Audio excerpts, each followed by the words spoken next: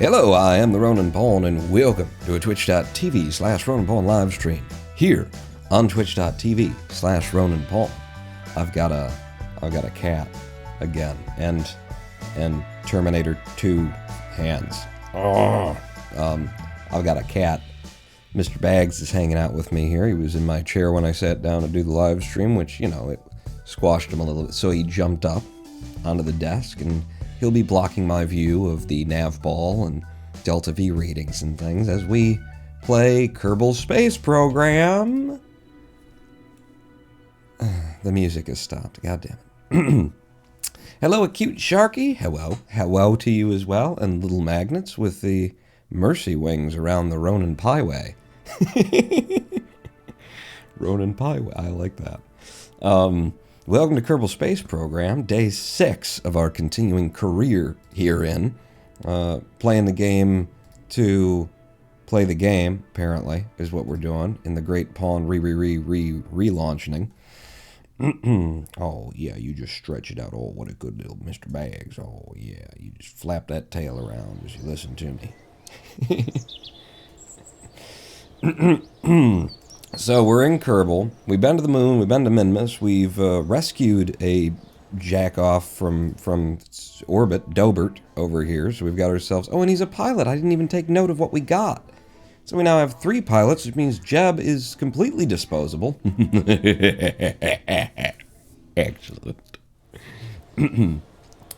But, yeah, just grinding through missions, seeing what's interesting, what's fun at any given time. Right now, active, I have missions to plant a flag on Minmus, to explore the surface of Eve. No, to explore Eve by just doing a flyby, which, for Eve in particular, probably just going to be a satellite, you know? Especially since it's just a flyby. When we hit the date where we would want that to happen, I should probably set an alarm. I should probably figure out how to set an alarm.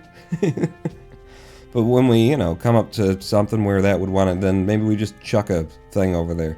Interplanetary, man. It's going to be a thing. It's going to be rough, is what's going to happen here. But the one that I'm interested in today is finish the construction of a rover on the surface of the moon. Last year, experimental engineering group successfully landed a rover on a distant body. It's the moon. It's just over there. Due to some unforeseen litho-breaking hazards, in other words, you slammed it into the ground. You don't try and church it up, son. Certain parts of the rover are unfortunately no longer attached. This is where you come in. Are you going to pay? Oh, you are going to pay me. Okay, then this is where I come in. We'd like you to repair the rover on site, replacing any missing parts, and drive it to the target coordinates to fulfill its original mission. Boy, I hope the coordinates aren't on the other side of the moon. Knowing Kerbal Space Program and its randomization of contracts. After you accept this contract, you can view the rover in the tracking station, evaluate the missing parts, and make a plan to move it to the target waypoint. You'll need to send an engineer to attach the parts to the rover. So this, you know, we've done a few engineering missions on satellites. This will be the first one landed. But this is new to KSP with the idea that you can now repair parts live on site with an engineer.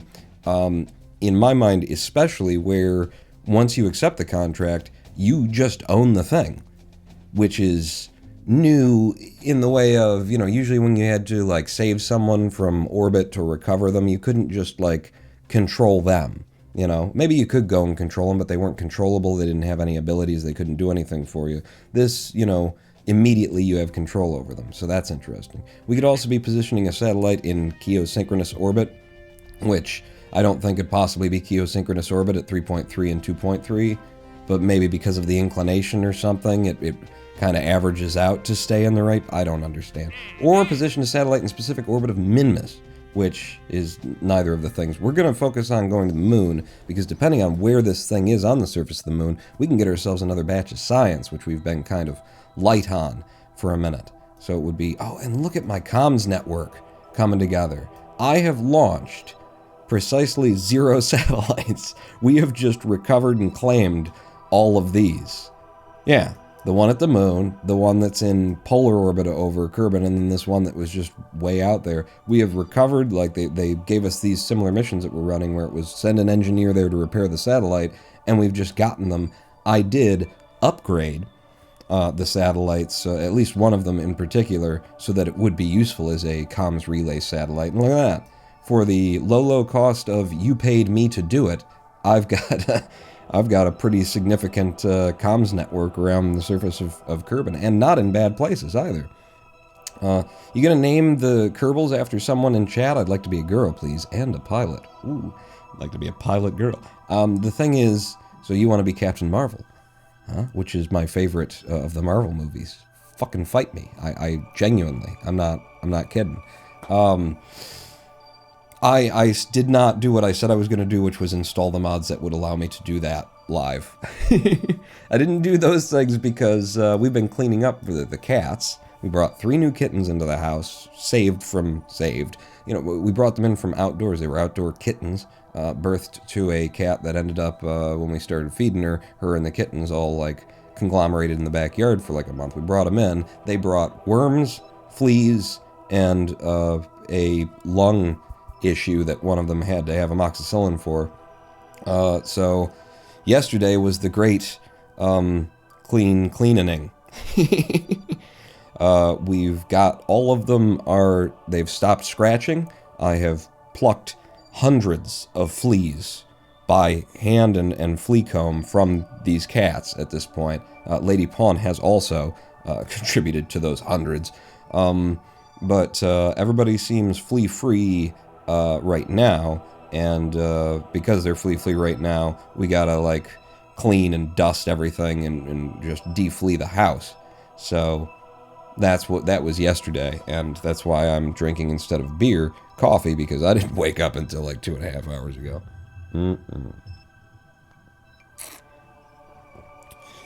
Captain Marvel is too dumb for me, though I loved that movie as well. She's so hot.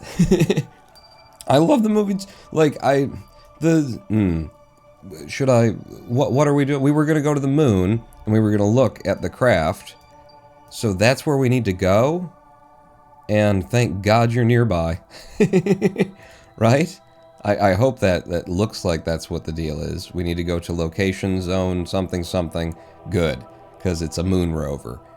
It's easier to drive on the moon than Minmus anyway. Let's go fly the unfinished moon surveyor. Fly it and see what it don't got. And also, like, I guess review the terms of the contract to see what we need to put there. Oh, that's cute. Oh, I like that. You know, especially with, like, the different texture packs that I've got installed here. You know, the something, not plus, but something, remodel, something. God, I can remember it from day to day, and then I absolutely can't. You're out of electric charge. I had like 5 seconds there that I was musing about something, maybe 8 seconds there, that I could have, like, deployed that on them. Okay, what are you missing? What's broken? I mean, it looks like it's a fairly good, you know, little lander. It's got a bunch of lights apparently on it. Maybe that was the problem. Bunch of lights. It's got, you know, symmetry panels. Maybe it only has the electric charge of this, so I'm guessing it needs a battery. And I'm guessing that it had maybe some science or better comms on it. Did we actually have comms? We've got such a strong relay network, we probably were in comms, even if it doesn't have an antenna on it, which it looks like. If I review the contract, move unfinished the moon surveyor to zone 9F34-S on the moon. I could have gotten that done without even coming out here. If I would have just immediately deployed these, I think we're fine to roll the thing around. I can't do crap to it now. What hell of a little game you played on me there, Kerbal. But it does mean that I still have a mission to do, and that's helpful. Wheels are good. Structural's good. It doesn't say that it really needs anything, that I have to put anything on there like the usual contracts did. It just wanted me to get it to the place that it needed to be. Whatever broke off of it is unnecessary. Although very, you know, helpful, but unnecessary. Fleas are a bitch to get rid of. Been there before. Joyrida. Ain't they though? We seem to be doing good. We seem to be turning a corner on it. 5 cats walking around in this house. But once we like flea comb them, bathe them, and then drop the little thing on the back of their neck. As soon as the thing went on the back of the neck, everybody just went from being like, to,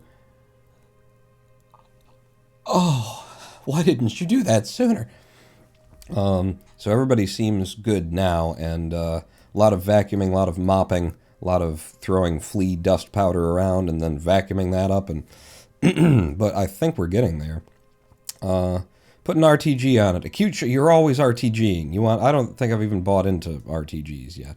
Captain Marvel was a great story. I think they kind of hinted at her being a lesbian, but I would have liked it better if she just came out with it. Yeah, with her and her friend, I wondered if they were going to go there because of how much of a connection that they had, but I actually appreciated that they left it not so much unresolved, I don't care, but they left it really subtle, that there was just this moment of eye contact where you can see that there's so much more between them that, you know, is great acting from both of them to just have that, like, moment where there's something more. Is it romantic? Is it familial? You know, is it just I consider you family now? Or was that, you know, and I love that. I love that about it. I think it's the best, like, standalone one-off, you know, Marvel movie that I've seen. And apparently the rest of the world was like, oh, but she said this in an interview, so I hate her, and therefore the movie's bad, or some shit. It did have comms, now just need someone to flip the solar panel switch, and we missed our opportunity, Jim. Make sure to dust the shit out of that carpet. Yeah, man, the amount of, so flea dirt. If you're unfamiliar with fleas, flea dirt is flea shit, is what it is. Back to the Space Center.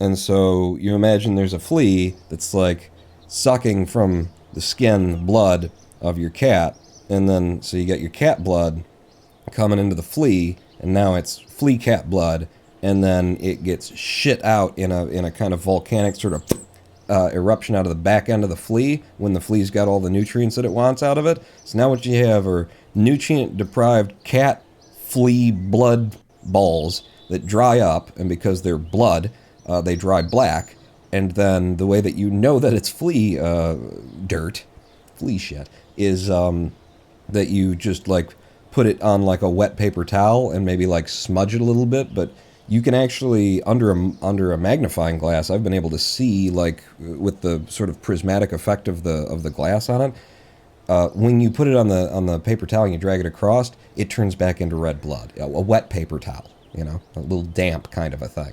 So you get that streaking and out into red blood. But I can actually tell under the magnifying glass just by the prismatic light that's bending off of it that, yeah, that's blood.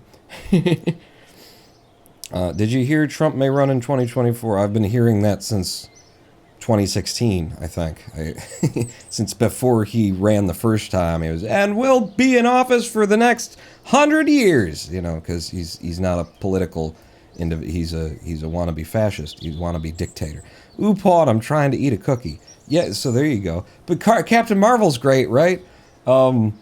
So we know what we need to do, and it's completely, apparently, up to us. Let me just double check this. Again, active, like, Rover. It doesn't say do anything in specific. It's just go see what you think you need on it, and then make it viable again.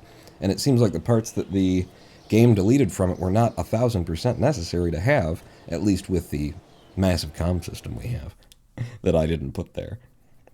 But just inherited by fixing other people's problems. This is great. I love that I'm not the source of my problems. In fact, other people's problems are becoming the source of my opulent wealth. I guess I am an American. Hey, my only problem with the character is she's way too overpowered compared to everything else in the universe. No reason she couldn't have just slung Thanos into a star.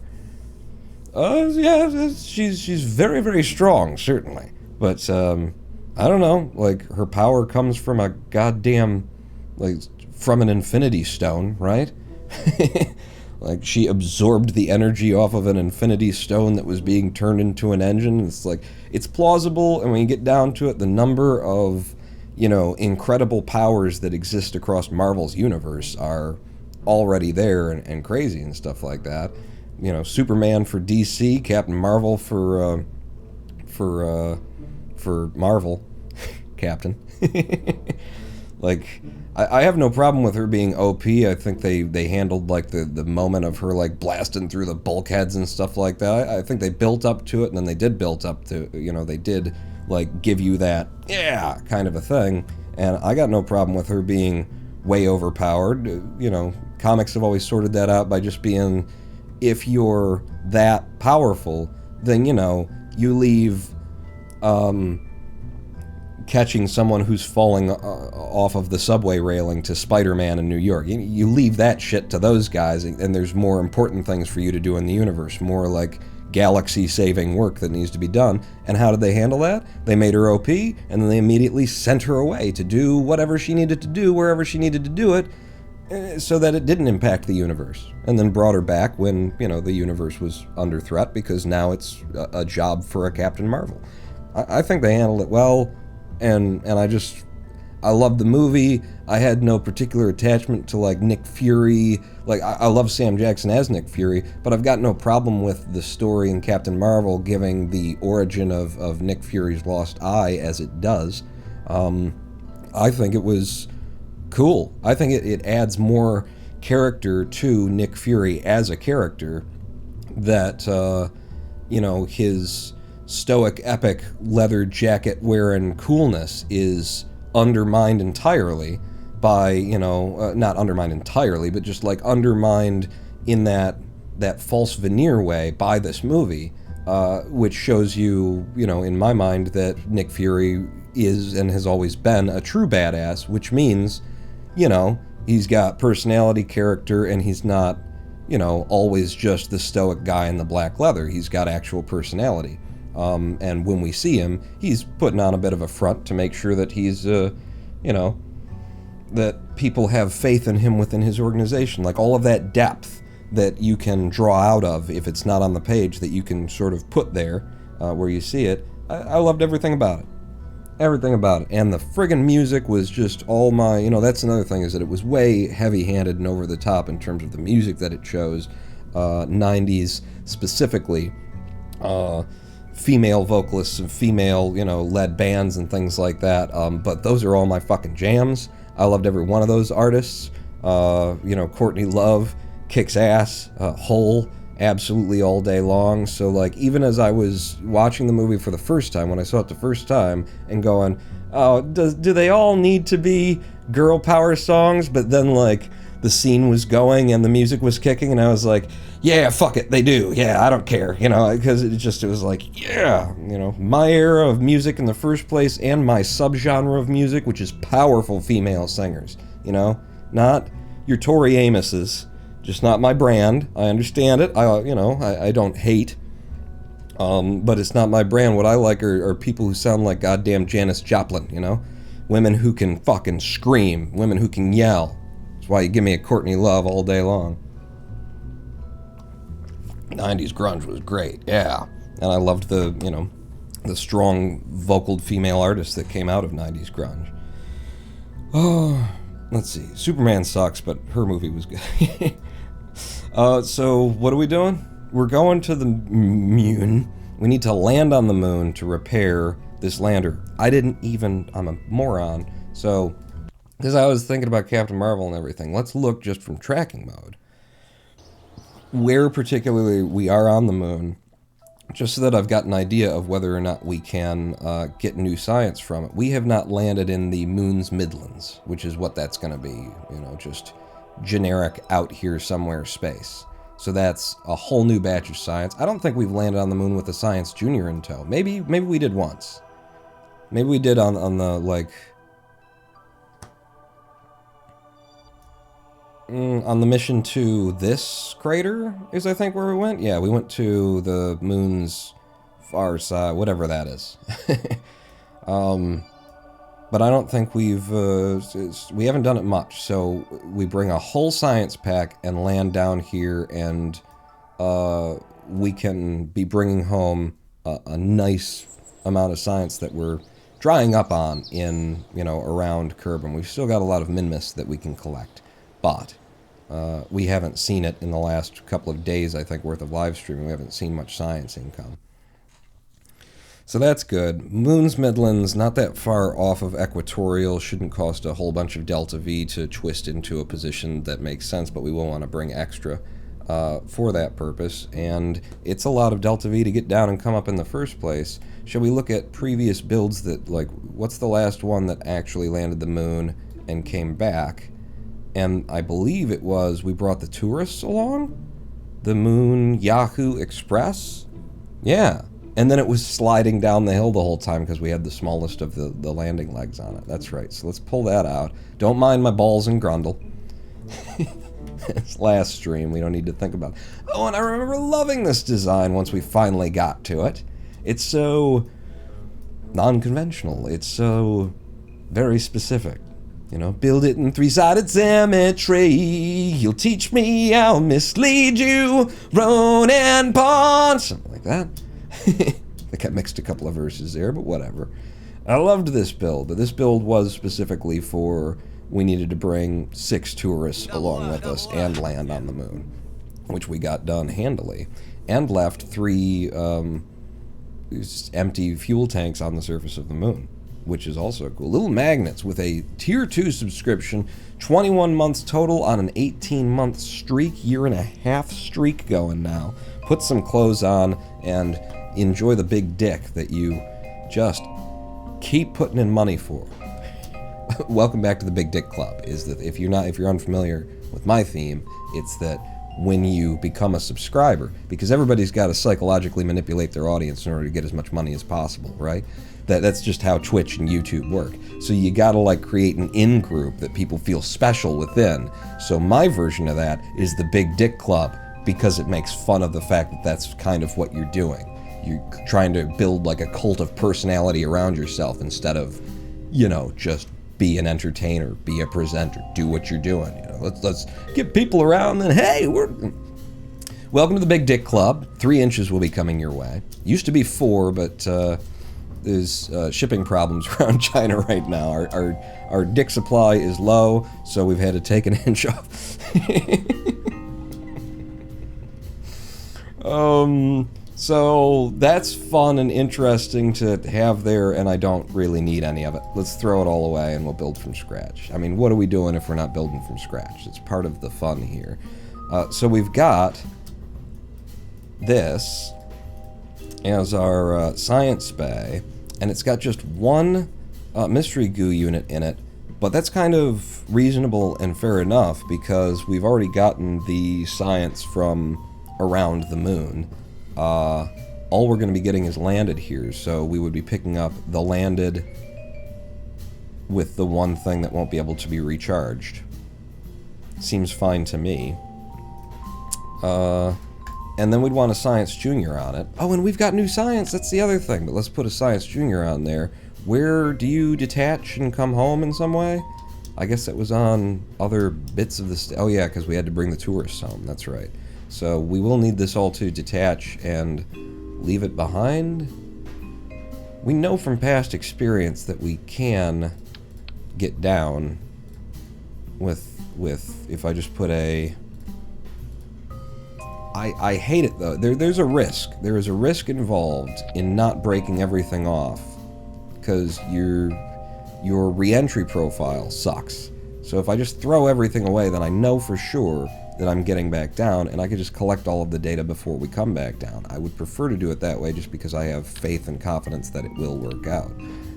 So we need a fairing on there.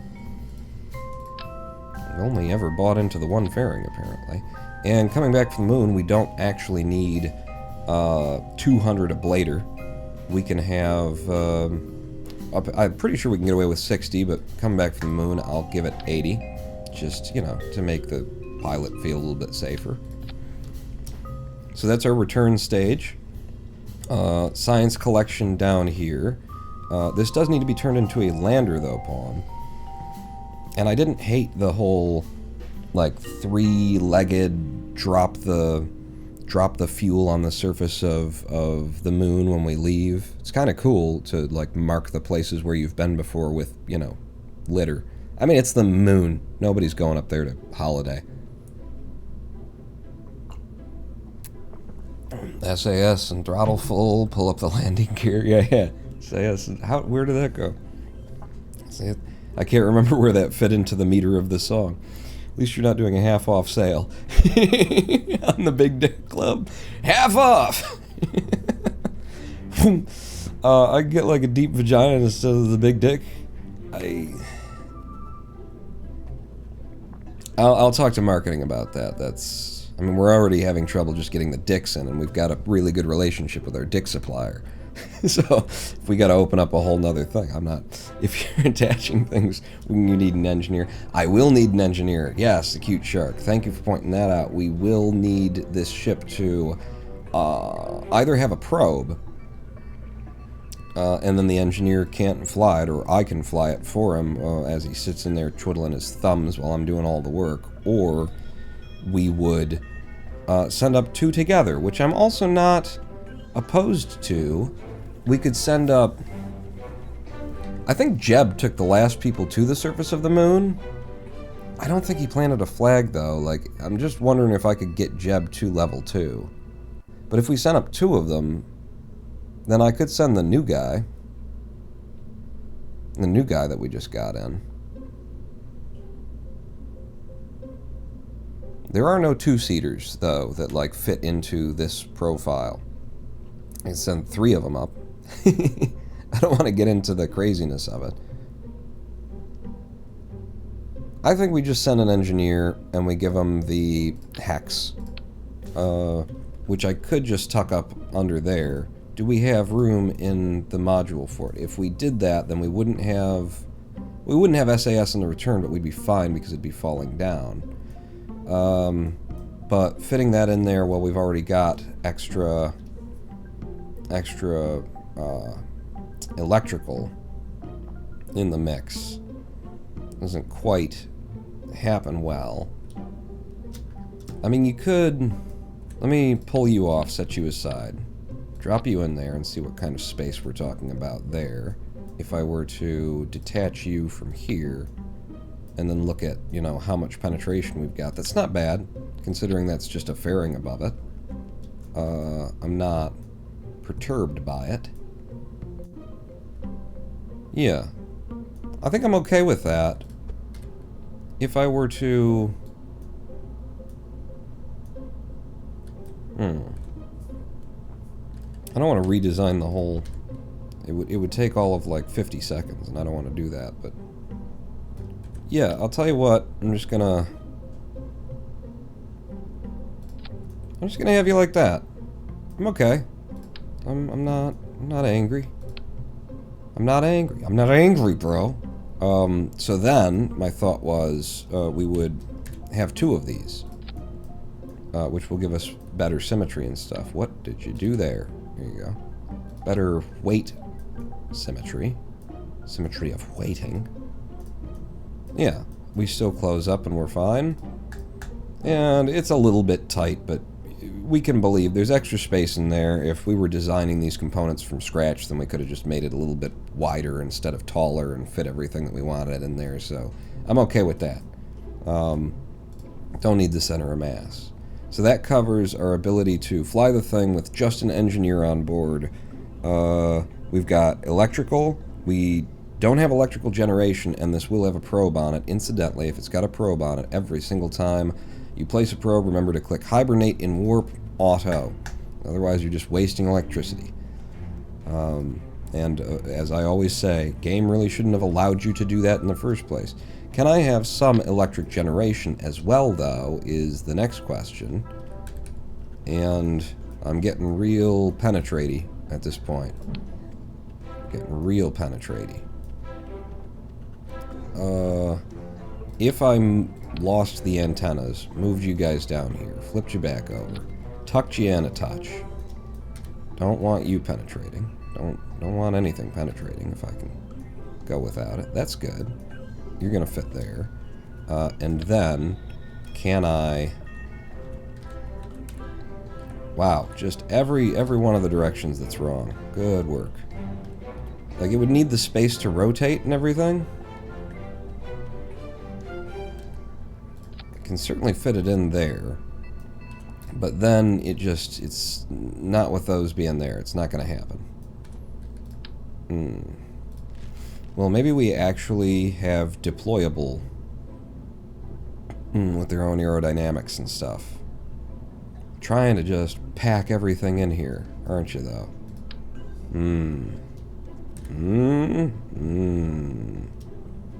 Put Dewey on there if I'm not going to be putting the solar panels in there. I really want the solar panels in there, though.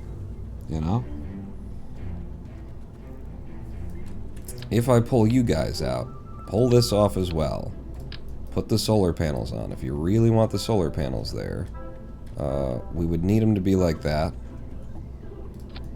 Because when they deploy, you're going to need the space to rotate to, you know, see the sun. It's not like with the amount of extra electricity we're bringing, we don't necessarily need solar generation at this level anyway. But nuggets.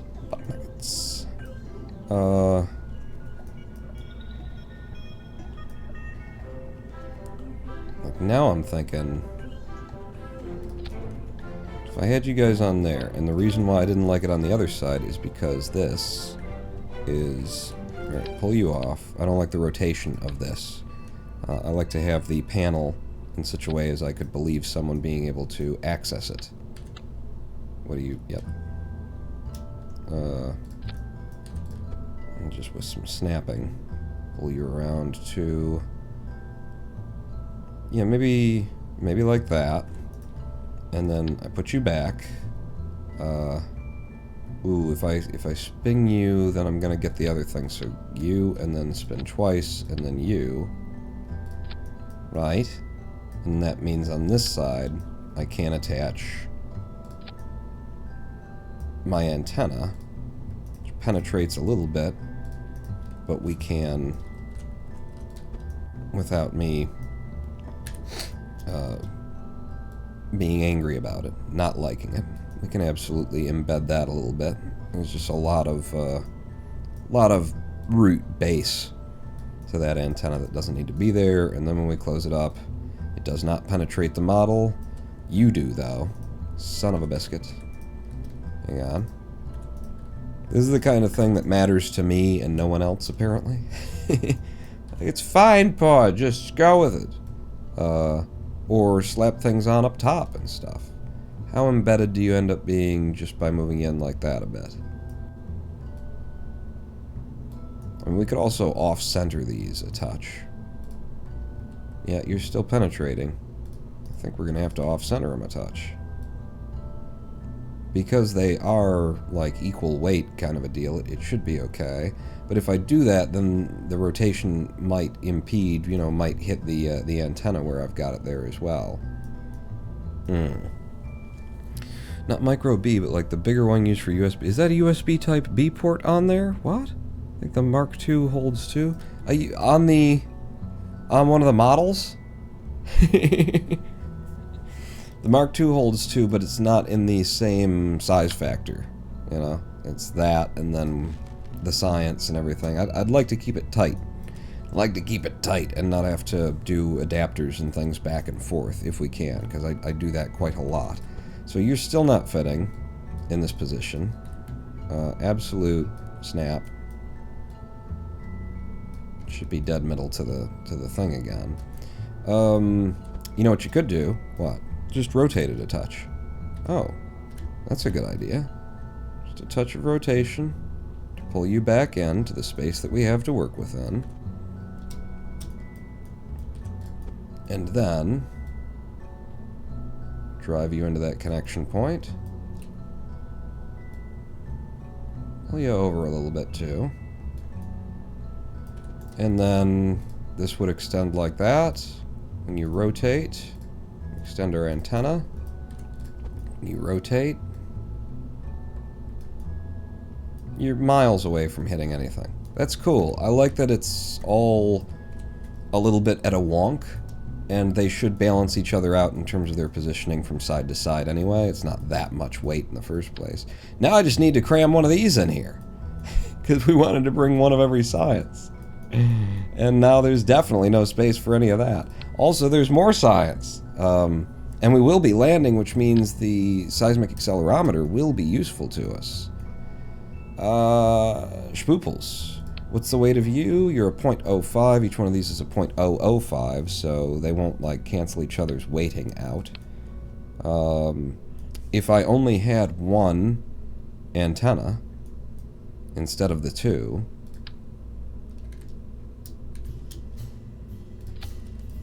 and then again, re-embedded it, just enough. It's resting against the door up there. Still looks good. You know, doesn't look like it's crazy embedded. On the other side, how much space would I have to try and tuck one of you guys in? Some snapping. Like that. I mean, it also appeals to my, like, packing sensibilities. I'm a very good packer. People in my family, we're very good packers. Not that kind of packer. Although, you know, some of us, but not what I was saying, is what I'm saying. And then, like that. You're not penetrating, but you certainly look, and you're not going to give room to that guy to be able to do what he needs to do. Ugh. Ugh. They've put me in a bind here. I could decide that I don't care that much about the ends of them. Is there a version of this where... Oh, there's a version of this without feet. I don't think that really matters to me. If I decided that that's fine... Boy, and I like the look of it so much that I might just decide that that's fine. Don't it look good? Doesn't it... Don't you agree with the thing that I'm saying because I'm saying it? Yeah, it's pretty nice.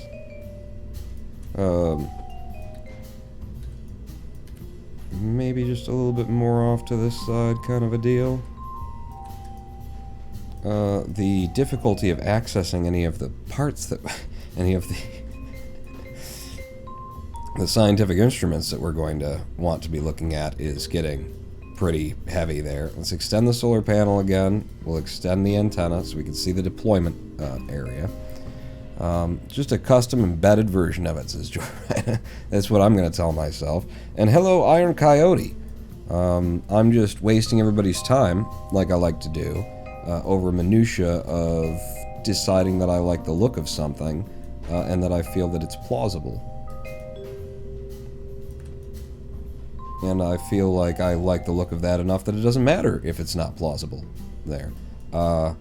We also need a seismic accelerometer, which I think we can tuck in somewhere around here.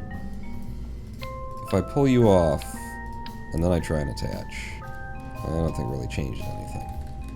Just do like that, I guess.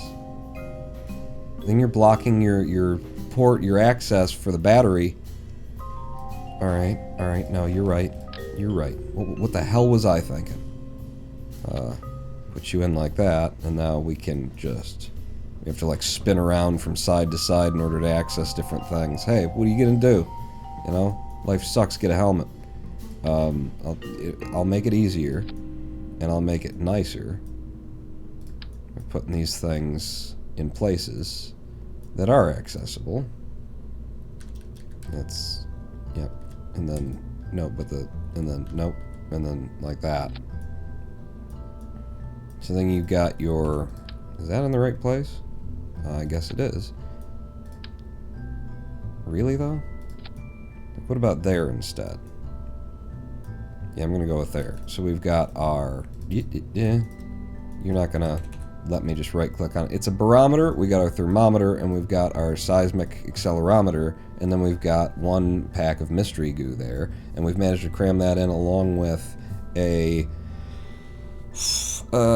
U with the Hax probe core, 2 solar panels, a battery, and a partridge in a pear tree. And the little penetration down there and the little bit of penetration that would be happening up here, I'm fine with because of reasons that I've decided that I'm fine with them. Put all of that back together for now, and we finally have... Close it up. It's not penetrating. Yep, we finally have the... You know, science stage. Science is there. You've got another piece of equipment, though, don't you? I swear you bought into the magnetometer boom. Fuck me. All right, so then it's very heavy, isn't it? It's 0.05. It's the same as a mystery goo, and the mystery goo is over there, pulling weight in that direction. So if it's the same as the mystery goo, then maybe the barometer doesn't go there, and maybe the magnetometer boom. I explained thoroughly that I was wasting all of your time. As soon as you tuned in, I was like, hey, ready to have your time wasted? As I do this thing that I like to do? I put the magnetometer boom in there.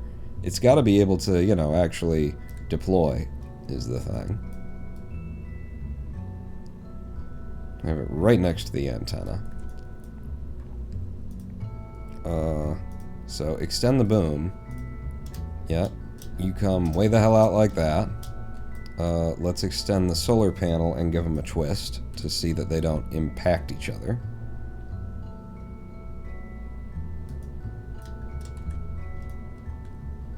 At full extension, it is not impacting. It has just enough clearance, is what it looks like to me.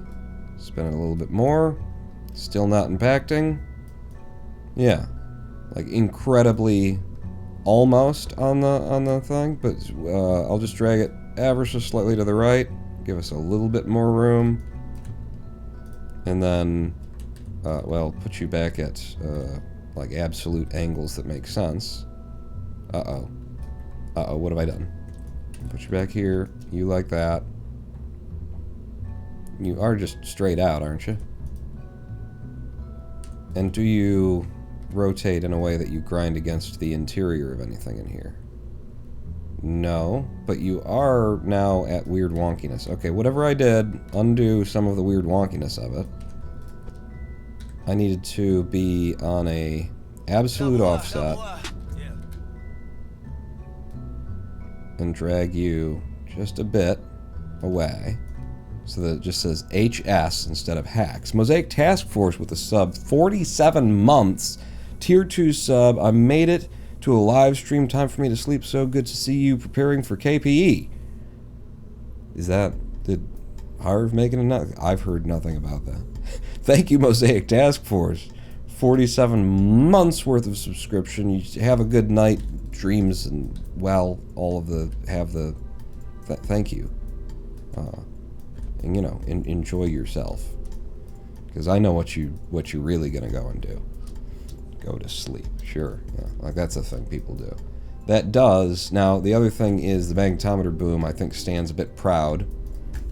If I were to try and close this up, yeah, I'd be a bit proud, Pawn. How comfortable are you getting a little breaking your own concepts here and trying to fit everything in, huh? Maybe. I can just stand the hex up on its side.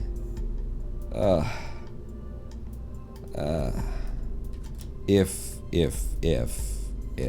you were down here, and then the antenna were up there, you know, it's a antenna with, and then you, but you're like that, right?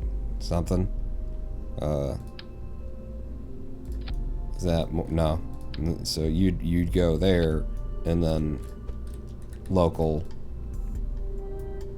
to dead metal with that, and then back in.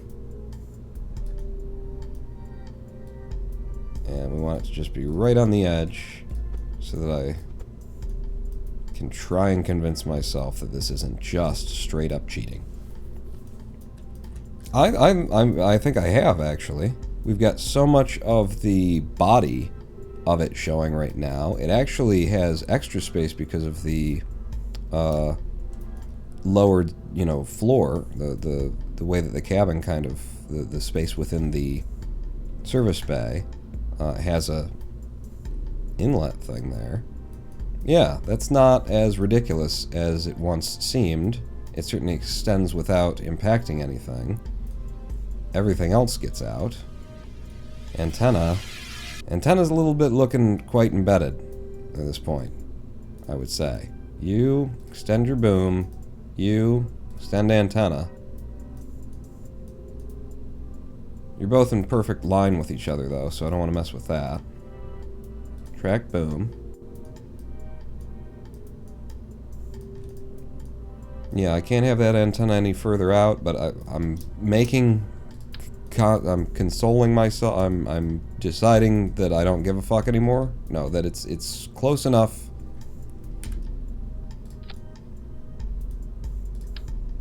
It's fitting everything just ever so tightly. And when you're out, you're no longer, like, you're not even impacting that, you're just resting against it, is how it looks to my eyes, and you got that, and then I can access that when that's open. Wow, that's a pack and a half. And then when we extend the boom, it rotates out and through. Good enough. Good enough. Wow. That's a friggin' pack. That is a science pack and a half right there. Center of mass, especially once I, like, remove you, just to see if there's any kind of crazy offsets that happen. I pull that away, pull you away. Looks like it's being pulled down to the right. Am I crazy? It might just be the angle you're looking at. Yeah, a little bit down and to the right on the center of mass there. Well, what are you gonna do? What are you gonna do? It'll be fine. It's not that much. You know what? I'll just pack another an extra SAS unit. I'm sure we can fit it in there. I think we'll be okay. Fitting it ever so tightly. Title of your sex tape? Have to be a very small one. No. Extreme origami. That's what. So that's Lady Pawn. Title this episode Extreme Origami. No, don't. But so that's that. We gotta, like, make it into a lander that actually goes to the moon and stuff. I really liked what we did last time with the ship that we started on that I then threw away and spent all of that time doing all of those things. So if I give myself like, just one little tank there, and then our engines, we bring a spark,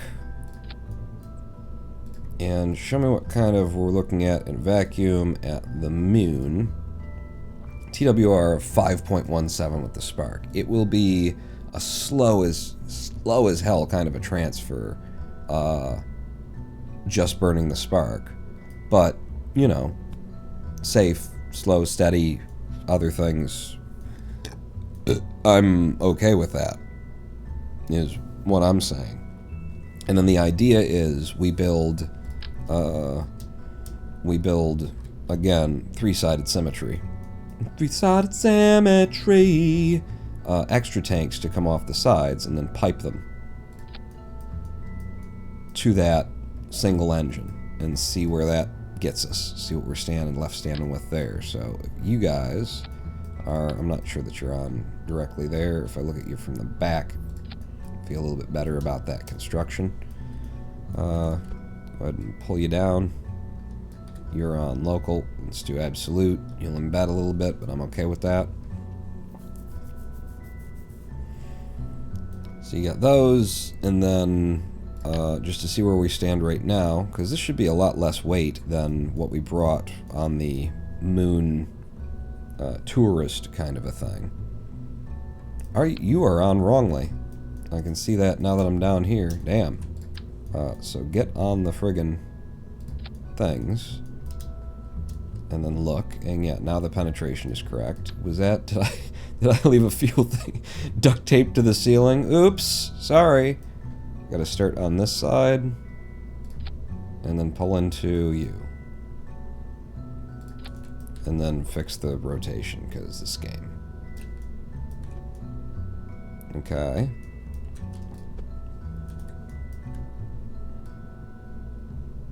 Something like that. Maybe move you back in a little bit too, and then you back out. You don't need to care this much about every little thing. So that now gives us nothing in particular. It gives us 3,220 meters per second in space before we drop them.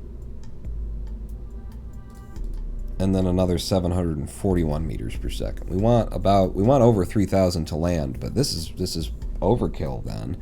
TWR is 1.3 in space when we leave, and then it climbs up to 5.17 once we're there.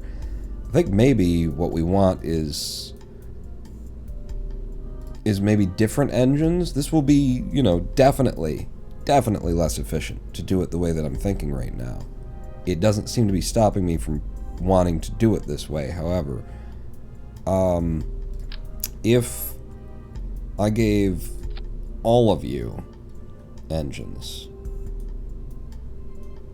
we're pulled down to 3,000 and something meters per second, but because of these now.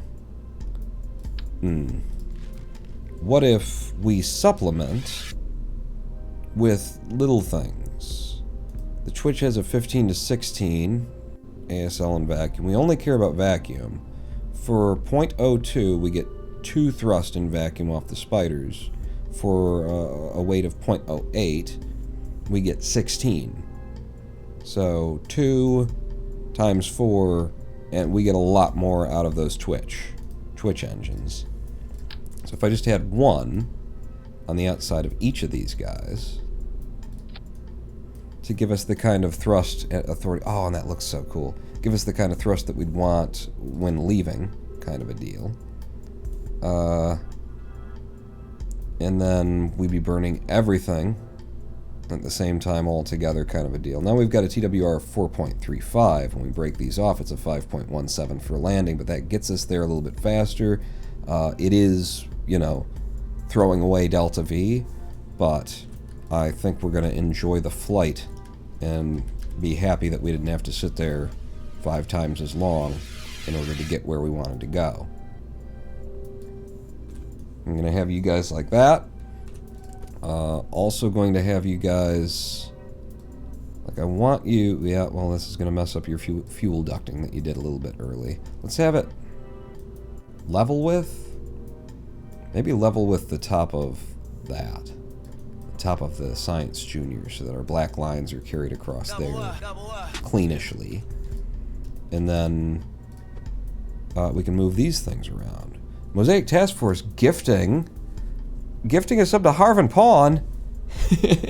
Are they in chat? Oh, I love those guys. Gifting 3 months of subs to Harvin Pawn. 3 months of subscription. They're gonna be real happy when they hear about that. I'll have to tell them. Thank you so much, Mosaic Task Force. What an interesting way to just give money. To give me money. It's very creative, I would say. Thank you.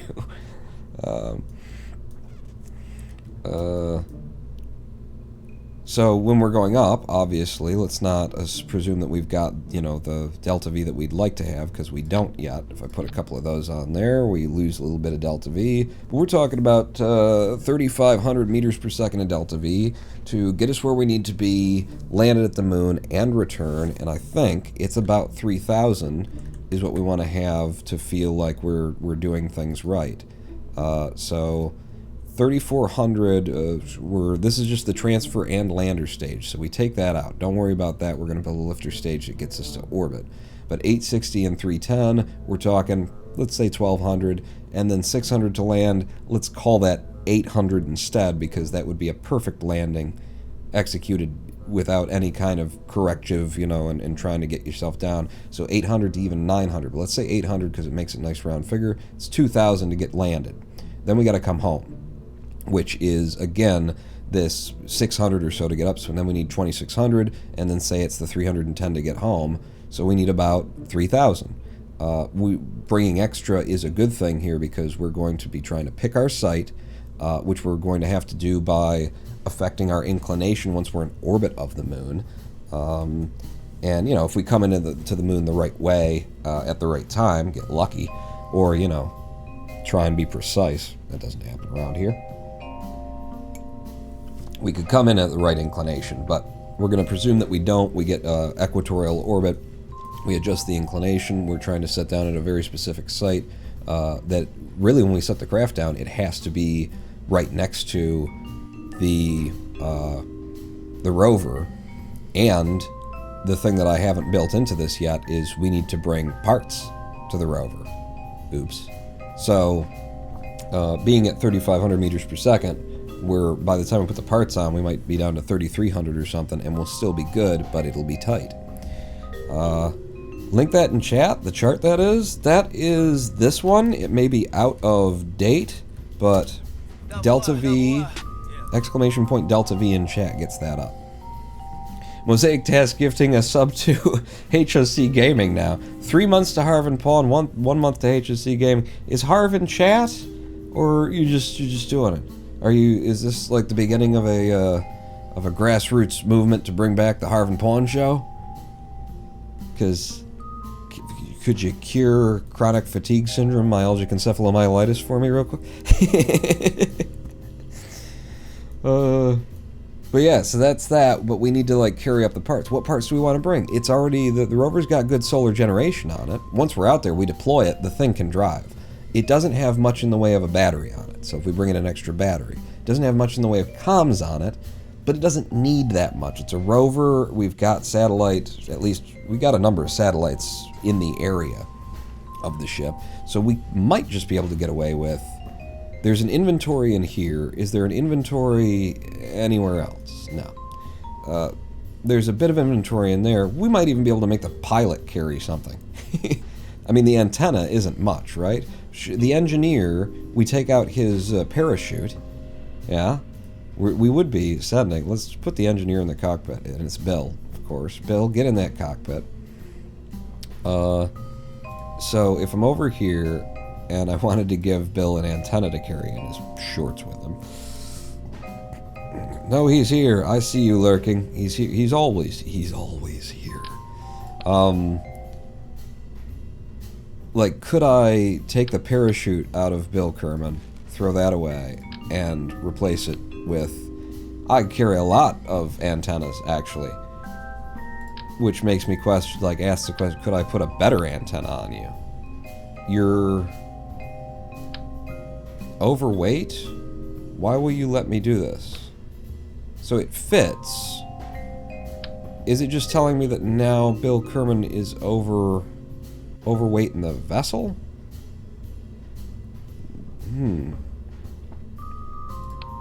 If I take that out, it's adding... He can't carry all of the weight, is what it's telling me. That's interesting. So if I've got him with too much weight on his body, can he maybe like not exit the craft or something like that? That's curious. Curious. Bill needs to work out then. Yep, maybe that's a thing. Hey, Bill.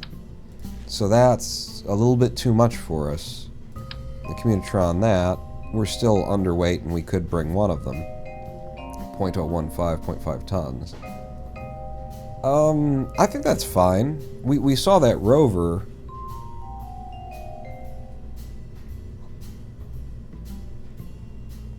I think we bring the simplest of the Communitrons, and maybe we bring a couple of them. Bring 2 of them. You know, balls with it, and then we could put 2 on if we wanted to, I guess. But he doesn't need a parachute, Bill.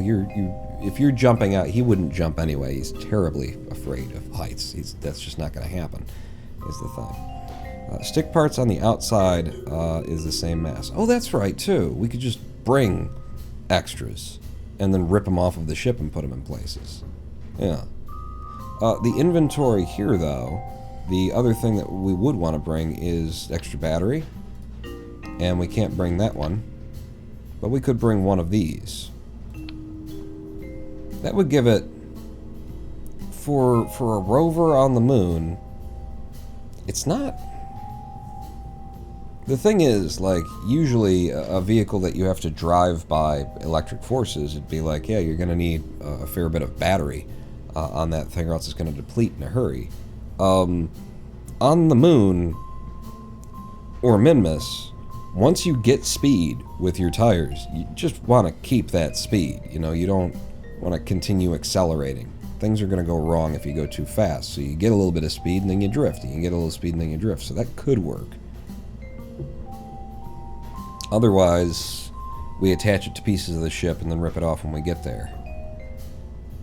And I like the idea of the inventory instead. The other thing that we could do, Pawn, yes, is just stop trying to cheat the game with its inventory space and actually put something on that could carry, you know, what you want. Conformal storage unit, or it's the cargo storage space thing, but the conformal, we say that we were leaned a little bit center of mass wise to, I believe it was the right I was seeing. So imagine for a moment that I just had one of these, which is a really bad idea, but just had one of those on the side of the craft. Try and pull that mass back to top dead center. Then what have I got in here? I got 3 spaces, 60 liters total. Could I then have that I liked instead of the crappy antenna? Yes, I could. Could I also have that I wanted? And no, I can't. And I presume then if you're 50 liters, pin you, you're only 12 liters, so you could go in there. You go in inventory. Bill doesn't bring antennas with him. And then this doesn't fit in there anyway. And it's over everything. Maybe it just won't let me launch it if Bill's... Yeah, I'm curious how they, you know, actually enforce this penalty of, oh, but it's too big or it's too much. How do they do that? Start digging around. Found a pretty nice Delta V planning site. That would be helpful for the interplanetary stuff. Like, I can put what I want in there. You're immediately over mass when I put that there, though.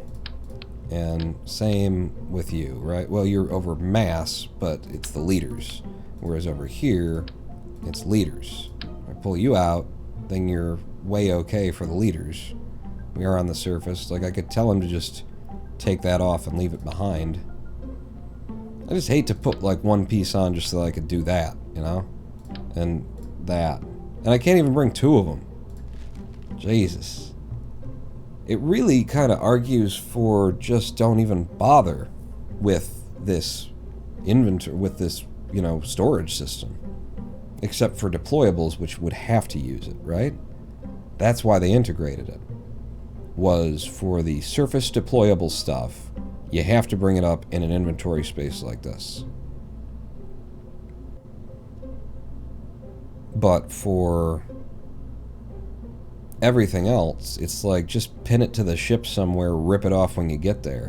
Which I hate. I hate that. But you just can't get the space for anything. Both of you fit in there fine. Makes me feel a little bit better. It's just a bit of a waste to be doing that. How's the center of mass looking? It looks dead center on that angle. And then on this angle, it might be a little bit to the back. It's hard to tell, because I can always move the camera to a different place, and then, oh, it's perfect. And then move the camera a little bit to, oh, it's perfect, you know? If I look down from top dead center, again, I can just put the camera where it convinces me that it's perfect, so.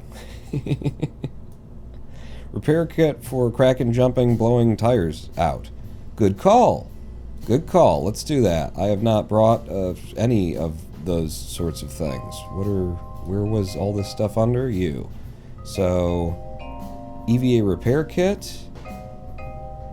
EVA fuel cylinder. EVA repair kit. EVA experiments kit. Okay, I am right-clicking as hard as I can.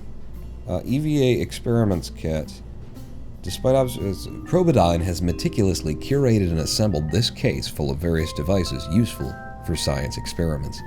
Despite observations to the contrary, we feel that the inability of our astronauts to find a good use for the collapsible top hat and magic wand is more to do with a lack of creativity, rather than a case of them being left over from prior use. That's the EVA experiments kit in stores today. So this it can be placed in inventories and then Would that be you bring a scientist and then they can use that or something? I'll buy into it anyway. But it's the EVA repair kit that we want. It fits. It makes it feel more worth it to have this piece on the back half of our thing that we're bringing something in every slot. I like it. Fuck, I want 5. Take my money. Well, you're gonna have to give 3 subscriptions to Harvin Paul. Oh, and then you got the big motherfucker. You got the container module, and that's what we brought before in order to get big space. But we just don't need it. All right, that makes me feel a little bit better. Bill, I'll give you your parachute back. Just maybe to hug or something. How do I... Where would I find a Kerbal-sized parachute in the game? Like... Aha, personal parachute. There you go, Bill. You can have your parachute back. In terms of what's in your pocket, have an extra repair kit. Oh, well, I can. A little bit extra. How much do you weigh? 0.005. Extra repair kit. For reasons. To do things. And stuff. I could be bringing, you know, deployables and whatnot. We're not, that's not the mission today. We're repairing something that's already there. We're not setting up our own Midlands moon base or anything like that. So, come back down. So after attaching all of the crap that we think we want and need for this mission, which is just an antenna and a solar panel. Does it have like SAS or anything? I mean, if it's a rover on the surface of the moon, it's fine. If it doesn't, I guess. I'm not sure what kind of probe it had. I don't recall now. The Hex comes with 0.5 and you come with 0.3 reaction wheels. It's small, lightweight little rovers, so it probably has some amount of SAS on it itself. It seemed otherwise like a fine rover it was. Yeah. And that's there. You know, the other thing that we could do, well, if we get up there, right? We get all of the science that we want to get from the surface of the moon where we've landed, and then we rip it all off and put it on the... That's why I did all of that. Aha! See? Now I didn't waste all your time. I put all of the science in here and found a way to squeeze it in so that we get up there and then we can rip our science out and put it on the craft. Except that one won't be usable ever again. Until a scientist goes up there, which they never will. But it'll make it feel like it's more of a thing that we've done. Yeah. I like it. Harvin Pawn, now your shell company? It's somebody's shell company. It seems like it. It's out there, and we never shut it down like we probably should have. And then... So what else? We need landing legs for this if it's going to land on the moon. Where are we keeping the landing legs again?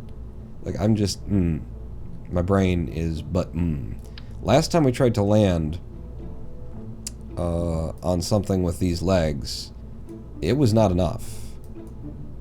It was not enough, and we just kept sliding around on the surface. So what if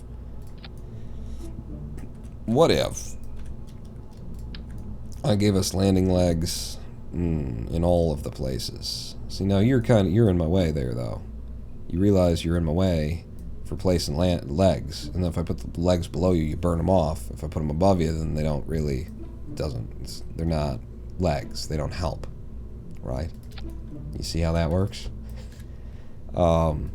Just curious, like if I put these as low as they make sense there, and then I put these, you know, you take whatever it is that's standing in your way, you turn it into a reason to change your design, and then maybe you find something that's cooler than what you thought it was going to be. And I like this for like 6 friggin' landing legs on the damn thing. Yeah. Although when we detach all of these, we'll want to bring these landing legs in when we leave that on the moon, would be the idea. You won't be leaving them on the moon, Pawn. Oh, God, you're right. I'm just realizing that with our Delta V broken the way it is, like, I can only pack 698 meters per second. The ship will be a little bit lighter there, but that's not really enough fuel storage to get everything home. Yeah. The other thing is we're dragging all of this back home when we're done using it. Okay, complete redesign. Now, I do want to, however, look at... So I get rid of... you, no. And then instead, we've got... you above. And then another decoupler. Throwing Delta V away on these premises, these ideas that I like. And then there's that issue. We can come back to that, I guess. You guys would have to be in a completely different place. But that means this stage would have 981 meters per second to leave the moon with, which is far more like, okay, good. And then for you, put you back on down here like you were. Something like that. Pull you up to a place where it doesn't look like that don't work. Oh boy, but that don't work, huh? Like that. Oh, but that was the premise pawn. What? It was part of your original thought was don't use this then. Attach this like so, and then use more of these guys on the main stage. Could we get away with 2? I mean, we damn well better be able to. We might even want to go down to the spiders and then just use 2 for the return stage. So let's fix the fuel and everything here. I think you guys would be up there, so we would burn these and then drop those when they're empty and then engage these 2. They wouldn't be used at all until we are where we need to be. So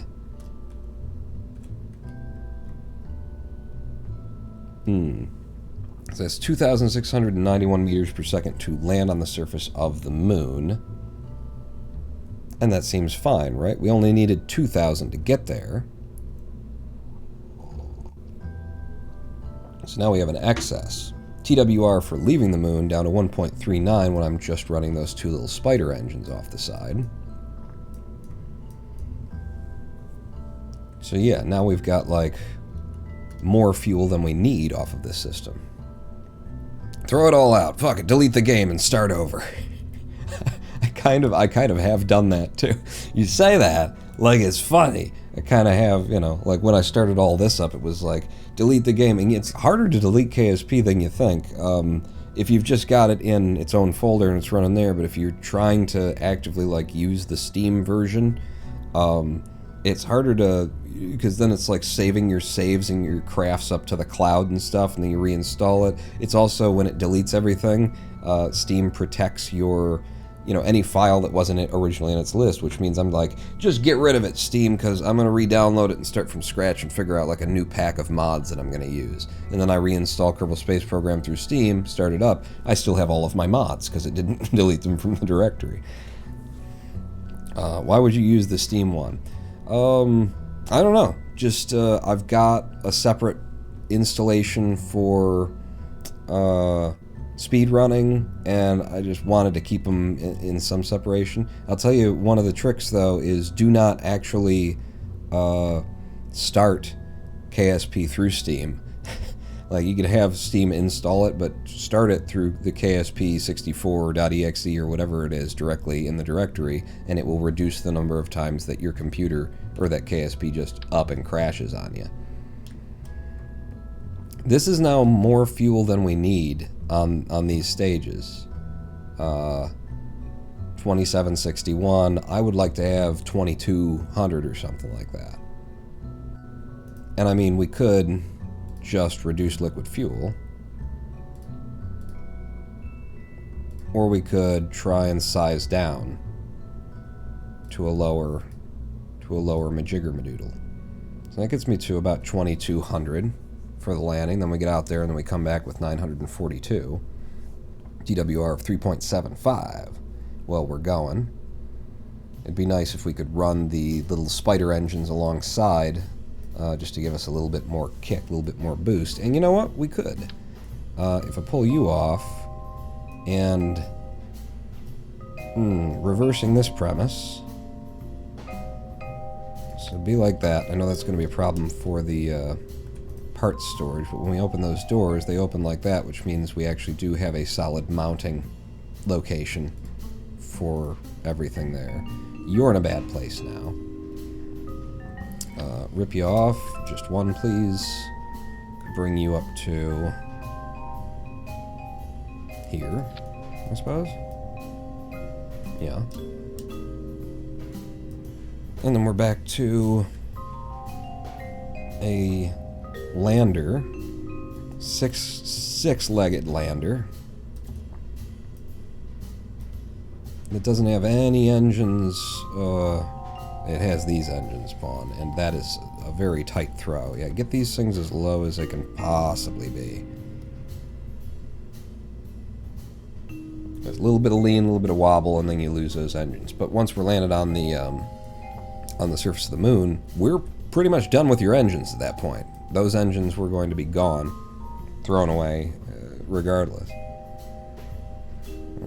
I bought it from the actual store page on their website. I did originally as well, and then someone gifted me a code for the Steam thing also. So I have both.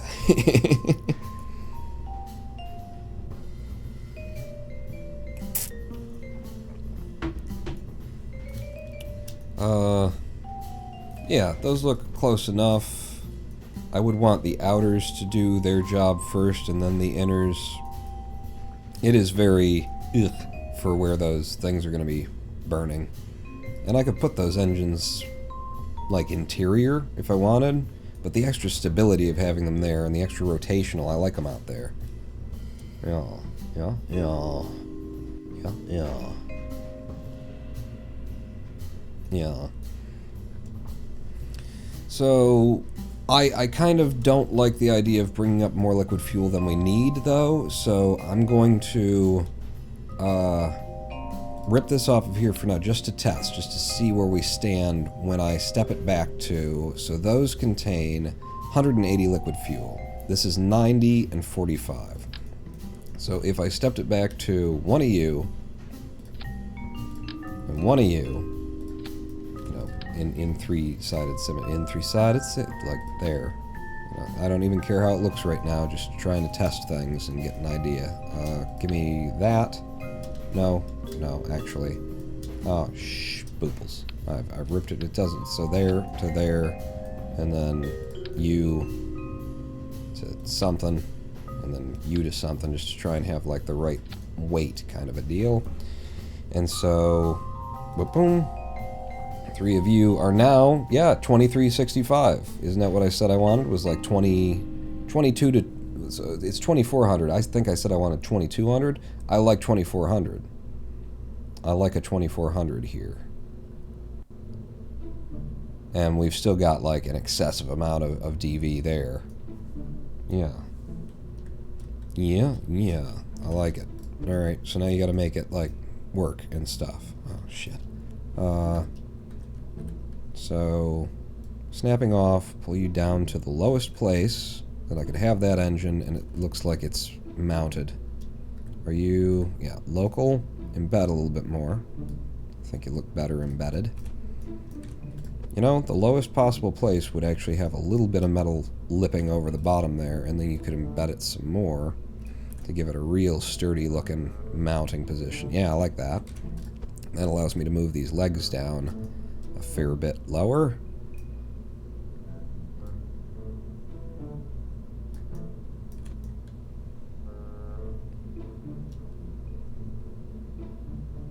Yeah, that's okay. But where those are currently, we want to move the whole rig down. Try and line up with the bottom of the other. It's okay. Mounting brackets at the top still look good to me. And grab you. I think I can get away with bringing you down a little bit as well. Not too much. We want the outer legs to grab first. Don't want these standing up on them and then wobbling around on the outside ones. That's good. I like that, I think. I think I like that. Was there anything else on here? No, and you don't actually need the fuel line, fuel ducting anymore, because we wouldn't be burning the other part until we're coming home. We'd be leaving all of this on the surface. And that being the case, and since we're breaking off, we don't actually need the decouplers either, do we? The decouplers are unnecessary. We take this whole thing down to the surface, then we break off and go home, and we can just leave this sitting there nice and proud, and, you know, it'll look like a proper moon lander that left its descent stage on the surface. So let me try that and see if somebody in chat goes, "No, Pawn, you've forgotten the most important part. Your heart." Well, you have forgotten the most. You won't be able to, like, open the science gathering area down there. It's definitely not the most important part. That there's going to be some penetration of those doors, but it is a bit of a nuisance after all of the work that I've put into trying to keep things from penetrating one another. Because then when I go to open these, it's going to do that. And you're going to have that out the back, and it's also going to be penetrating through that. Wouldn't the back mounting point, like, block the bay doors? Yeah, that's where I got to eventually there. Acute. Now I just want to say Sharky instead of a cute shark, which is what it always was. Sharky's tail, Sharky's. What's the is it Burt Reynolds? What's the Burt Reynolds Sharky's something. Yeah, and that being where that is also blocks those doors from opening.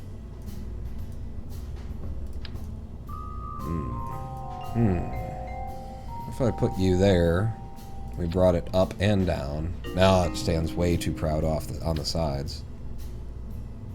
And if I put you like this, it's weird that you're going to be across a whole bunch of different things. You would be coming home with us until we break off. You do tuck in. Just making these things soups tight is the deal. Like, soupsers tightses.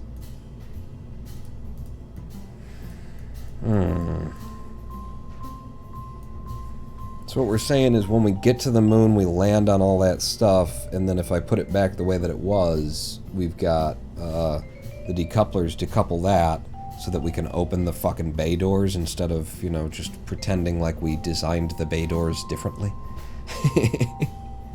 Seems a little dumb. Does it?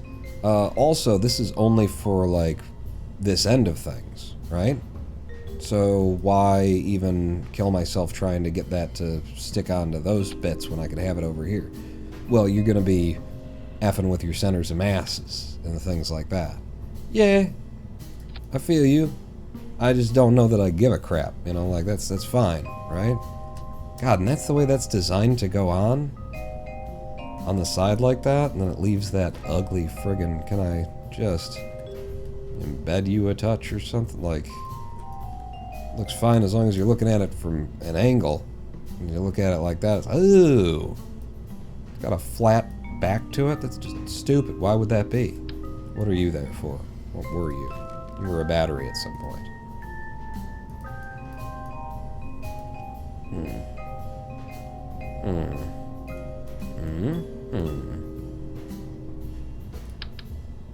Yeah, you're the heaviest thing, so I only get to bring one of those batteries. That's crappy too. It's fine. It's fine. So now when you open, the doors open into this and through that. But it's like we could have just designed the doors to open slidey or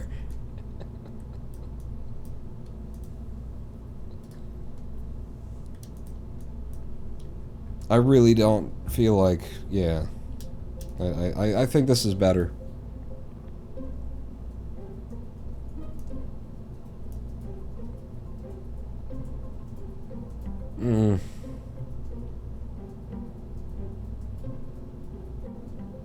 Slap a battery on the hull and call it a day. That's also an option. It does bother me though. It does. You know that it friggin' bothers me. You can tell that it bothers me. Oh, but how it bothers me. Does it bother me? It bothers him, I think. I think it's a bit of a bother to him. I want to look at this then, where we're carrying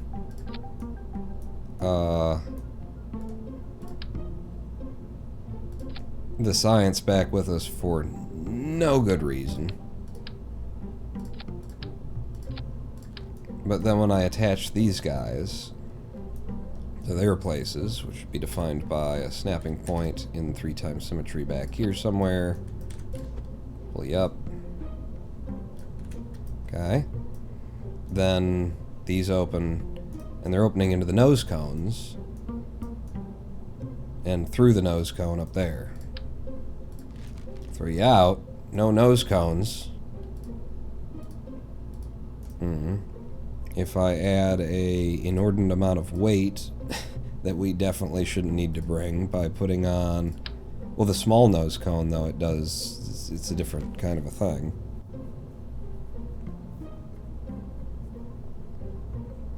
Aren't there leaned nose cones?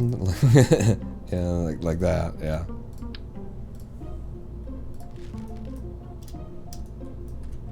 I mean, you could just lower everything and come up with a slightly different visual concept for this. Like if I brought you guys all the way down like that, and then when you open up, open to a point where you're not impacting things, and then I could bring you up to where it just like stops right before it does. You just see if it looks like, yeah, no, it's fine on that side. And you got all that happening. Our engines, we could easily go up to a... No, because then you'll be burning things off there, won't you? I mean, once we detach and are leaving, yeah. You don't need them though. 2, you'll have clearance. You'll have clearance, Clarence. And then you detach from there and go home. Looks like I lost my marbles, Peter. I lost the thing that was storing all of the things. Damn it. Just gonna say, just slide it all down some. Yeah. If I... Back to the model where it was and we're not wasting and dragging things along that don't need to be wasted or dragged along. Control Z, Control Z, Control Z. Back to here. And then is this a point where I still had my... Yeah, back to before we flipped all that. Okay, and then I've still got all that stuff. Do I need to flip all of that, though? Because, like, if I lower it from here, it'd have to be lowered so much it really wouldn't work. Yeah, I think you do need to flip it and deal. Hang on, before you do that, can I get away with making a copy of you, setting you over here, and then going forward?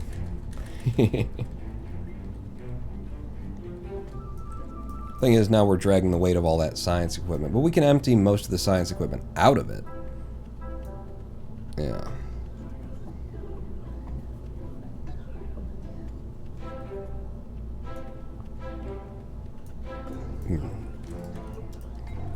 And then were I to put you... Yeah, no, we don't want 3-sided. Thank you. 3 times, anyway. Not penetrating.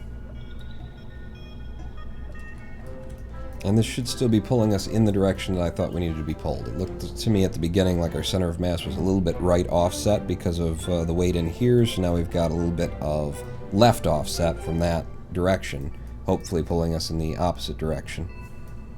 And that allows those to open to exactly the right kind of a place. Yeah. It's extra decouplers in a silly kind of a way. What we're looking at in terms of vacuum delta V for leaving, though, it's 777 meters per second in delta V in vacuum at the moon right now, but we're going to rip off some of the science. Maybe we just rip the battery off of here and send that home with it. Depends on if we've drained the electric charge from... Well, we will have restored the electric charge. And then for the home return, we don't need it anymore. Like, are all of the things that I'm bringing in here unnecessary because we could... They're not there anymore. Apparently the game thinks that they were unnecessary. I remember this. I remember this glitch. If you make a copy of a part that had things in it, it just throws it out entirely. It doesn't remember what it had in it. I remember that, and I remember being very angry at it at one point. Back in the day. See, this is why there's bigger tanks. Like, all your problems is because you're still using small pods and tanks. But bigger tanks would... No, because this makes, like, an incredibly efficient landing scenario, and the delta V, I'm not wasting anything because I'm leaving the fuel that I'm landing with there, which is the weight of all of this, including these engines. Like, this is way more efficient than something that I could build that would have a larger profile, would be my argument against that. I mean, maybe it's not the most ideal, but that's because I built it. But, like, this is a more... asparagus staging and that kind of thing is a more valid premise in terms of weight and delta V and stuff than just having a bigger tank that fits a bunch of it and putting one big engine on it. Hey Paul, how's it going? What have I missed? Like Guy 89. Just a lot of me hemming and hawing over, again, a very futzy minutia-like design. What we're doing is trying to go land on the moon with parts to not really repair, because it's really just out of electricity. Like, if we brought nothing with us, we went up. So the mission was, there's a rover on the moon. Somebody put there, not you. It's broke down, repair it, and then get it to go to the place that it's supposed to go to, and we'll give you 300 grand or something. So I'm in for the money. And we go out and look at the vehicle, and we find out that there's actually nothing wrong with it, and if I would have deployed the solar panels on it within the first 8 seconds that I was out there, because it has no battery, but it's got 5 electric charge in the probe, and it took about 8 seconds for it to get through that 5 electric... If I would have just immediately deployed them, it could have gone there, it could have driven there. All it's missing is comms, which it has an internal antenna in the probe that was... We had good communication strength, and electricity. We just need jumper cables. But of course, me being me, I'm like, well, let's bring out a battery, and we'll bring out a nice antenna, and something else. I can't remember that. I was like, you know, if we're going, then let's go. Let's do a thing. And now what I'm looking at here is, with all the crap that we've got in here that we won't need once we're done with this mission, that we would be throwing away and leaving on the surface of the moon anyway. Like, if we've got an engineer there that can rip things off, then I can steal this crappy antenna. I wanted a better one. But I could steal this crappy antenna off. I could put all of the science that we're done using onto that thing. Could add 2 more solar panels to it if we wanted to, I guess. But yeah, I could rip out everything in here, including that extra 200 charge battery onto the craft, which it's got a flat 1 point whatever meter, you know, the stock usual, I think, place to attach to out there is what it looked like. So I could put that on, and then just move everything out of there except for the probe core, and then the final, like, return to Kerbal, we run off the electricity that's here, you know, in the 50 that we've got there. And then we don't bring anything up that we're not just going to rip off of this craft to put there. And it would work even if we didn't rip anything off of this craft. But so in ripping something off of this craft, what I'm saying, what I'm getting around to is that our TWR, which is right now showing 1.17 when we're on the moon, and our delta V, which is now showing 777 meters per second when we're on the moon, when I rip that crap off and stick it to the other vessel in order to turn it into like a rover with scientific abilities, scientific instruments on it, will be up to 900 meters per second. This is enough to make orbit again, possibly enough to get home again. I'm not sure what the minimum like return to Kerbal is from the moon once you've, when you're trying to leave it. But we know that we need about 600 meters per second to get back up to orbital speeds at the moon. To break through that, not sure. This might do it. It doesn't really matter because we're going to be up to over 900 would be my guess once we rip things off. Give some awesome tires, good radio, racing stripes. I mean, racing stripes do tend to make things faster, is what it has been my experience, anyway. And I don't need these 3, right? Like, we were bringing them because last time we slid around on the surface of the moon when we tried to land, but we have such a wide stance with these 3. I think we had a wide stance with the last 3 pawn, and it's still screwed up. Yeah. But we'll be landing in a place that's flat. We went out and looked at the rover. It didn't look like it was on a weird incline or anything like that. I think 3 landing legs at this very wide stance would be fine. And that means that finally, after literally over an hour and a half, this is done. See, that's what... I feel bad, and I need to get to the point where I don't feel bad, I guess, because, 27 people here watched it. You're entertained by something. I guess you're into the minutia of me being like, what about this, what about that? But 2,451 definitely gets us down onto the surface with extra. We're going to be leaving fuel behind would be my guess. Which is a bit wasteful. Now what are you thinking, Pawn? I'm thinking we stick with this and then we build something to lift it underneath. Yeah. So you guys start retracted. We're just going to use the 3 of you. When you deploy, you push through the engines, probably, as low as you've got that. All right, lift them up just a little bit. Just a little bit. What are you going to do? You gotta work with the models that they give you. Yeah, that's going to push right through those engines. I could fix things. I could make it better, but I like how it looks. So it's going to be that. Alright, and this, by the way, is 13... I'm pretty sure it's the 13th ship, which makes it incredibly lucky. Let's just don't save. And look, no, the Grundle. My Grundle was 13. Okay, so this is 14. That's why we had so many problems with launching the Grundle ComSat thing. Was that did I position that satellite?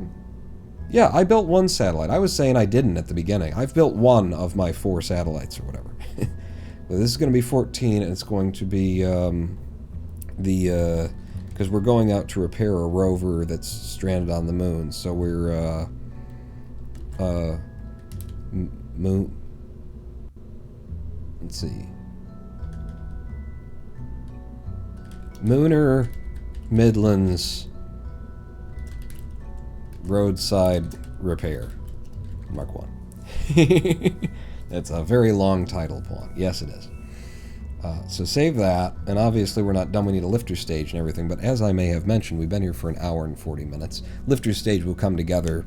Bing, bing, bang. Not a big deal. What kind of weight are we dealing with here? We got to push 7.8 tons to orbit, and then this takes it from there and does the rest of the job. Should come together without too much difficulty, but before we do that, I'm going to have myself a live stream break, because I could pee, and probably you could pee, and then Pee could pee. We get back here, right? We get back here, and we build a quick lifter stage for it, and we run the mission. Should work. Please pick up Jeb while you're there. Poor thing had been stuck there out of fuel since 2017 on one of my saves. Will do, Joyrida. The cheer was from Dramacian. Moon Roadside Service, $28.99 a month membership. Includes 3 to 4 inches of dick. Although allow like 14 to 19 months for delivery. Just things are kind of backed up around China there, around Shenzhen in the port. We're going to be back in 7 minutes from now. Call it 8. I'll probably be a minute late. I tend to be. But 7 or 8 minutes. Don't go anywhere. Pawn not out.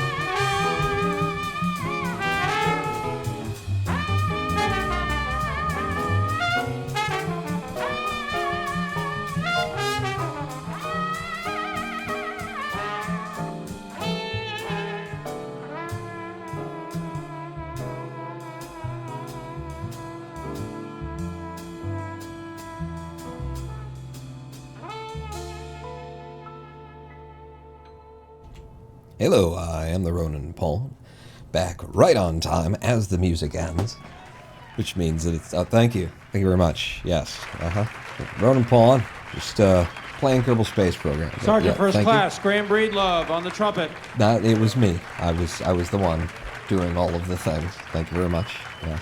Master Sergeant Matt Neese with the composition and also the trombone solo. No, that was me, this is in the public, I did, no, but... Me, yes, me. Clap for that, thank you. Oh god, they just left. Alright. Welcome back to Kerbal Space Program. Been building another little moon lander concept for quite a while now. Please, jazz on all over your, yep, we'll just put that there, cute shark. So, building a moon lander because we want to go up and repair, it's sad. You get back and look at it and like, is that an hour and a half worth of work?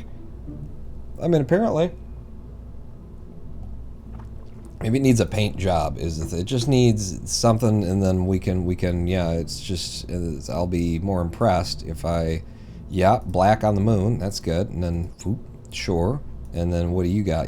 Can you go darky for me? There you go. That's a nice dark one. We can't change the color of that, so what we'll do is we'll make the center all white. There you go. See, now it looks like that's an hour and a half worth of work, right? Okay. So we'll concern ourselves with staging after we build the lifter stage. I also thought about there's a couple of things that maybe we want to use up those utility slots that that are empty now, including, you know, maybe Bill's backpack kind of thing, the repair kit and that sort of a thing. So make sure that I do that before we call it a day here.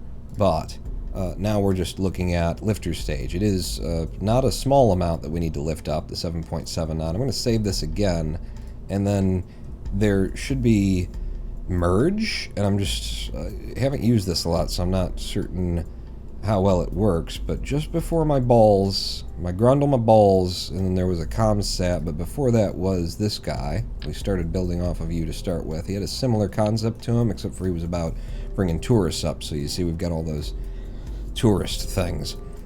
But my thought was we had a pretty significant lifter stage here in this.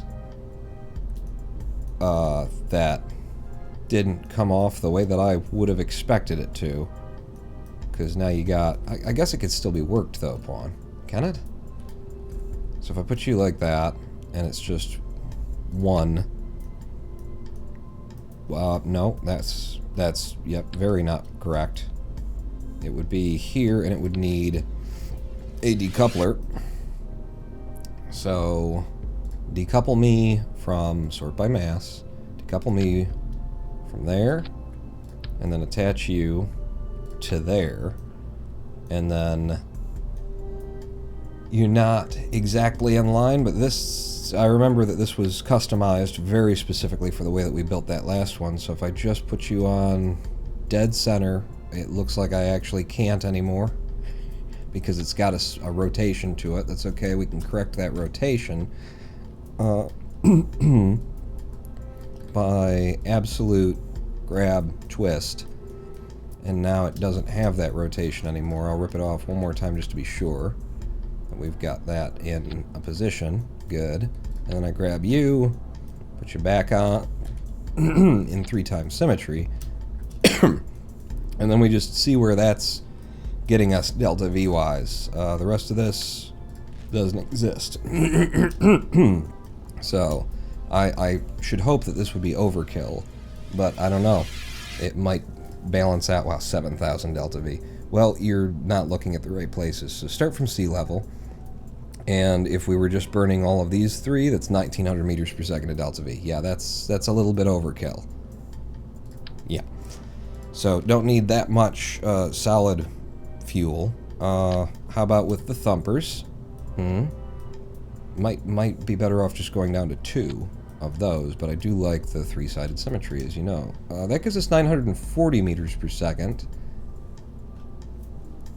And then from altitude of, let's say, 12 kilometers, we're looking at 2,000 meters per second in the liquid fuel stage. So not enough liquid fuel to the in the SRBs and whatnot. SRBs are a little bit thin as well. Be nice to have them at more like 1100, which we could do as we have been doing recently with just throwing on a couple of shrimp boosters. Problem with tacking SRBs of different sizes together has been trying to get them to burn in unison and burn out in unison. But if I put you guys on there, merge you all into one, gets us up to at least 1,000 meters per second of delta V. And that's without any thrust limiting. If we back the thrust limiting down on the center stage, we lose delta V, because that's how the world works. Run pawn. Well, you'd be dragging the weight of those, so if they burned out simultaneously with you, just try and do it and see where you end up standing. Thrust limiting the thumpers to, that's a 1.56. Let's go down a bit more.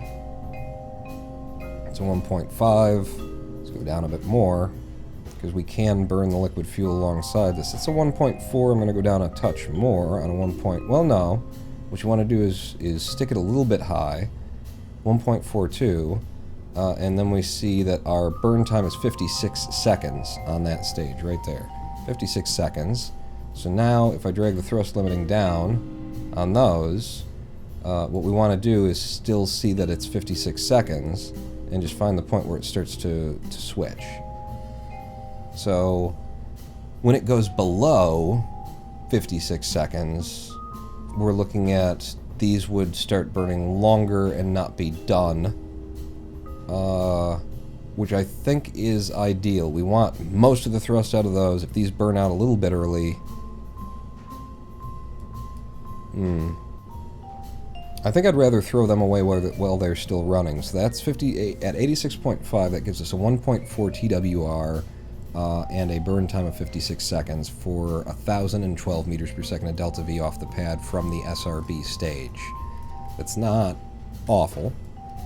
Drag you guys down a little bit so that when we decouple radially, they'll kick off, and then the wind will grab them and do whatever it's going to do with them. But they'll kick off in a way that they don't collapse in on the ship immediately. Drop you down a little bit so that we're setting on them when we're on the pad, without needing to do launch clamps and things like that. And then let's top them all off with some aerodynamics. So you guys get the little boys, you guys get these. Down to 1,009 meters per second delta V from sea level on that stage, and then when we get to altitude of 12 kilometers, if we make it there off of the SRBs. I would hope we'd make it a little bit higher, but I'm going to underestimate in the hopes that it ends up in an overestimation. 2,012 meters per second of delta V, still not enough to get us that full circularization, or that full orbit of Kerbal. Looking at the TWR again, we need 3,400 delta V to go from the surface of Kerbal to a full finished orbit. And at 1,000 plus 2,000, we're 400 meters per second short. The TWR of just that one swivel engine is also not going to be enough for us. I see that we've got some leftover those on there. Wouldn't need them with this configuration, I don't think. Yeah. But we're going to need simultaneously more liquid fuel and more, like, power. We could go to a larger liquid fuel stage, to a larger size of liquid fuel stage for this, which would make the craft a fair bit shorter, but that might look cool. So this fuel adapter, say I get rid of you, and then I switch out to you. You're penetratey. You're getting kind of penetratey there. Yeah. Well, that's fine. Just use an extra little U. Make sure it's on the right node to extend it a touch. Yeah. And then I'll attach you again, and I'll pull these guys off. And then maybe I'll set the fins over there as well, because we'll probably want them. But from there, then, we can build down with something that's a little bit heftier. The longest of the heftier things, we are in mass mode right now. The longest that I have is that. Tell you what you could do is that adapter. Does it a little bit slower and contains more liquid fuel because of it. And then that down to one of these. And then what kind of an engine would you put onto a craft like this, trying to get the TWR that you want? It's got to be more than the swivel. I believe the Bobcats are the only thing that really match this size. And that gets us up to 2,400 meters per second of delta V at altitude with a TWR of 0.62. Is that, those are the wrong engines? I see. Correct. Yes. That gets us up to 1,304 meters per second in delta V with a TWR of 2.49. So we need a lot more fuel than that. Is that really the longest of those fuel tanks that I have right now? Like the 400 isn't right. It's you. If I go super big, then I can go super big. There's the 800. Aha, that's the correct size. And then once we get out of the FLT range, that would bring me up again to a larger deal. But these are the super bigs for let me just confirm that. Yeah. So this is the longest one that I have. Right there. Adding you on, putting you back in. Now up to 1,966 meters per second of delta V, TWR of 1.9. We're getting close. I think another one of you gets me to 2,200. How about we go you, and you, and that. 2,460, TWR of 1.53. That's reasonable. That's reasonable. And then from there, I can clear my throat. Let me clear my throat. Ha ha ha ha. I do like that. Yeah. Weird drag profile with this. Like they're not tucked underneath each other because these are not breaking off anymore. Which was a cool way for things to be. When it was a cool way for things to be. Still, looks neat from afar. And then for when we're going up, not a lot of control authority in this craft in Atmo. When we're not burning liquid fuel especially. So if I put 3 fins that have aerodynamic control surfaces on them, that'll give us our control again. And just looking at some potential color schemes.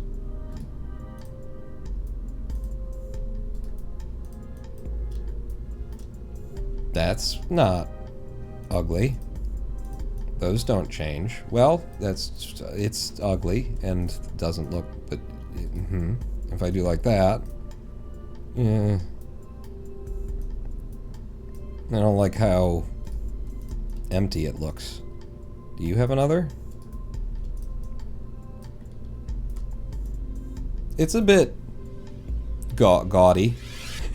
I'll give you that. What are my other options? Full white or with all of the trimmings and whatnot.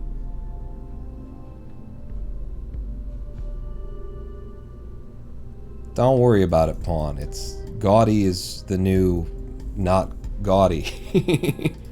But you guys. Ooh. That's also disgusting. Excellent. Let's just make it look as awful as we possibly could. Alright. Gray-orange looks good. You like it? Okay. I'm not sure about these tips. Like, straight up white at least goes with the SRBs. Looks like, you know, solid stage, liquid stage, and then don't worry about it stage. It is what it is stage. Alright, so from sea level, with all of our SRBs burning together, we're now pushing a lot more load, so now we don't have enough to get it up, even with the shrimps on there. Yeah. So, forget the shrimps. I could go up to 4. Really don't want to.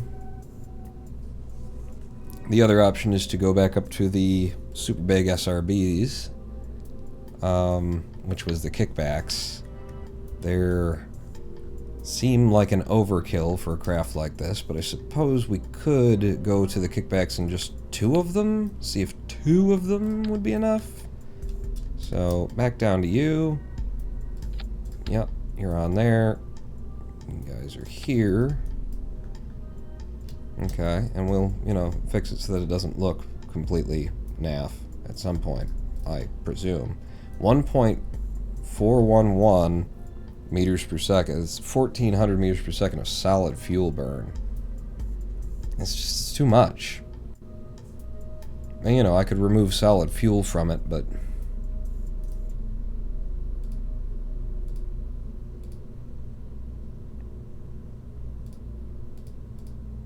Bring it down to, like, 1,100.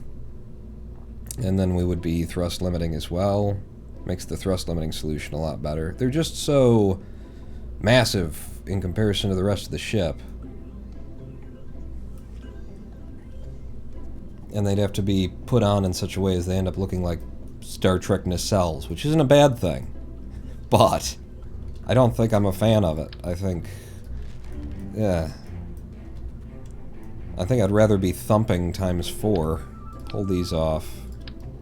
Give me 4 times symmetry, even though it's not going to match the symmetry of everything above it. They weren't lining up in the first place. 4 of you guys gets me back up to 968 meters per second. We are looking at this at sea level, and we would be dropping something off, so you guys still aren't quite enough, really. And at 6, we have 1,223, which is overkill. Surely. Definitely. Absolutely overkill. With a 2.1 TWR on that. Damn, this is right in between all of the places, you know, where it's like, yeah, that's good enough, I like that, that's okay. Going back to 4U, which would also mean 4 fins, just so that they fit in the places that they'd have to fit. Be up there. So the gray is in the gray.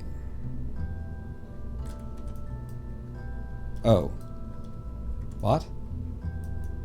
Did I go up to 6 on? I went up to 6 on him. Oops. Back to snapping. Damn it. I was trying to place him so I wouldn't have to adjust him. That worked out great, didn't it?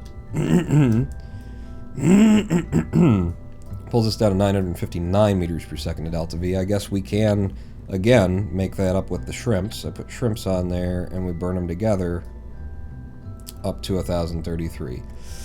Boy, that's the thing, isn't it? That's the thing. Add more shrimps, radial tanks, burn longer on the liquid fuel. there's a lot of solutions.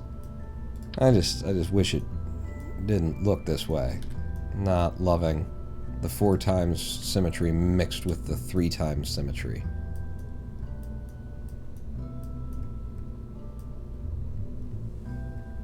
If we go back to 3, it's like it's just a lot to make up with the shrimps. Let's go back to 3 and then have it be a lot to make up with the shrimps. I just don't, I don't like the mixture of symmetries for a lot of reasons. Not just visual, but a lot of it is visual. But not just visual, also like just in theory. Boy, let's have like multiple different planes of, or axes of symmetry on something that has to be aerodynamic as it goes up. That should work out right. If I've got to slap shrimps on there, then my thought would be go around to this guy with snapping. I'll go, instead of dead center, I'll go 1, 2 off dead center with snapping like that. I'll get another one off dead center by 1, 2, and like that. And then we've got 6 extra shrimps on there. Put them in. Put them in. It's only 925 meters per second. And it's going to get worse as we thrust limit it. Alright, so more shrimps is obviously the solution here. Just more of those. So taking you off, throwing you away. Pull this one so you're 1 in the dead middle. The bottom lined up, something. I'll try and get this one lined up so that I can position the others in reference to it by eye. It looks okay. And then another on some kind of snapping position. Down, down. Yeah. Nope. Hold Alt while you do that. Down. Okay. And now if we throw all that in together,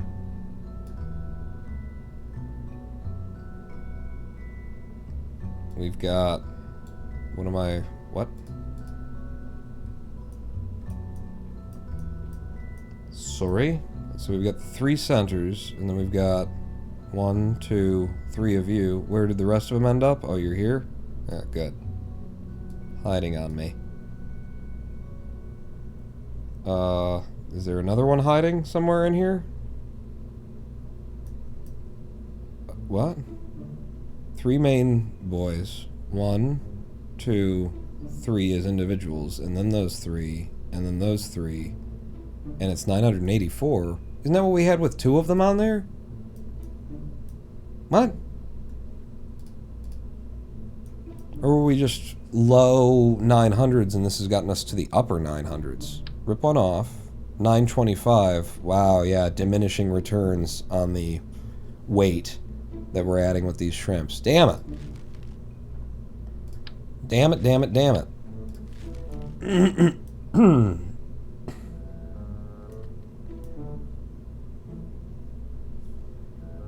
No other SRB options right now. I mean, I could maybe hammers. Like, if I make room for them by removing the fins, and then the hammers would have to have their own, like, dropping off kind of thing, but I put 3 hammers on there, and then I roll you in, and that's the 1,000 meters per second that we want. Okay.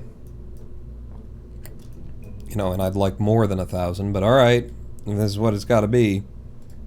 Making me work for it today, folks. They're making me work for it today. Managed to find just the exact right configuration of a ship and lift where it's like, none of these parts really solve my problem. Put you down here. Attach you. Pull you down. Pull you down even more. Still want you on there somewhat. Right. And then be above there. And that's those 3 and those 3 burning together at sea level. Why am I getting 635 meters per second reading now? You and you. And then those break off. When these break off, there you go. And the liquid fuel fires at the same time. Back up to 1,008 meters per second of delta V.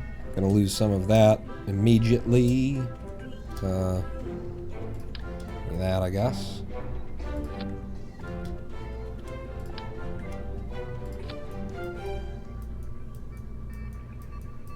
Getting crowded. Crowded SRBs, and we still need that. We still need spaces and places for our fins. And it's better if we had it down where it drags and everything. Go 6 times fins, because they would fit right between everything, but then when they rotated... let's look at that. So if we did a deploy angle, they actually just have enough space to do that deploy angle. And they are authority limited to that 15 degrees, so they would be able to do that. But it's 6 fins that eat into our delta V by 991, and we don't need all those 6 fins. Paul, what the F is this thing? Says Cute Shark. Yeah, that's what I'm thinking too, a little bit. Can I change your variant? Sure. There you go, just put an orange stripe on there. It's ribbed for her pleasure. I suppose the other way to go, No, can't put them above the fins. They'll burn the fins off. The other way to go would be I could put the fins in at a weird place. Well, no, this is one-sided, so three times symmetry will also fit these fins in there as we go. Damn, I like small, tight, small things. Again, immediately below 1,000 meters per second. And as we thrust limit, presumably that gets worse. So we're looking at 2.26 thrust limiting right there. Drop you down to, I gotta get you in the range of what needs to happen here.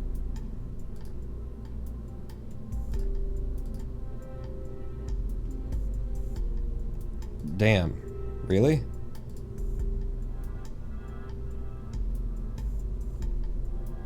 I feel like I'm going to need to leave this quite high because the thuds are not going to run long, which means that they're going to need a massive amount of thrust limiting.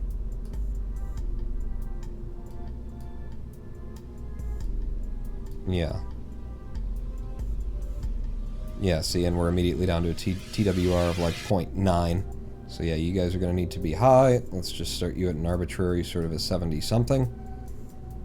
And that gets us back up to something, and then we can thrust limit these guys. 78-second burn. Oh, well, at full, we have a 57-second burn. We drop them down. Looking for the place where that 57 turns into a 56. Hey. It's not bad. So we want to throw these off while they're still running, which means I would pull them down a little bit, just as little as I can. 39.5 seems to be the place. Let's do 39.2. It won't let me. Okay. Never mind, Kerbal. We think in halves. Alright. 39.5. Whatever, then.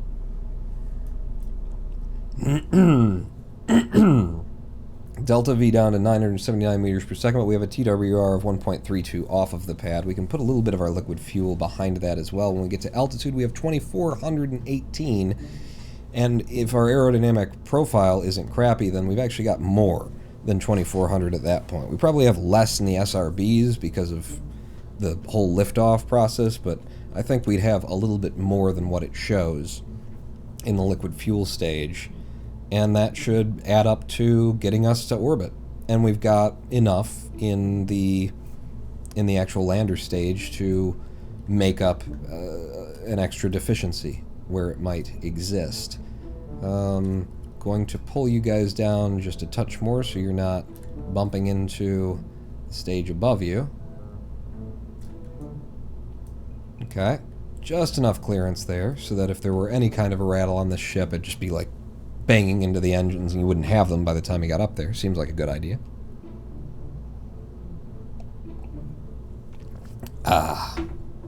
It is a ship that needs just a bit more Delta V. It was a nicer looking ship that just needed a bit of Delta V. Yeah. Let's launch. I'm sure Houston is getting bored. I'm sure everybody's getting... We're all... No, so now we've got it to... Let's do some staging. Definitely. So, once again, starting at sea level... we've got the SRBs firing off, all three of them. Then we get up here to altitude. We break those off, all 6 of those SRBs, and engage our liquid engine, which has a TWR at that point of 1.52. That's very reasonable. And then we drop that whole stage when we're up and in orbit, hopefully, or very near to it.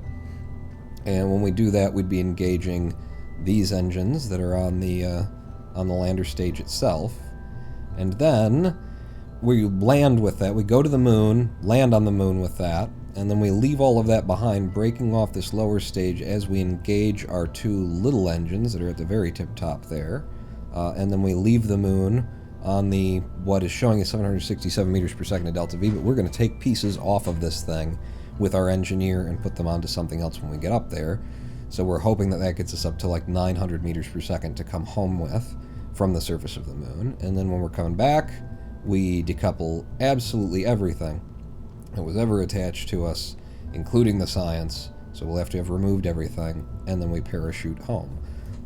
That staging looks good to me. The last little touches I said we needed to come back to were, we have a repair kit in inventory. So okay, and we could have more than just that one repair kit. Bill's got his parachute and that. I should hope that he wouldn't need the parachute, but whatever. We don't have any monoprop in this craft because we built it off of another craft where I had already been smart enough to drain that if we're not using monoprop and RCS and things like that, so that's good. What we're going to actually be putting onto the craft might involve this magnetometer boom, and one of the things that occurred to me during the live stream break is the magnetometer boom, is it the seismometer that requires an incredible amount of, like, charge to send the data back? Like, one or both of these are like, are you fucking kidding me? And this, not like the rover that we're going to put these parts onto, just to leave them behind, probably won't be able to use them because it can collect data once and then it's just got it there and somebody would have to come out and rip it out of it because it won't have the kind of electric charge or speed of regeneration that it would need to overcome how much electricity gets drawn by these transmissions. It was my thought. But just making sure that we've got everything that we want for the craft. We're going to give it our battery and just rely on the 50 that's left in here when we go to leave the moon. We're going to rip off our Communitron and give it to it. And that makes me want to have two. If I put it in the right place, it makes me want to have two because we are talking about a probe here that I will be controlling. Bill's an engineer. He won't actually be flying the craft.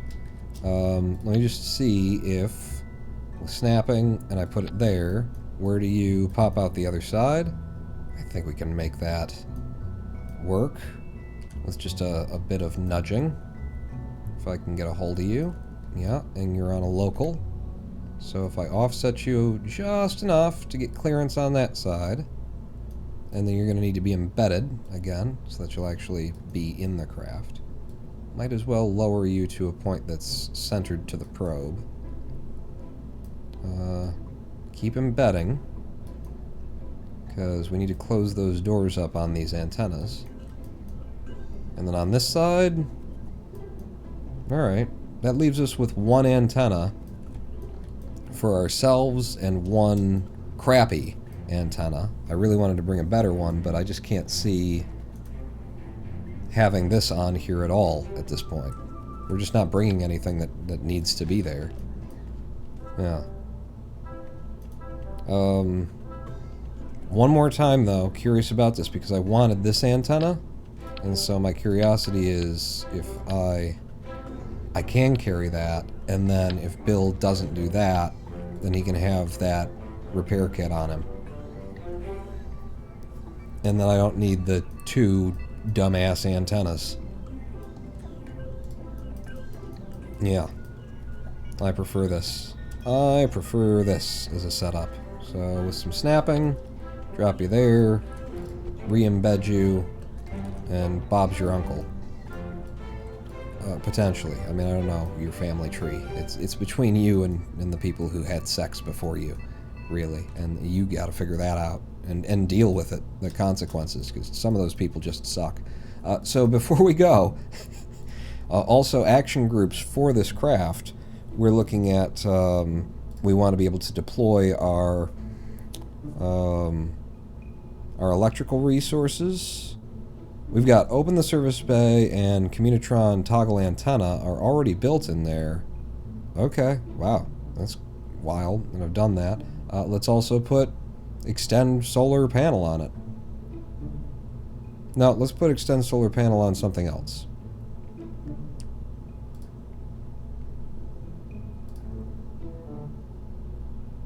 See, we can't ever close it once we've got those deployed. Which is fine, I guess. So, really, fuck it, yeah, put it all into the same action group. And might as well with the antenna do the same thing. Instead of toggling it, just extend it. It's a one-way operation. just we could never close the service bay ever again once it's open in space. What are you gonna do, you know? What do you, what, Is that all you need in terms of action groups? I think it might be.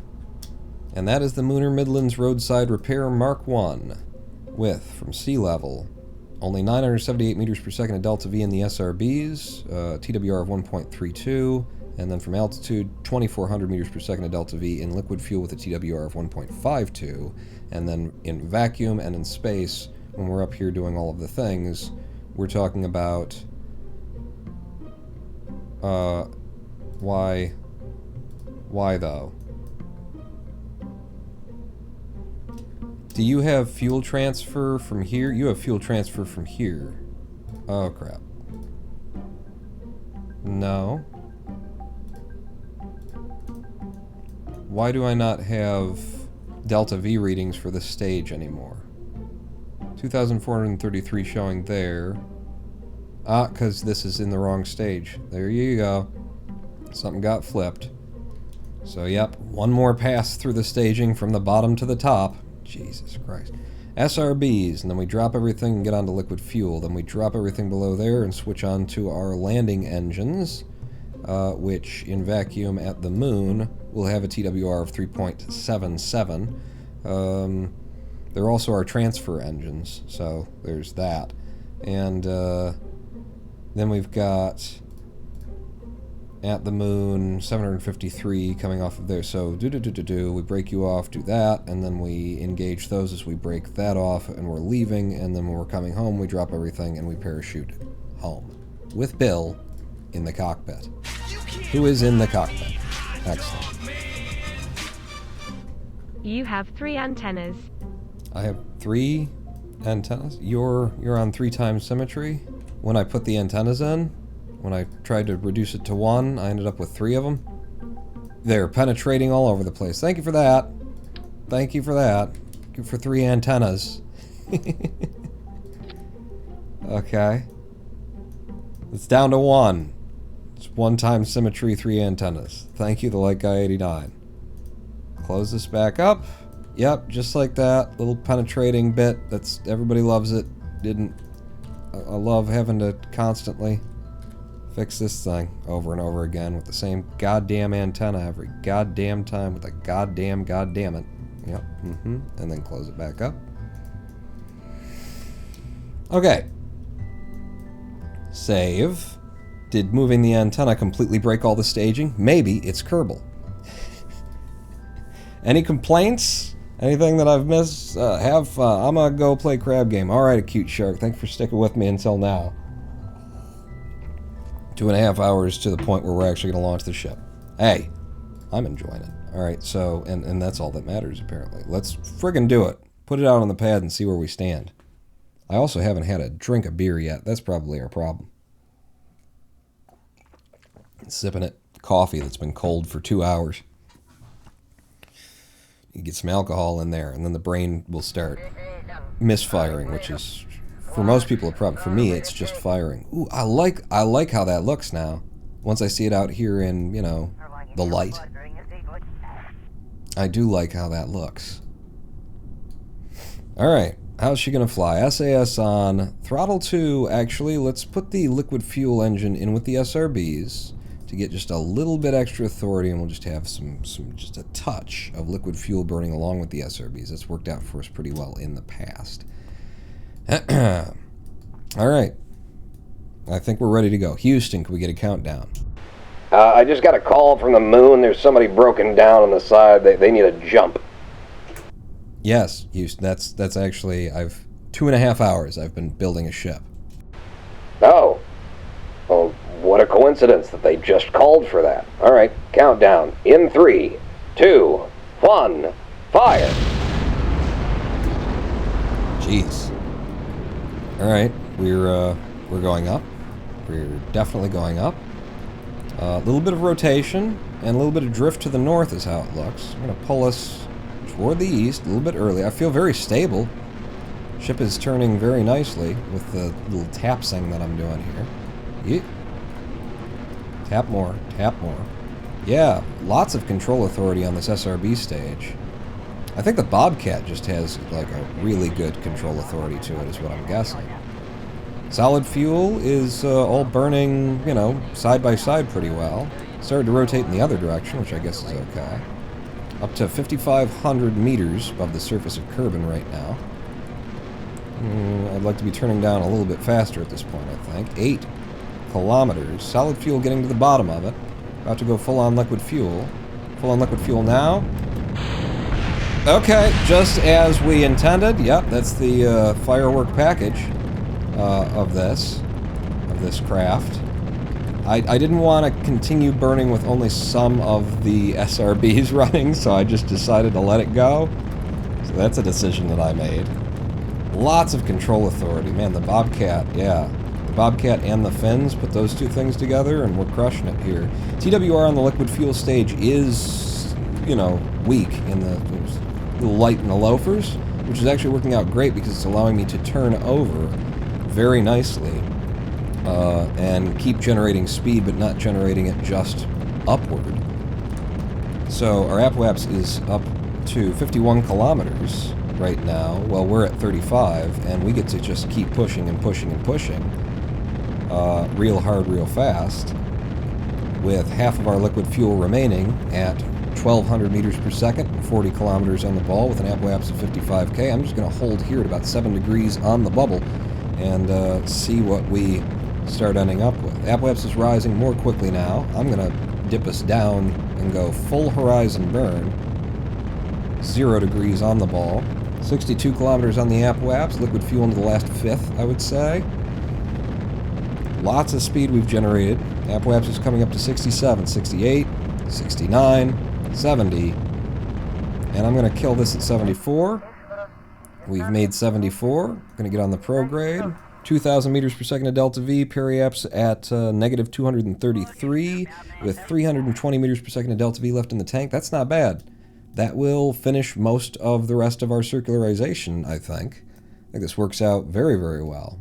Either we get full orbit off of this stage and I have to like throw some fuel away, or we're just barely where we want to be, where we're dropping it off having burned everything and then finishing it off with this guy. That worked really well. Was it worth 2.5 hours of prep for a first try launch? Some people would say so. Probably be wrong, but they would say it. Anyway, what's our actual height right now? 64. Let's get up into space. And then once we're up into space, look at that. Nice, nice, round. Look, we start all the way back here and it goes all the way to there. Very hard to see that. Okay, we are in space now. Should I deploy something? Don't worry about it until we've got orbit. Alright. Following our prograde still. Apoapse a little bit off of equatorial. Can I... Inclination 1.2 degrees. I will correct that. I'm not going to correct that. I would have to burn a little bit to the north, which would be down on the ball, I think. We'll see. Maybe I can correct that a little bit. Probably not. Let's get up toward this apoapse and start burning the liquid fuel. A little bit less. Pull you down more toward the horizon so I can burn full and hard. Okay, you're letting the app get away from me. You can wait a bit. 127 meters per second of delta V left in the thing. Negative 100 on the periapsis. Yeah, this is going to work pretty good, I think. Oh, burn. Yep, pretty much perfect there. Let's drop this stage, F5. And push away from it. Nice decoupling there. And I guess pull up because I'm losing my apoapse and raise that periapsis. Okay, pulling the app back up toward us a bit there. Just gonna burn it in stages, I guess, so as not to lose the apoapse so quickly. And we have a nice little circularization there, 73.7 and 74. Let's make it flip. Let's make it flip. Flip it. There we go. Perfect. 74.7 and 74.67. 3 300 meters, 30 meters, 3,000 meters, 30 billion meters of separation. Very good. Little circularization there. 2,388 meters per second of delta V in this craft, which now would benefit handily by deploying all of its things. So let's hit the 1 key and see it deploy all of its things all at once. Yep, that's all of those hours of work making sure that they wouldn't penetrate each other, and then I press the 1 key and the antenna just extends directly through. It's fine. It's fine.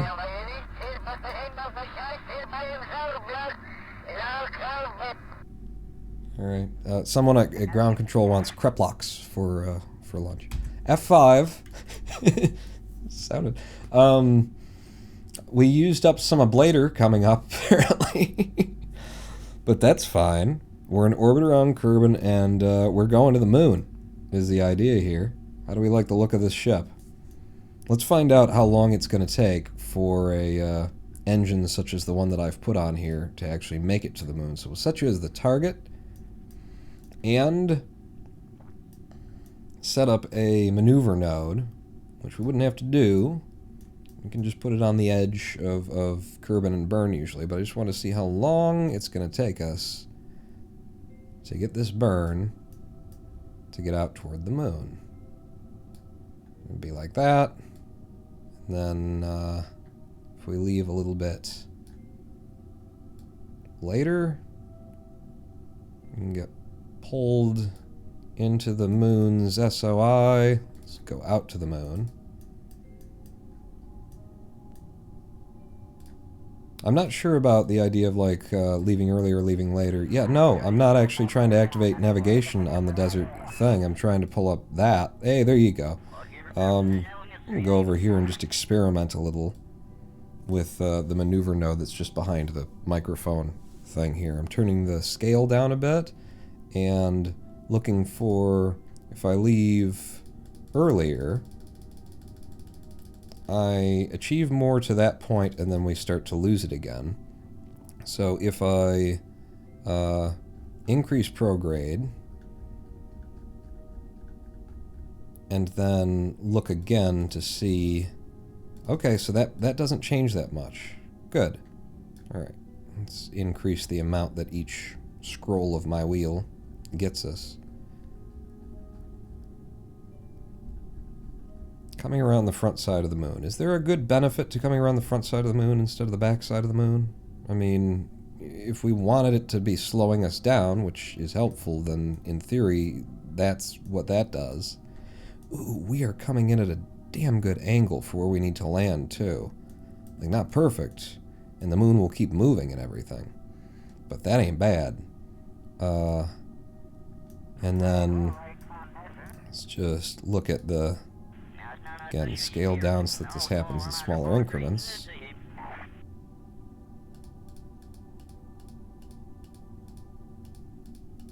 Okay. That's just leaving later is what I'm clicking on right now, which is giving us way more, like, affect from the prograde.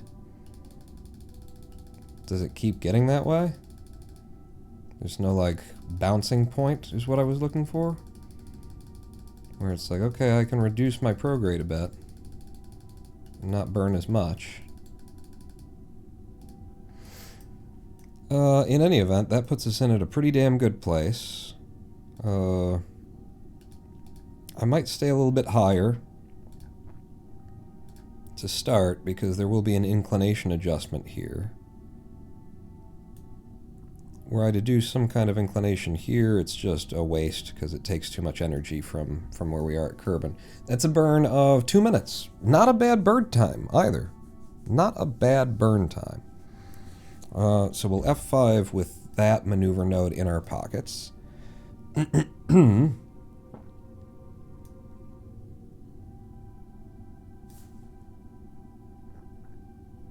And roll up on it. How much time does it give me when I let it roll up on it? When I let it come to it? Because if it's a 2-minute burn, we need to start burning 1 minute out. F5 again, and then just warp me to the place we need to be. Goodbye, day, Kerbin. Hello, night, Kerbin. Okay, I stopped the warp a little bit early, because I was getting worried that it would float right past. But I think it does stop you at 2 minutes. Is that right? 2 minutes out from the burn, as a general rule. So let's warp up to about 1.5 minutes, and that'll give me time to find our target, burn target, and get on it. Or actually, we just want to burn full prograde here, right? Follow target point. Following target, sir. Sorry. Sorry, sir. Alright. 1 minute. 10 seconds. So 10, 9, 8, 7, 6, 5, 4, 3, 2. What's that voice? Go! Start burning there. It's going. Long burn. Need to occasionally put eyes on the target because it will drift from us while we're going across this long burn. Could go ahead and try and fizz warp a bit. It's 2 minutes. I think we got 2 minutes in our life to try and make sure that we don't F up this this burn, because we got such a good, like, potentially such a good entrance angle where we could be lining up with just a subtle adjustment from halfway between Kerbin and the moon. We'd be lining that up to be like a perfect place to go straight in for a landing, which is not something I want to do, but, you know, we could. We'd at least be at a inclination that would make sense for a landing zone. Oh. Need to track that target a little bit more, Mr. Sips his coffee, while we're traveling between interstellar bodies. Yeah. I do it all the time. You'll be fine, Bill. God, I hope Bill's the guy in the cockpit right now. I mean, we checked on it like 700 times, so he better damn well be. So, that's our app-waps. Pushing out toward the moon there. Following target pretty okay. 200 meters per second left on this burn.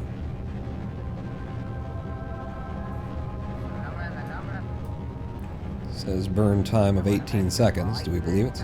15, 14, 13. Seems realistic. Losing the node a little bit there. Get on your target. 8 seconds left on the burn. 6, 5, 4, 3, 2. Stopping. And going to finish this off slowly, carefully, and well, looking at where we're going. Okay, drop the fucking overlays. There we go. Alright. Burn forward. On target.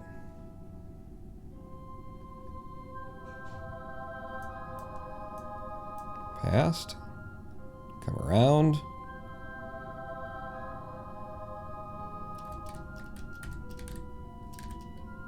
Yeah, getting real close.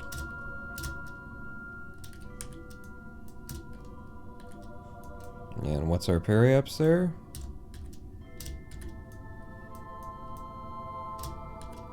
Let's have a little bit of height, and we'll call that good. For now. So now from here, I'm going to F5.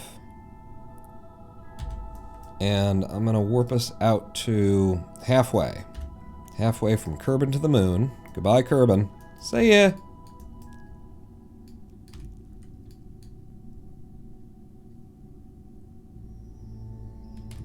I like it. And from here, I'm going to try and get an inclination that, it's very equatorial. It's just a bit off equatorial is what it is. But let's try and get an inclination here by adjusting our normal. Normal? Normal. There you go. So pulling up on the normal, from here, starts twisting our trajectory up and in. I'm also losing the periaps.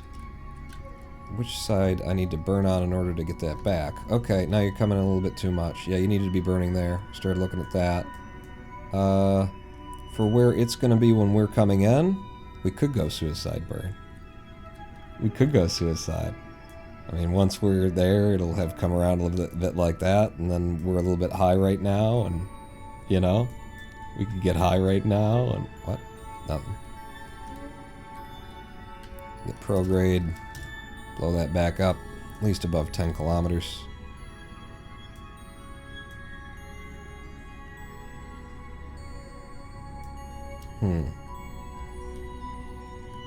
I might pull you back down a touch. We went a little bit high.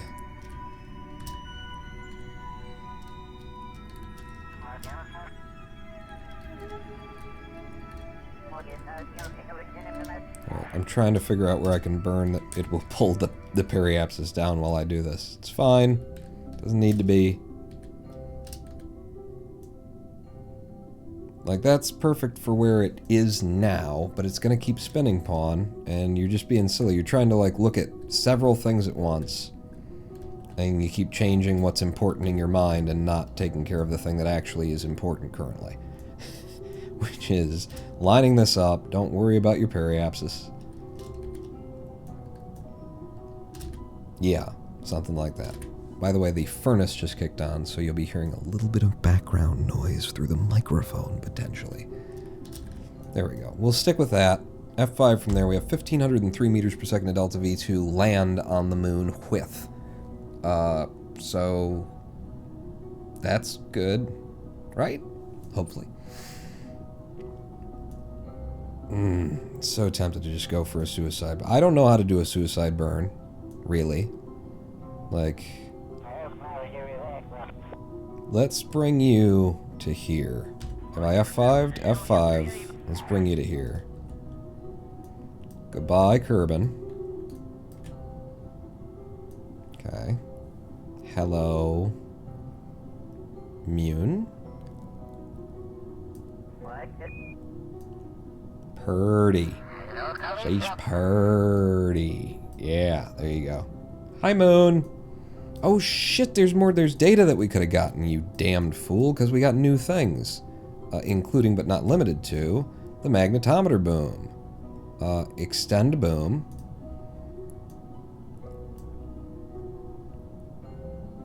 Damn, that's a lot of subscriptions right there. That's part of the Big Dick Club. Run the magnetometer report. Well, in space high over the moon. You still think we're high over the moon? Oh, we are. Good. That's what I wanted. Okay. You don't really need to retract the boom. We'll get that data. In fact, Bill, you want to get out and get that data? Because we shouldn't be able to run the other thing that we brought. Download data? Okay. Interested that you call it that. Reboard. Good job. But from here, we're looking at where we are already past. Can I... See, there's activate navigation. The moon set as target. We're already targeting the moon. Can I set you as my target? And then see, like, my ascending node for being on the same line as you. Is that correct? Yes, it says it. Okay, so there's my ascending node, which is just before my periapse, so if we burn there for capture...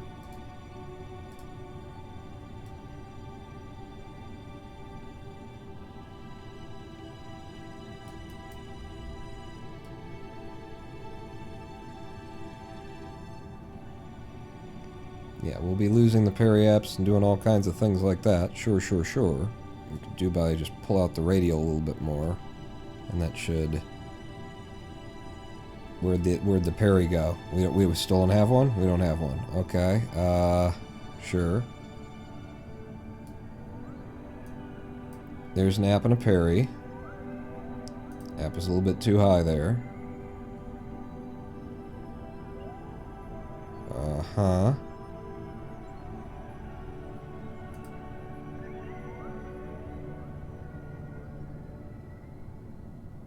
Alright. So that gets that, but in order to get us on the actual, like, same line as him... I mean, what's our inclination differences? I'm just not... I feel like I don't have the data that I want. Rowan, I've been waiting for you to be online. Rochester! Hi!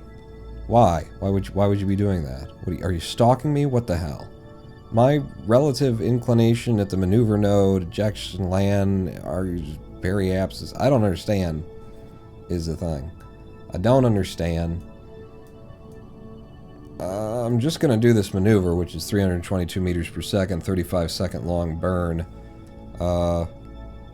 at the ascending node, and we'll see, because it looks good there, but it's going to be up that way, and then we're not quite, and then, but is he actually equatorial? Or, because if he were, then we wouldn't have like a low side and a high side, so he is off equatorial, and so we need that kind of a thing, and then we'll have to like come down at him really soon, really quick, like first pass, even though it'll be in the darkness. That's great. We gotta go at him. Node in 35 seconds, burn time of 35 seconds. Let's get on my burn position, because at 35, we're looking at starting at 18 seconds or so. Node in T-minus 23, 21, 20, 19, burn. Burning now for capture of the moon.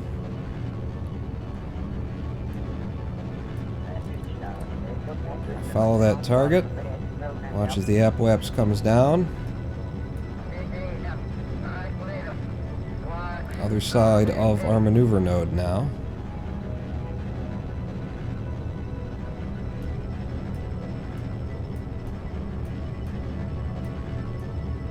App and Perry starting to do the things we want to see from him. Periapsis at 16.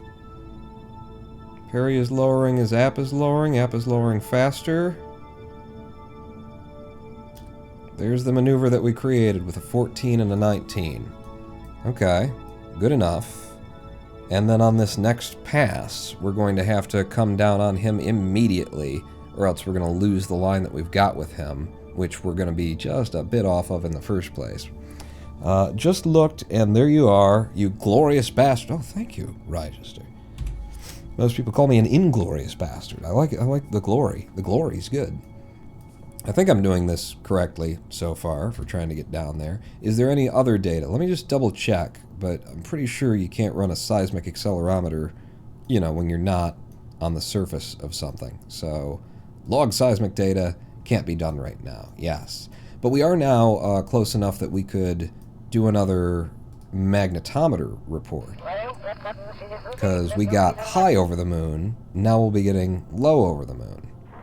Space near the moon. Trace magnetic fields are magnified by this sensitive instrument and measured in real time as you orbit near this celestial body. It's almost like the text of this report is generic enough to apply to anything. I mean, hearing the heartbeat of a planet, knowing if it's dead inside or something churning, or that you're not at a planet, it's the moon. You can retract that boom, and Bill, while it's retracting, get out. Don't get your butt too close to it, because we know I don't want to have to pry anything out again. We'll take the data out of there, reboard, and that's all the data we can get until we're landed that we don't already have. Yes. Switch the view. F5 me from here. I think that's all the data we can get. Indeed. Alright. We're on our way to this bastard. This glorious and or inglorious bastard. So, I'm just going to come around to the periapse. Look at how the comms is following us there. Bouncing off. Coming down to us. Oh, we're out of comms. No, now we've got it with the surface of Kerbal. Ah, that works out so well. So for getting down there, I feel like a little bit before our periapse is where I would want to start doing this. We've got a good line for him. I mean, before the periapse is a lot, Pawn, actually. You can get a lot closer. I'm going to Alt F5 and say, this is probably like the 6th live save. Let's see. How close to PE? Question mark? I won't do that because it's a save file and it's Kerbal and those symbols wouldn't work, and I don't know if Kerbal's smart enough to not use it. So I'm going to go past the Perry here. I'm going to get up to you, about there, and then we're going to burn retro.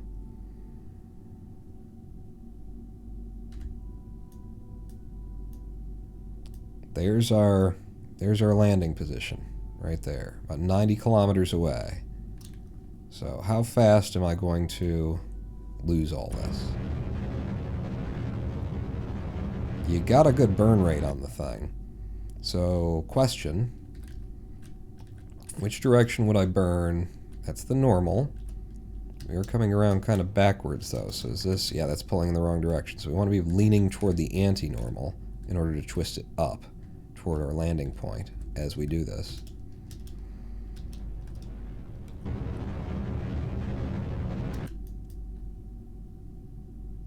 Yeah, because that's our target. Yeah. An anonymous gifter gave Rochester a tier 1 sub. Thank you, Anonymous. Rochester, welcome to the Big Dick Club.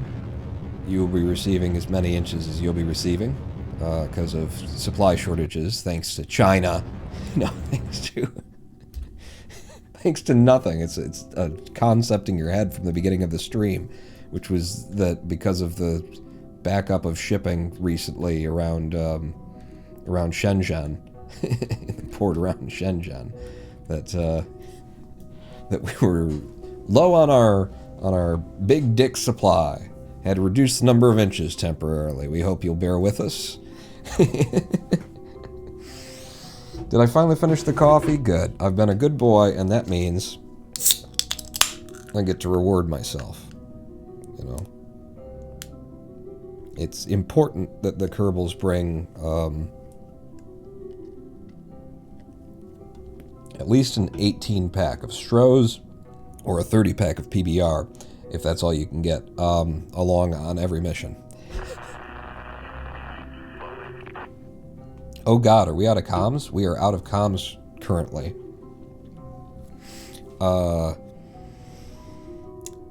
Does that... But I can still use the SAS here? Because it is still using it. It does seem to still be targeting it, even though we've got an engineer on board. I mean, I'm not... What, me worry? Why would I do that? Coming up on our landing site quickly. Really just eyeballing what we think we can do. I'm going to go ahead and deploy landing gear. 400 and something meters per second of burn that needs to be scrubbed off. When do I start? Because yeah. If I start too early, then we'll be coming down before him. If I start too late, then we'll be exploding behind him. So those are the issues there. Start burning now. See what kind of effect we have. Oh, give me F, and I will control this to push our retro where we want it.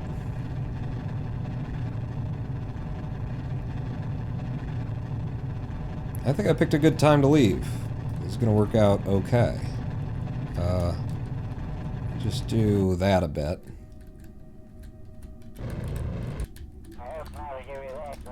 And back on retrograde more or less.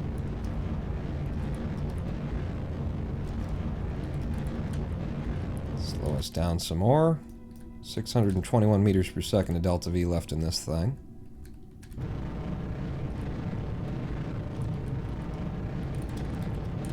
Okay, I'm slowing us down way too much at this point. And we're gonna need, we got a lot of distance that we need to go here. Damn it.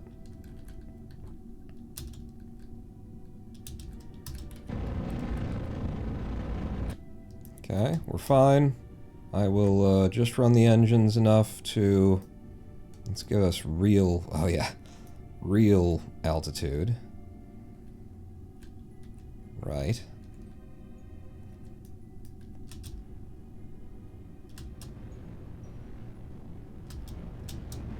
Reduce our going to slam into the moon speed a touch, if you don't mind. I don't like how quickly we're coming in at him. I'll tell you that.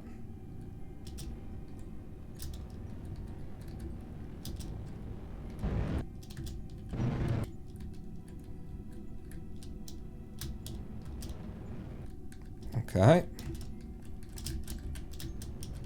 Let's get ourselves a touchdown nearby. Wow, that was fast. And are we sliding down the hill like we did last time? No. 438 meters per second of delta V left in the tank, and that is in the tank that was just supposed to get us here. And then we've got 758 meters per second to get off of this rock, which is going to get better once we start moving things over. But I would like, with this landing, which we did do, best landing ever. Yeah, a little bit quick. I was down to around 3 meters per second when we hit the ground. So it wasn't ridiculous. An anonymous gifter giving a Tier 1 sub to Joy Rida as well. Welcome to the Big Dick Club, Joy Rida, and thank you so much to whoever's anonymously slapping subs around on all of us now. I would like to get over to him a little bit closer, just because why not? I mean, we could get Bill out, and then we could open up the solar panels that are on the craft, drive it over here, and we'd be fine. But why not waste Delta V instead? We have no use for this Delta V. We're going to leave these fuel tanks on the side of the... Let's do it the smart way. We landed nearby, within 30-some meters. Actually, before we exit the craft, let's try and do all the things. Number one, I can't run a magnetometer boom from the surface. But I can do the seismic accelerometer now that we couldn't before. So, sensor picks up distant impacts on the surface reflecting along the interior of the moon, worth 72 signs when we bring it home. That's nice. We are in, incidentally, where? Because I didn't really pay attention. Let's get a crew report.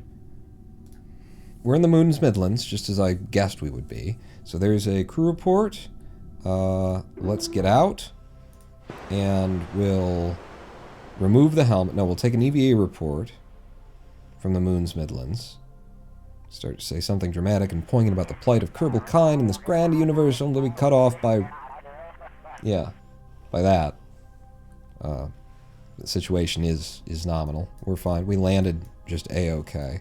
We want a surface sample as well, but I don't want to take that while I'm standing on the ladder, just because it's less epic.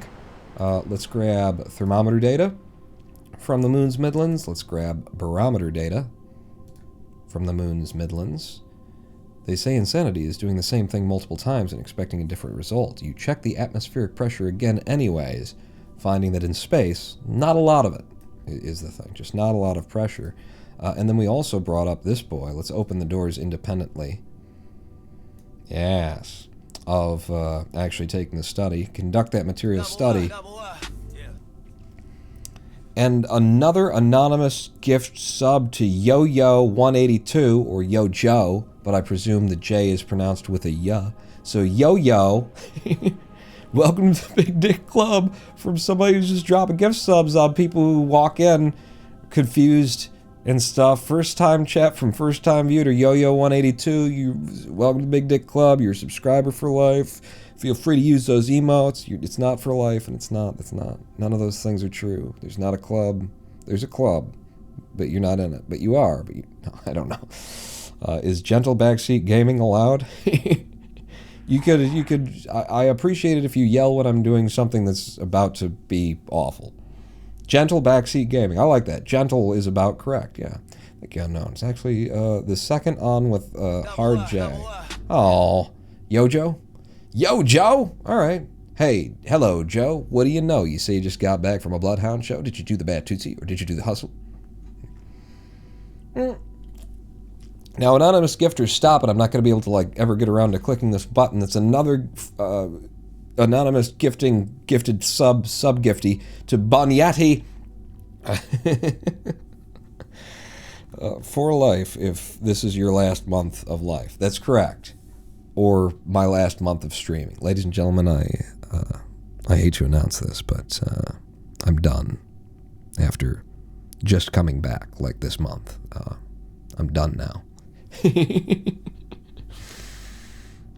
And hello, Jim Astley? Jim Astley. Because it sounds like, and then, I'm gonna give you up. You have learned you leave the sample bay doors open on the moon and go do something else for a while on the material study. That's exactly correct. They were right, and this is going to be worth 90 when we bring that home. Is that all the science we can get outside of like a surface sample or grabbing a moon rock or something? Which I think we already grabbed a moon rock previously. There might be different moon rocks about. But we got temperature, so we got thermometer, barometer, crew report, EVA report, science junior. Can't do a magnetometer boom when you're landed. They don't work down here. And we also got our seismic accelerometer. Oh, and the mystery goo. Observe that. Goo is less dense here, so it's picked up a few tips on the way. The IQ has raised. It's a little bit more streetwise, savvy kind of a thing. Good. Bill, what are you doing? Well, F5 if we've got all of the science now, and I think we do. Short of the last thing that we want. Yeah, just stand on those. They're not delicate, and we didn't want to use them for other things later. Thank you, Bill. All right, yeah, wow, you are controlling oddly. I think his SAS wasn't on. Okay, RCS off. Come, look at me, Bill. Engineers, you know? You try and take them on a mission. Jesus Christ. So what I want you to do here is go ahead and plant a flag. This had better goddamn well have the Ronin Pawn logo on it, because we've had a lot that didn't. Yeah, there you go. Good. Thank you, Bill. Valentina just brings her own fucking flag. All right, and the site name is, this is, I mean, we came out here to fix a moon rover that somebody else put here. It wasn't my fault. I'm out here to fix it. So, Bill's roadside assistance. We bring the jumper cables. You provide the snacks. There you go. Yeah, those are your hands. Yeah. I know, they're scary, right? Jesus, what's going on with those? Holy crap, why do I have claws? Who was... I heard another bling. Bill, go give the rover a push. Oh, and Bill, actually, go pick up a surface sample. You know, I heard. Thank you. God, the comms chatter. The darker Midland surface appears to be made up of basaltic rocks. Those could be useful for nothing. Really no reason to go to the moon, is there? Damn it. But yeah, thank you, Bell. And, what have you got in your pockets? You're wearing a parachute on the moon. Bill, you were just way too, like, I don't know, safe. You're a little bit too concerned with things that don't make sense. So what I'd like you to do, Mr. Bill Kerbal, I want you to board, right? And then Bill, like, take... Ooh, how am I going to do this? Can I flip him? And then you're overweight to carry that. Okay, what I was saying, Bill, was that your safety policy is really holding out well. What we want to do here, RCS, get off, RCS on, don't break the goddamn solar panel. What we want to do here, Bell, wow, just incredibly good piloting for an engineer, at least on his own jetpack. It's arguable when it comes to the ship here. But what I need you to do is come over to this rover, and we're going to fix this thing by extending a solar panel. Oh god, get out of the way, get out of the way, get out of the way. I didn't realize it was that kind of solar panel. And there you go, it's now fixed. It's now, if I switch over to that vessel, we now have electric charge, and it can now extend its solar panel. The Probodyne Octo 2 has 5 electric charge. Is there no SAS on this thing?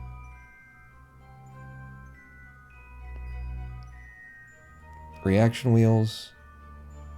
That would have been a thing to bring also. Wow. Okay. Could have looked into that and realized it's fine. Everything is fine. You just put a stack bicoupler. I like the look of this. I like the way that they've made it appear, anyway. Yeah. Alright, so this then, can you now, you know, go, if I took the brakes off, and what do we got? Steering is enabled, motor is enabled. I am controlling this, right? Yeah. Control point forward.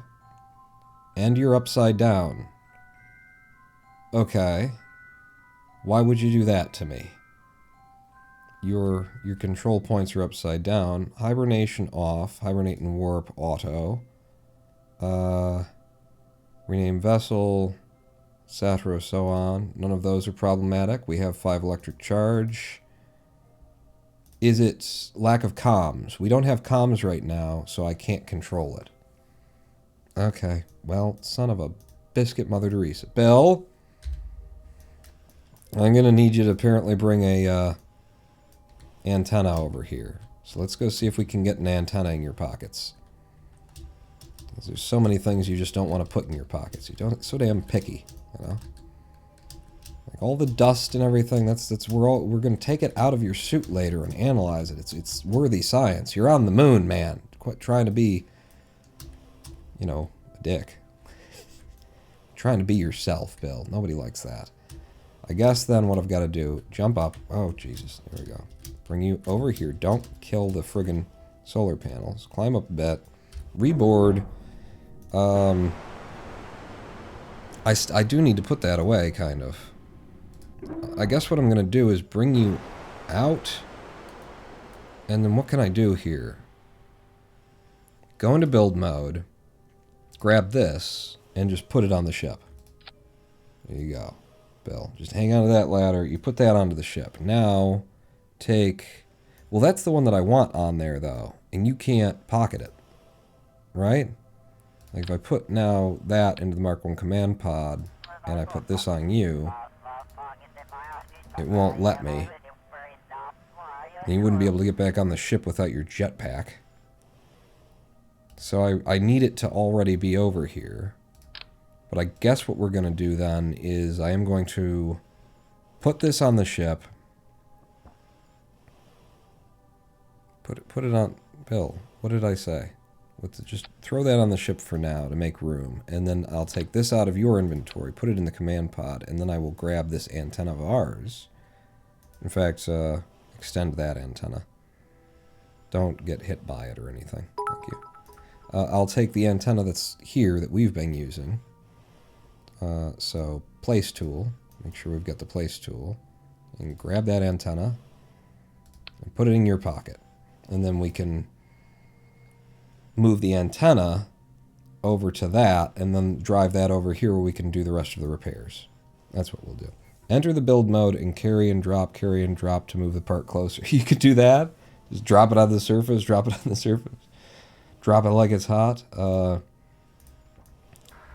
Even with the antenna, we might still not be in. Nope.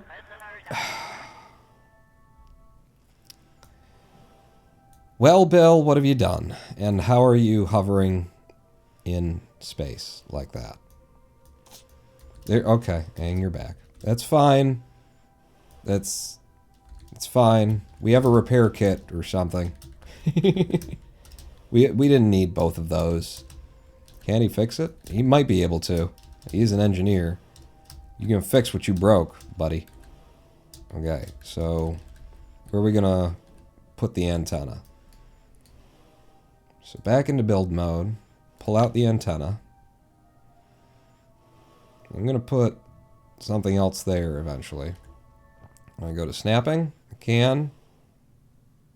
Put you like that. You hit entirely the wrong spot. The solder joint, that's cold solder joint. That's not going to last. Good God. Alright, so you've put it on and you've deployed it. Is it now going to run you over? That's a good question. It still does not have comms. We have limited probe control. I can't make it go. Where are we? So, when the satellite comes around to a good place again, then we'll have comms back to Kerbal. We won't have comms directly facing for quite a while. Yeah. Turn on the lights. Turn on the lights. Hey! There you go. I'm gonna drain what little electric charge we have, eventually. Like when we're not, you know, taking in enough. Alright, well, we tried to save the Delta V of the ship by bringing the thing on wheels to us, but that didn't work. So we're gonna fly the ship over to the thing on wheels. Because that makes sense, apparently. Do we have comms? With this antenna deployed, do we have comms? We have full comms with this antenna. So if we put this antenna onto that, then maybe we have comms. Push the rover over. No, we'll just fly over. We'll just fly there. By the way, did you just fully break that thing off? I mean, we've got a little nub from our panel, but we can repair it. Okay, we'll see if we need the repair kit for anything else by the time you're done here, Bill. Thank you very goddamn much. What do you want? I think I just want orbital readings instead of target. I think I can eyeball this better. I don't know about that. It's just, we've got tons of Delta V that we were just going to leave on the surface of the moon anyway. So, give me enough juice to hover. Okay. And then, which direction are we going? That's a little bit too much juice, is the thing. None of these are the directions. So it's over here. Right. Okay, yeah.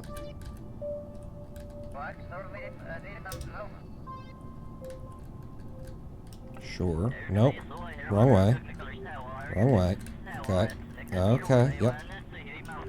Don't want to actually, like, mount it, is the thing, though.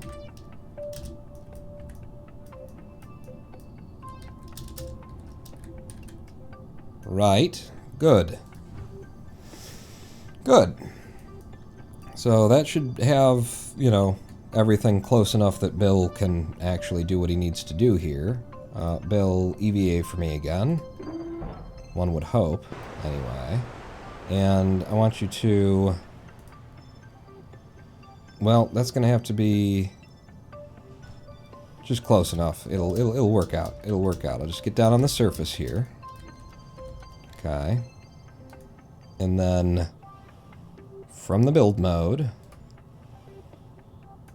you're going to take this piece off of our ship. You're going to put it over there. I mean, actually, before we do that, go ahead and just throw that back up there. Yeah, zap it. Before we do that, we should be good on electric charge in our ship. I really hope so. Because I was going to take the battery. Cannot detach due to other parts that are attached to that. Operation in progress cannot attach. Sorry? Cannot detach. We need to get, like, data out of everything, I guess, and recollect it. Alright, F it. Come back to here, then. And I'm looking for a place to put this thing.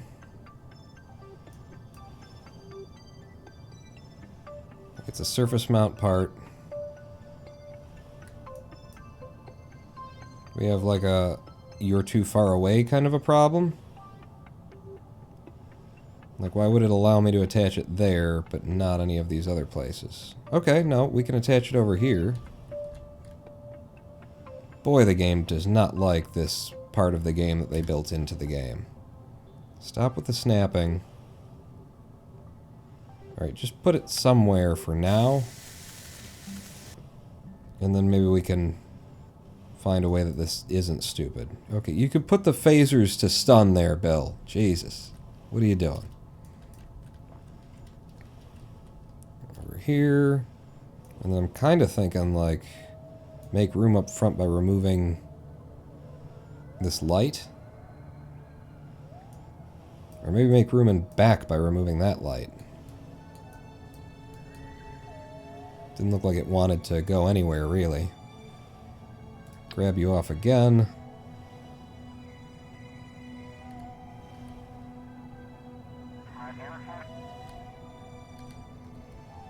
The I won't build it here-ness of a lot of this is quite curious. Quite curious. Like, it'd be neat to have it, like, right that, you know, that way facing. And I need to move other things. Is there some kind of, like, extra detection system here that if it's penetrating, it won't place? Because I need to be able to just place it. And then I can make it so that it doesn't do that. Like, why would it have any problem with that, you know? What are the rules that are extra than just the VAB out here?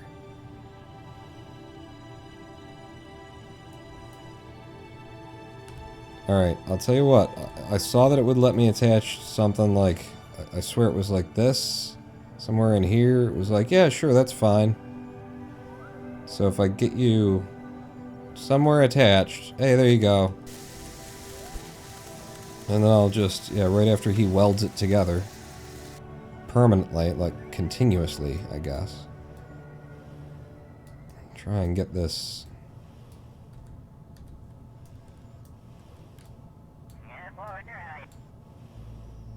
Wow, this system works like shit out here. Sorry, get that out from behind chat.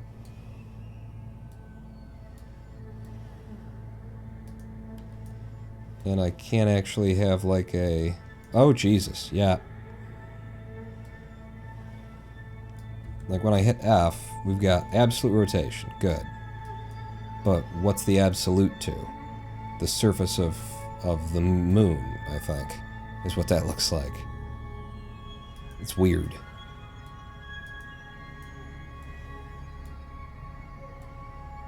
Wow. Cannot detach. I'm not trying to detach, thank you. Wow, though. Local. Up. Back. And then local. Spin you all the way around. Okay, okay. I think I finally got it, like, snapped into something that's not ridiculous. Pull you.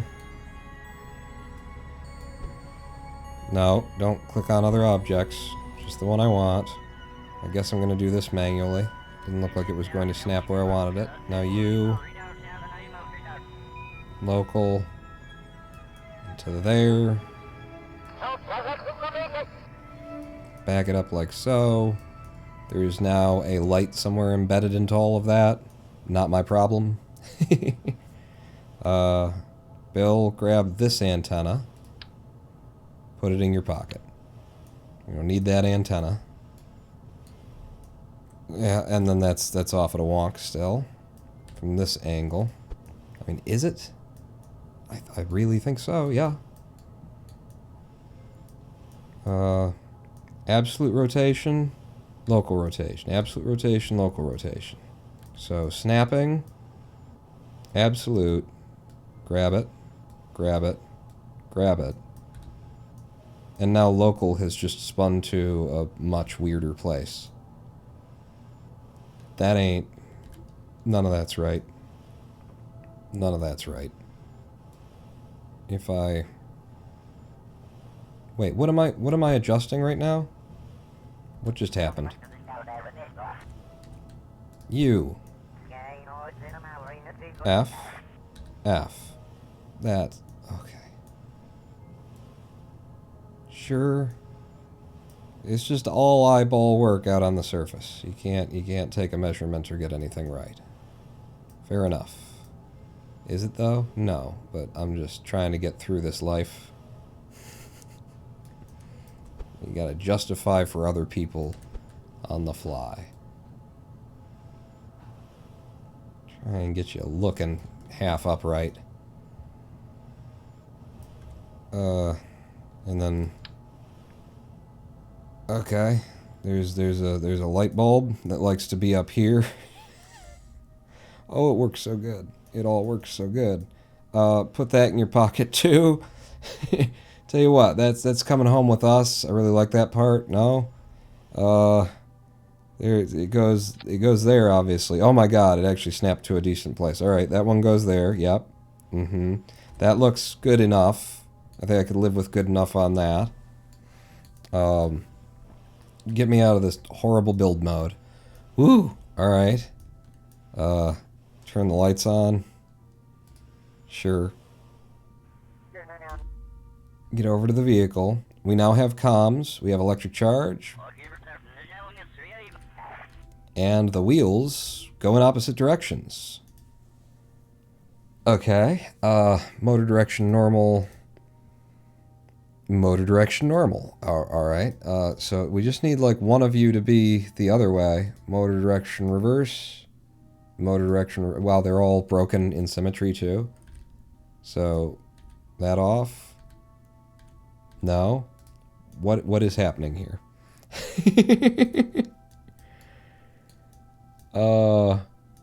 Motor disabled in the back. We only need one. Two-wheel drive. Bad idea on the moon. But... oh, you're all symmetry. You're all the same. You're all one, so I have to remove you from symmetry. Yes? Because now all of the motors are reversed. And aha. So, remove from symmetry. Remove from symmetry. Yeah, I'd say the people who made this thing, they weren't thinking. They definitely... so motor enabled. Motor enabled. Motor direction normal. Motor direction normal. Brakes off. Okay. Sure. The whole not moving thing would be related to...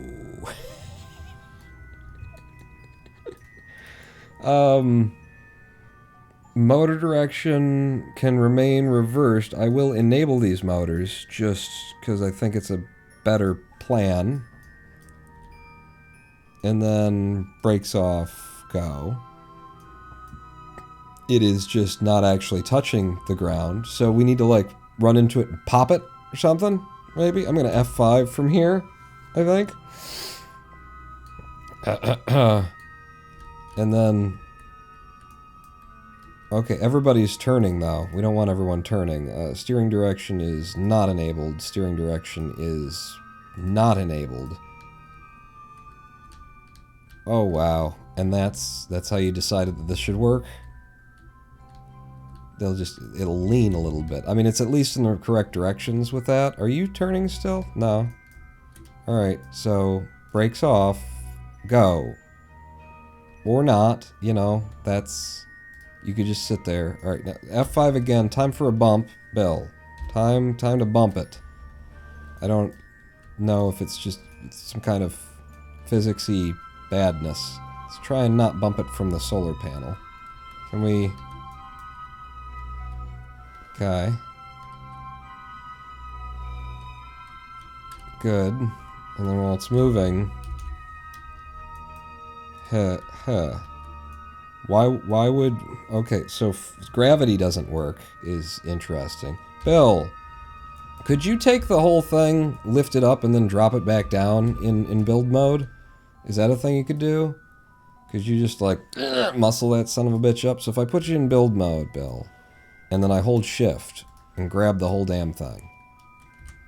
Or maybe move. Cannot detach. I'm not trying to detach. That's why I said move. No, you can't just lift the whole thing, huh? Change scene after EVA engineering. Damn it, they just really... they nailed this whole system. Brakes on for you. Don't want to leave it bad like that. Alright, so... we want to just go back to the Space Center momentarily, I guess. We'll just, bye.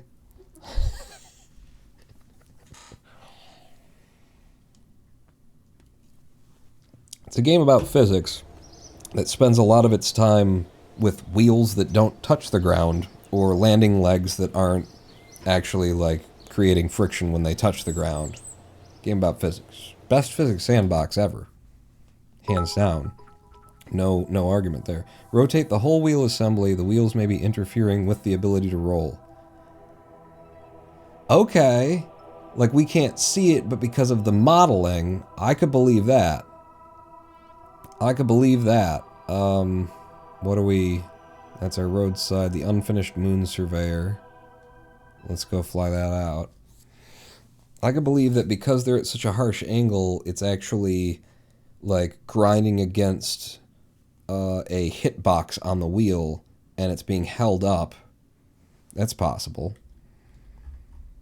Just had a little bit of pop in there from everything else. Brakes off, go. Yeah. Alright. So it's resting on something that's lifting it above the surface, above the ground. Let's try that. What Dramatian said. So, Bill. Go over here. Grab these wheels.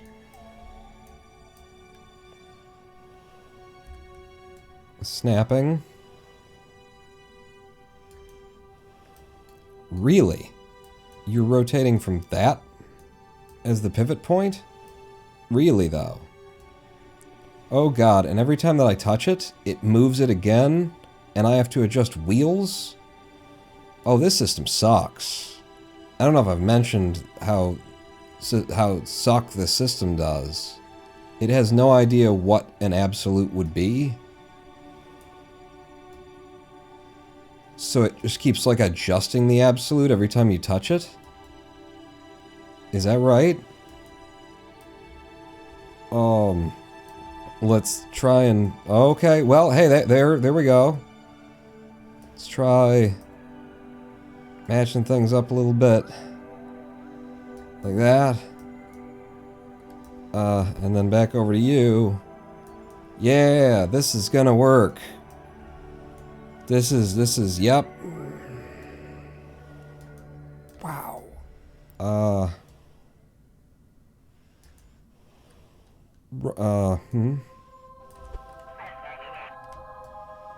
Like, I want to do everything with snapping because it's wheels. I had to break the craft out of symmetry. Oh, that's just gonna pop the craft, like, to the friggin' moon. Oh no, we're already here. When I switch to another vehicle, vessel. I've got an F5. Watch this. Okay. Okay, and then you. Right, and then... Before I desymmetried them, I could have done a thing, but I didn't know that this was going to be the hell that it is. I thought we were on the moon, not a hellscape. So, you're like that on the other side? You embedded a little bit more over there. Your twist is fucking weird as shit. Eh? Those almost kind of match. Okay. Okay. I mean... Okay. Welcome to Hell 9 points. Those snap points look legit, says Chirp Attack. They're just, yeah, believable. F. And then I touch it, and... Alright, this is actually holding together now. It's like, once we broke it free, maybe the snap points are, like, holding together. But before they were, every time that I laid my finger on it, it changed what the absolute snapping was. And it's still, like, what is that in reference to that's straight up and down? Maybe the center of gravitational pull on the moon? I'm not sure. Okay. That could be a place where that could be. Maybe. Uh-huh. And then you...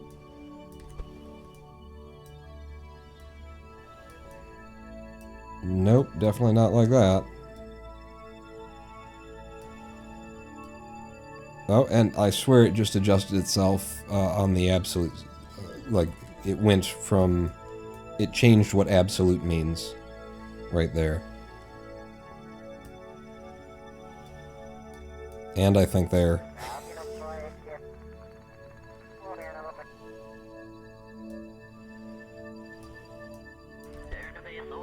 Yeah, no. None of that is... That's absolute... It's absolute bullshit. It is... I can attest to that. Certainly... Absolutely bullshit. And I'm at the wrong angle and I can't really get the view. Makes you appreciate that the VAB works mostly in the game, huh? You, like that. You're pretty upright now. You know, not actually, but pretty. I'm pulling you down. I don't know if you heard. If you ain't heard, you better tell somebody. Huh? You're further back. I'm just gonna, and then grab you, and then drag by hand and eye, and then you'll just move it to a different place when I'm done. Those wheels might be touching the ground now. Could be. Let's just exit that mode, because Jesus Christ. And then over to this Rover we've been working on for so long. Brakes off. We're rolling. And nothing, like the wheels don't actually do anything. Stop. Did you decide that these are shared again? I have the motor disabled. I had the motor disabled. We changed scenes and then they're not anymore. Right? No, I had the motors on. I had reversed the steering. Steering is normal back here. Normal back here. Normal back here. I had the steering reversed. No, the steering is disabled. And it still is. Okay, so that's not... Up here it's enabled and it's normal. Motor is enabled and normal. Motor is enabled and normal. Steering disabled and normal. Motor is enabled reverse. Traction control, maybe?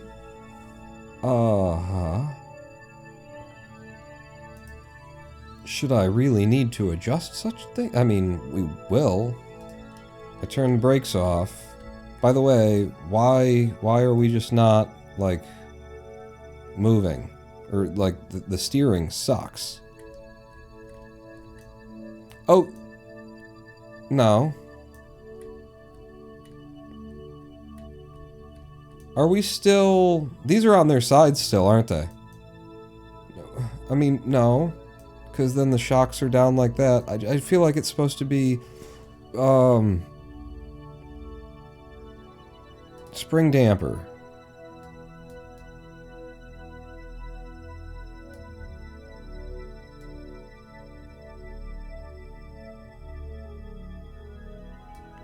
Okay.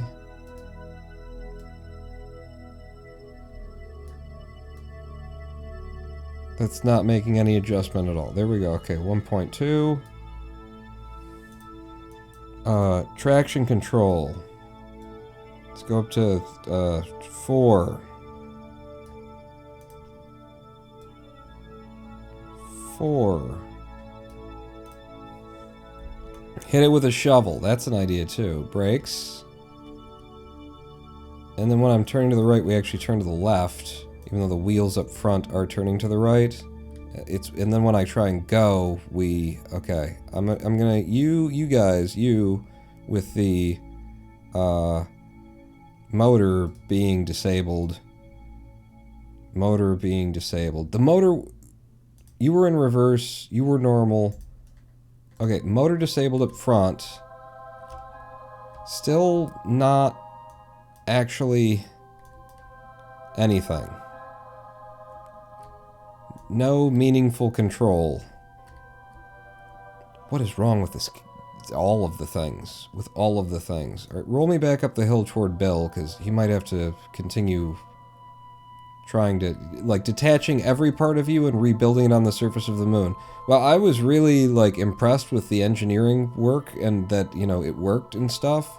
And then they tried to do this. And somebody built a craft that had all 4 wheels attached in, like, radial symmetry, I guess, instead of mirror mode symmetry. And all 4 of them were the same.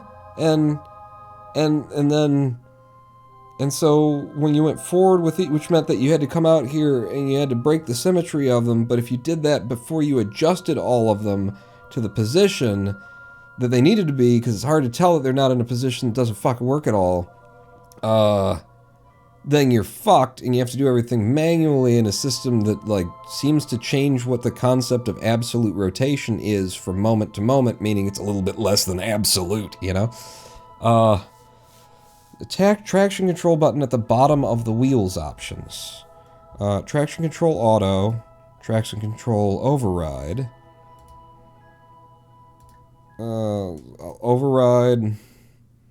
override. The other thing is,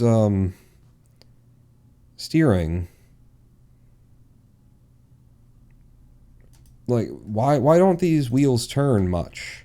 Like, it makes me feel like they're not put on right. Like, we've spun them upright is what we think we've done, right? But the lack of reaction, look at how little this one turns. At least this one looks like it's actually turning. And look at how much longer it takes in the animation cycle. Like, why isn't this one turning?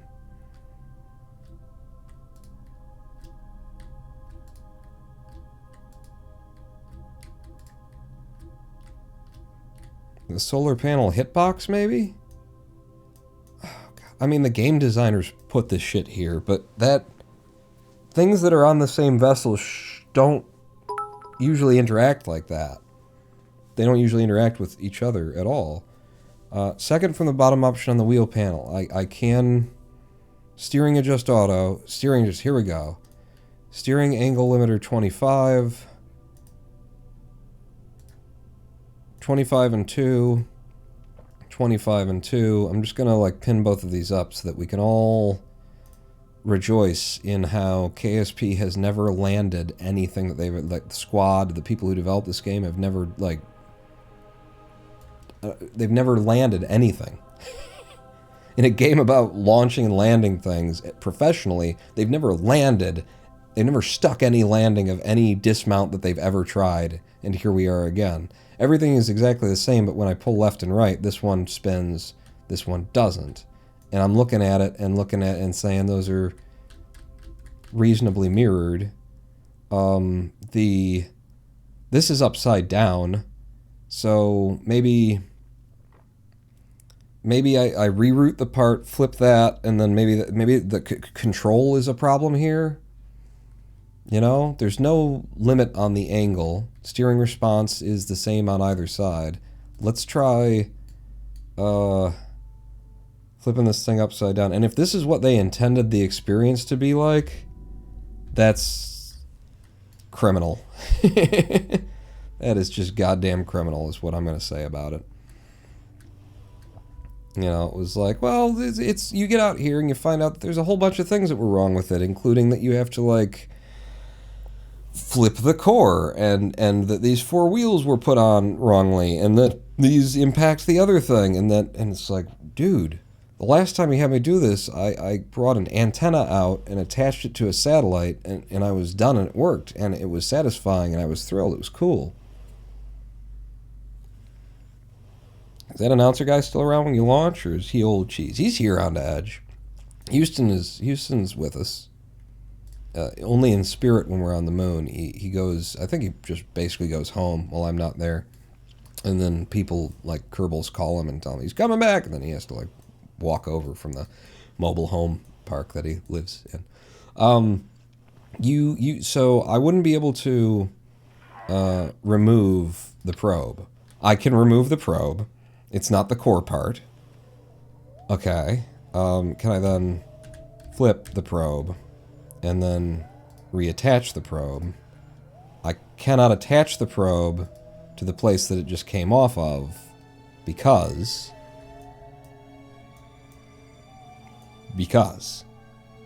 end of sentence, apparently. Because of the wonderful game this is. Do. Snapping. I'm holding Alt.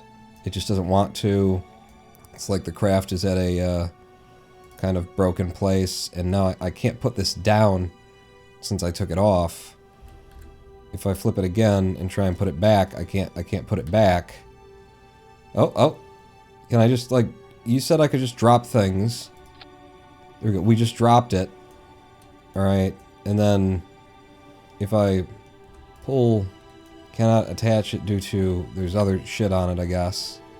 Get rid of this, ooh, there you go. Yeah, just put that light there. Try and zap it with your gun. You can't reach it. Give me that. There's a place where it flickers. So if I flip it back upside down, and I pull the mouse to the place where it's like, I'm not sure if I can attach or not, and then I click it just the right time.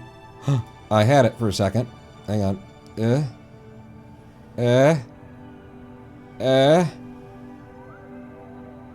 Damn it. I lost the flicker. Just move the camera to another... Oop. Hit. No, I dropped it over there. I had it attached for a second. I was trying to, like, click real fast because I had to... Yeah, and then... Oh!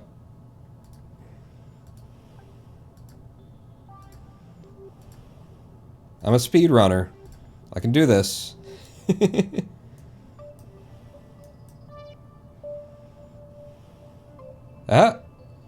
We're looking for that jittery, fucked up place. No, it doesn't think that it should ever attach there. Got it! We got it on. Hooray. Just had to glitch the game a little bit. That's upside down, though, where it reads upside down. I flipped it where it was upside down before. And now, control from here, control point forward.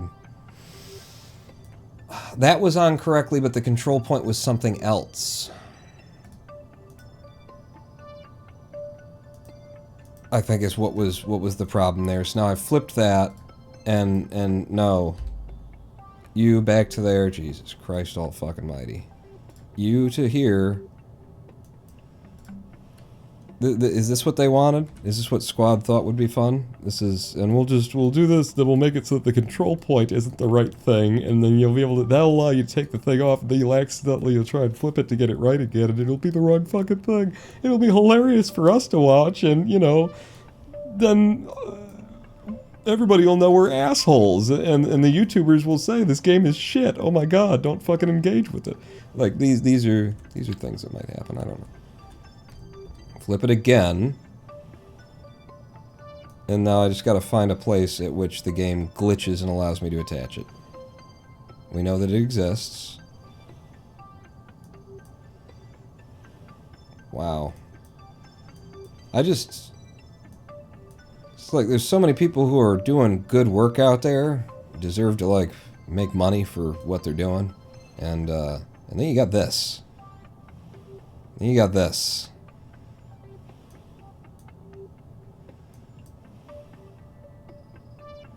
Like, imagine you're you're another indie developer and you're looking at this, and you know you're making games and you're not making any money, kind of a deal. Hit. I'm just trying to click it, and then no. You're asking yourself, what does it take to be successful in this industry as an indie game dev? And it's like, apparently building shit that doesn't work so badly that the people who play your game just have to mod it into a condition where it actually works, and then you can come back and steal all of their work and you know, get them to give you the license to their mods and make the mods part of the game, and then when you integrate them directly, you'll still manage to fuck it up so that it doesn't work anymore. Try from a lower angle. I think it's attaching to the inside ring of that hole. Like, looking up. I mean, I'm holding... I've held shift. I've not held shift. I can't remove the part that... Like, where did it go there? What if it's just... It's inside, and then I let it go, and then we can never get it back upon.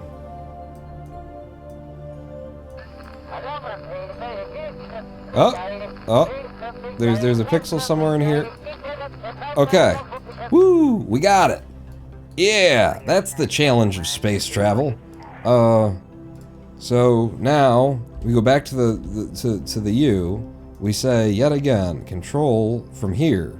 Control point forward. Control point forward. Right? And then we do have SAS. Well, we have the ability to turn the button on, but I don't think there's any SAS on this thing. Right? There's nothing related to reaction wheels. Unless there's reaction. And now, when we turn left and right, aha! We get more conventional wheel reactions. And then, when I do that, and then when I drive it, it goes backwards. Because why wouldn't it? Steering motor direction, reverse, motor direction, reverse. Okay. Okay. We are on the surface of the moon after all, so there is that as an issue. And then with the rear ones, can I have the motors, again, motor enabled, except for your direction, apparently... No, you should be fine to be reversed as well. Enabled, reversed. Alright, now that's all 4 of them, except for now we're spinning. Wait. Yeah, everybody's working together, but when I go reverse, we just spin down the side of the... Okay, here, importantly, here's what's important, kids. Let me just explain to you. You don't, but importantly, this is awful. No, importantly, let's see, spring strength. I'm just gonna spring and damper you guys to full. Spring the fucking damper. Importantly, all we have to do is drive it a little bit over the way. And then we'll have completed the mission. Then we never have to think of this piece of shit again. I thought it was going to be helpful. We were going to do things. The other... What? Was you were driving backwards the whole time? What are we doing here? With the steering direction. Normal. No, apparently we're going to be inverting the steering direction. There we go.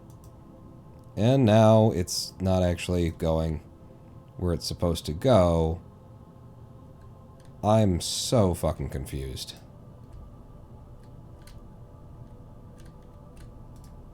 I am so confused by what is happening here. Motors off in the rear. Make it less complicated.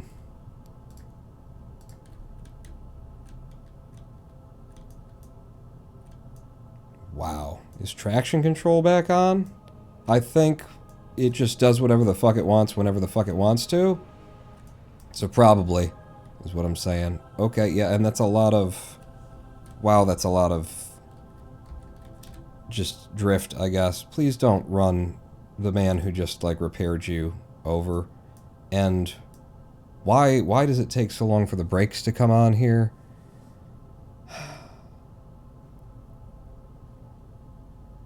Okay, front brakes, none. I know, Bill, I know. Rear brakes, 200 fucking %.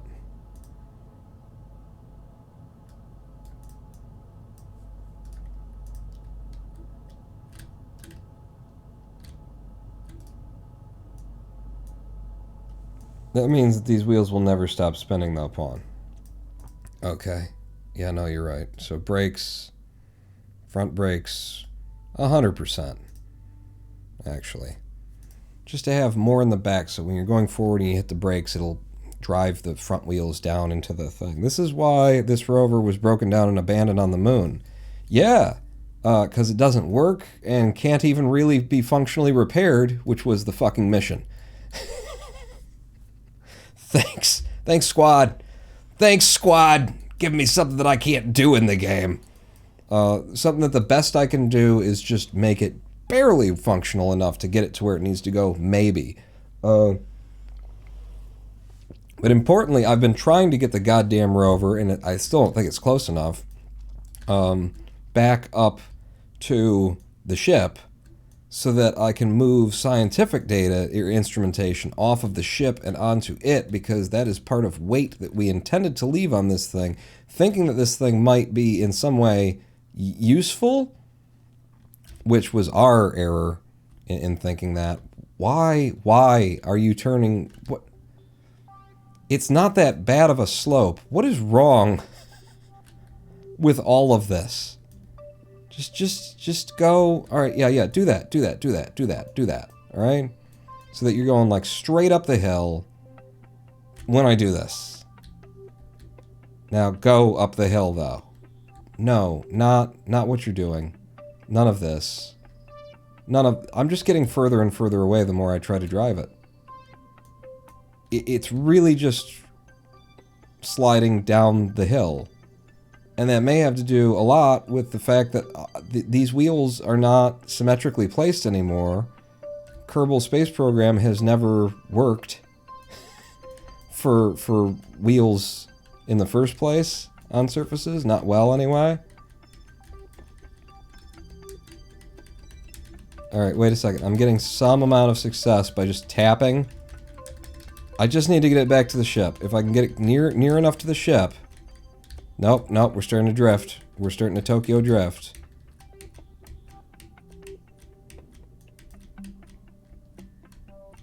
Oh my god. It's obviously the aerodynamics. That might be the case.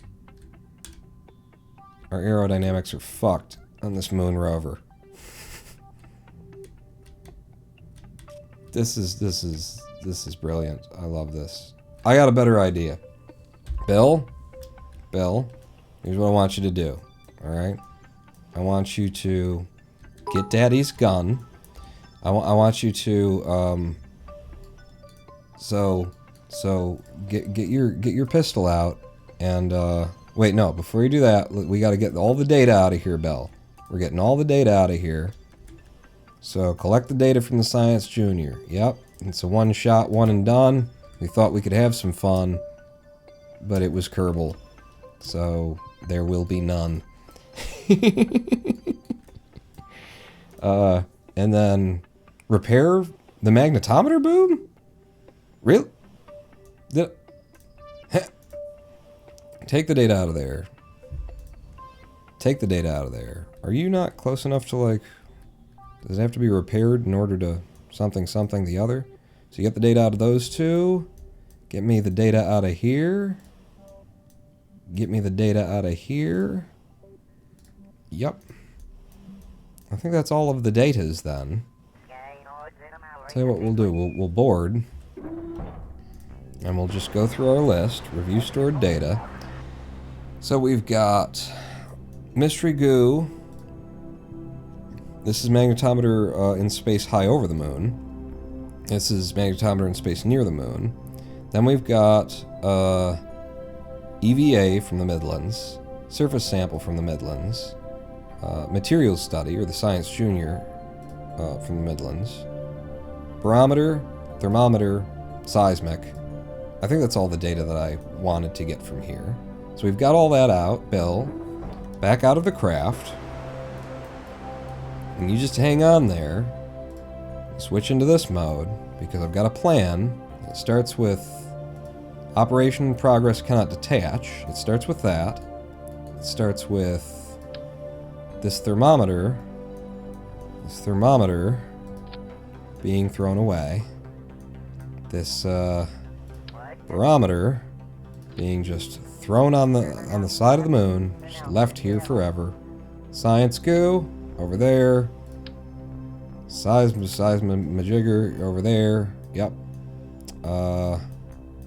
Can I detach that? Operation in progress. So I would have to repair those to remove them, apparently, is the idea. I'd love to know how much Delta V we have, but we're standing on a ladder, so that's not a thing. I'll leave you with that, I guess. Bill, put this in your pocket. What I would like you to do, I believe, is go ahead and repair. Part needs 1 EVA repair kit. Oh, and I don't have that in my pockets anymore? Alright. Sorry. Well, where is it, then? Did I not bring an EVA repair kit? Like, I went out of my way to bring an EVA repair kit.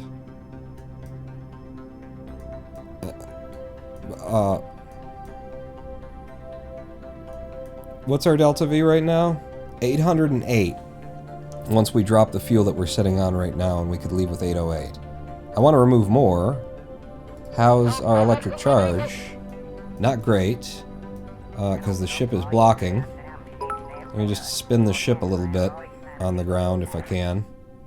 Just go back to Earth real quick and get one. Yeah. Yeah, it's not as though this, like, whole thing, like, just completely negates... Yeah, come on, a little bit more, I guess. And then just drop it. There you go. Negates, like, taking the time and doing the work and trying to, like, plan a mission, and then you get up here and find out, oh, game don't work. Ha ha ha ha ha ha! Where's the repair kit that I made sure I brought? Ha ha ha ha ha ha! It's not at all extra, double, triple fucking frustrating in the least. Yeah, I wanted to put the battery, the extra battery, onto that rover. I wonder if that's part of the problem? Hang on. We have a generation that is... We never see the electric charge go down on this thing. So I was thinking maybe the problem is that, like, it's consuming the electricity so quickly that it's kind of, you know, on, off, on, off, on, off, and so we're not getting control correctly. That isn't it either. What? No, I don't want to control any of the parts that I've thrown on the ground that I would have attached to something. I was gonna chuck this battery is the thing.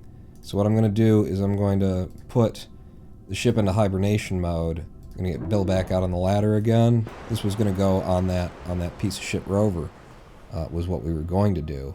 And then no. So here, what? Did everybody else see what just happened? But I can't remove that unless I can remove this, and I can't remove that unless I repair it, and I don't have the repair kit that I brought. And then I remember bringing. May have to reposition all the wheels again. Or not give a fuck about this mission and go home is another option that I'm considering strongly. What I'm thinking is... give me control of this piece of shit that doesn't work and this piece of shit that doesn't work. Now I'm talking about the game, in case you're curious. Activate navigation to help me get to where we need to go. And that would be directly ahead. Up the hill. Don't tell me it's up the hill. It's up the hill. The hill that we can't climb. Motor enabled. Motor enabled. We'll just ski our way toward victory. So we need to go up here to the place, to places. Okay. Wherever the place is, that's where we need to go, and that's where we're going. And then we'll have completed the mission. They'll give me $300,000, and then I can, I don't know, maybe destroy this thing from orbit or something, because fuck it, fuck us. Oh my god. I mean, with everything going, if I just ignore the fact that we're not actually, like, touching the ground right now, and this makes no sense, I can almost kind of control it. Uh-huh. Sure. Yep. We have a code, fuck it, abort, abort. Get into a ballistic trajectory in the rocket and throw off all the landing gear real quick to get more Delta V. I'm for it. I am for it. Are you saying that my retrograde is... Am I driving away from the target? I don't... What? Orbital, surface, orbital, surface. Am I driving... How would that be? I'm driving away from the target. See, now what I would have thought was that where the target is on the ball would be where I would go. Am I insane? Have I lost my fucking mind? Control point forward, control from here. And yet my ball is...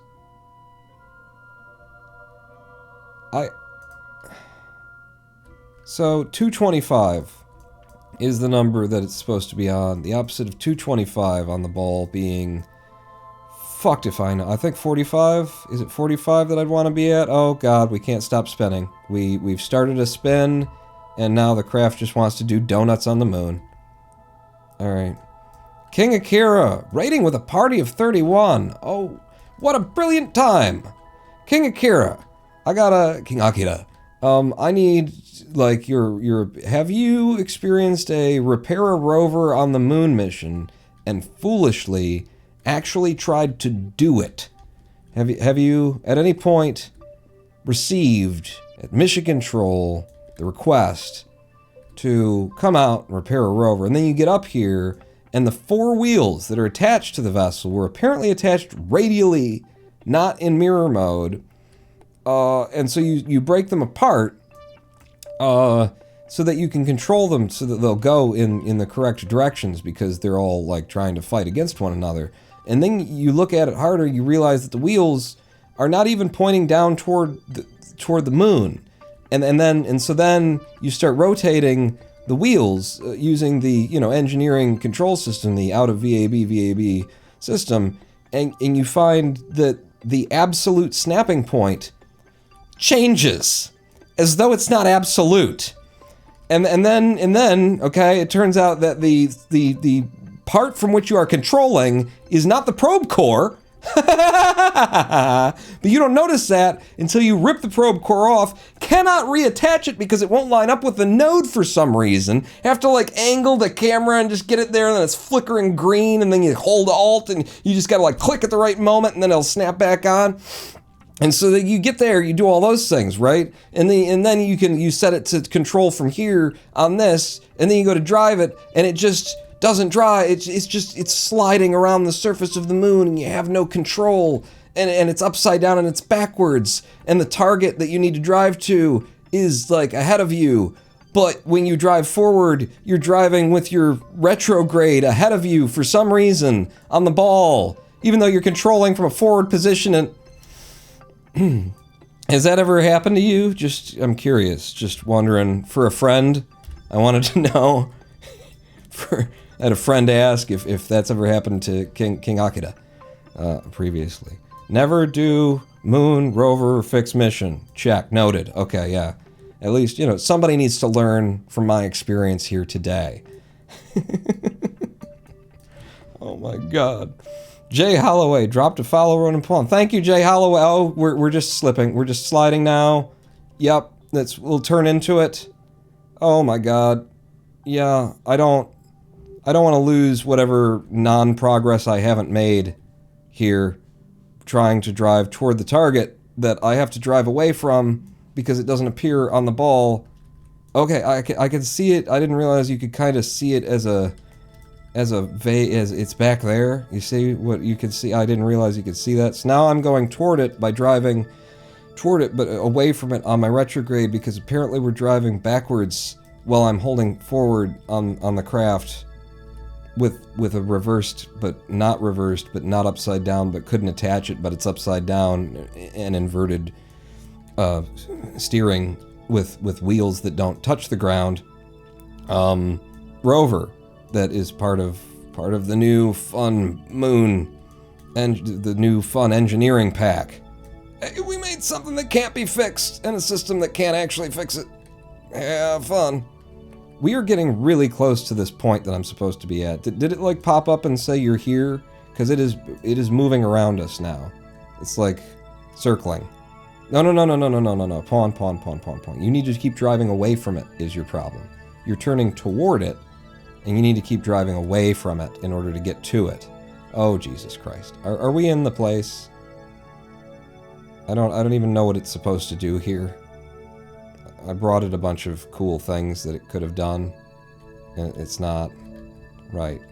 So drive away from, am I? Like, it's ahead. It's near, we're nearly there. It's just up there. I don't know.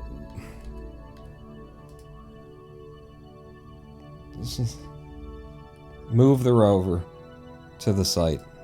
Okay. Let me know when I'm in the site, please. It's up here. We're almost, it's just a bus stop away. It's just, I'm just still waiting for this dev team to finish something. To nail it. Nail it just once. You roll out a new set of features, you roll out a new thing, and you have, you can see in your work that you've thought about it. And that's it. That's all. That's my standard at this point. Just that you've actually considered what you're doing and what you're asking, and whether or not your own systems function to do what you want. It will start finishing on the ball. What? Oh, we're entering the zone. We've done it. We moved the rover to the zone. Mission complete. That's and just a celebration donut that I wanted. Congratulations, everybody. Brakes on. God. Can I get back to the craft? Yeah. Let's get the hell up. This is stuff that was supposed to go on that because we thought it would be usable, but Bill just had a temper tantrum. He started ripping stuff off and throwing it on the ground. and I can't blame the man. I was here for the whole thing. It was awful. I can't believe that this is something that people sell. We've done it. Yes, hooray. Don't you reverse the direction of the probe? But it's somehow no. Maybe. I don't know. It's once you've taken the probe off, not been able to put it back on, but it was upside down. Why did you put it back on upside down? Because it was upside down before, and I put it on, I flipped it to put it back on, and then it won't be upside down anymore. Ha ha ha ha! The probe wasn't the control point when I came to the craft. So then I couldn't put it back on for like 5 minutes, and then I finally got it on, and then I found that out, and then I had to pull it off, and then I couldn't put it back on for 5 minutes in the other position, and now it's this way instead of that way, and the steering and the wheels and everything. Everything. Traction control? Is it traction control? Is it springs? Do I reverse the, maybe it's impacting on something that we can't see, and so the wheels aren't actually touching the ground. The number of things we went through trying to make something happen. And why are you flashing blue? Mission done, bro. Mission done. Yeah, it's gone. It's gone, baby. Do I have to untarget the thing that's done? I don't. There you go. No? That still doesn't. That's. Anybody think about that one, squad? Anybody? We have 808 meters per second delta V in this craft. I would have more. We planned to have like 900, which we would have had if we would have taken this and thrown it off the craft, and then taken this and put it on, we would have taken this and put it on the other thing, and then we would have taken this and put it on the other thing. I can't even rip these off and throw them away because apparently at some point the magnetometer boom got broken, and I had, in the first 2.5 hours of this live stream, I had a repair kit that was coming up with Bill, and then we got here, and I didn't have it anymore. And I don't know that it's my fault. Like, we'll look back at the footage kind of thing, but I could completely believe at this point that I put it in there, loaded it out on the pad, and the game was just like, Kerbals always have parachutes. This shouldn't be here. How can you trust anything? Throw off the nose cone of the fuel tanks. They're staying behind. They're not coming with us. The 800 meters per second of fuel that we have is there. Oh, no, that's an excellent solution. We will just fly away with all of this, use the 384 meters per second of delta V that we were going to leave on the surface of the moon. We'll bring it with us, we'll use it all up, and then we'll throw it. I mean, we're already making a fucking mess, aren't we? We're already kind of littering. So yeah, that's good. F5, this has been one of my favorites. Missions that we've run so far. Where are we and how do we leave? We could wait a month until we're not on the moon's prograde, or we just burn to the east. Burn east and a bit north, I guess. And probably, well, we get a little bit of a suborbital kind of thing around the moon, and then we get up to somewhere in here and burn, and that'll get us home. Yeah. All right, F5 again, and then we're going to be burning to the east. East is 90. East is on this ball. It's to the left right now. Okay. In space, no one can see you later. Yeah, that's... It really does look like that, doesn't it, too? It looks like we finished this mission, and Bill was just like...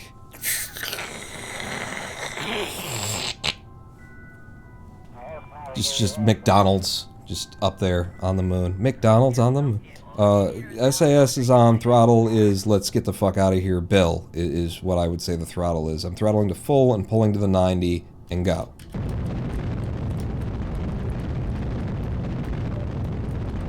Okay.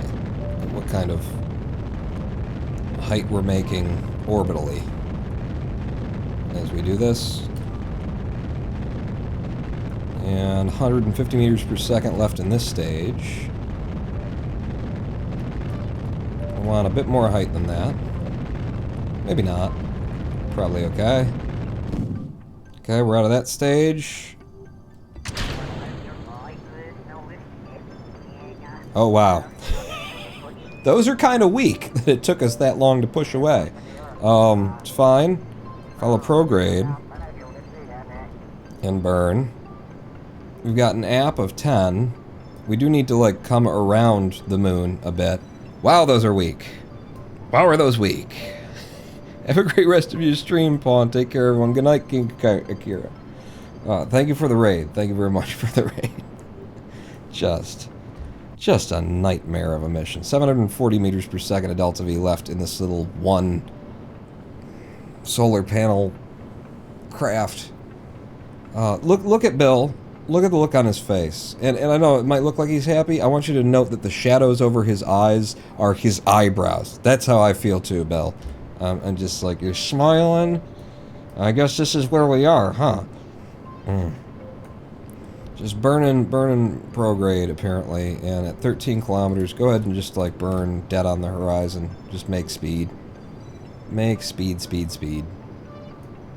Yeah. I might even...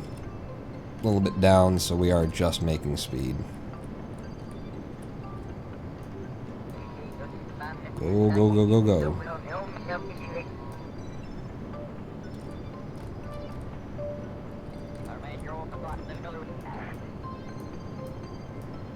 621 meters per second of Delta V left, and we've got ourselves, you know, something. We've got something. And it's enough that I'm going to kill the engines there, and what we're going to do is I'm going to come up here, I'm going to add a maneuver, just in case we're low on Delta V. I don't think we are, I think we're fine. But I want to be burning out at the correct point where I'm using the, I'm being most efficient. And it's, if you get a little bit of prograde Delta V going from this maneuver, if you could possibly see these incredibly, just invisible friggin' lines, what we can do is just by moving it around, we'll see that we get a better periapse if we leave earlier or later and that kind of a thing. So I'm actually going to go and do this down here with the node controls that are down there. I'm moving it to about there. Every time that I add prograde to it, however, it's going to change where the best point was to leave. So we'll add a bit of prograde. Node is coming up in 45 seconds, and it's already too long of a node to burn. Okay, so what we're going to do then is burn time of 1 minute and something like that. Get on your prograde and burn. No, node is now in T-minus 5. Alright, sorry. Maybe I read that wrong or something like that. I thought it was sneaking up on us too quickly. Get me back to my node controls. And give me more prograde, pull that down,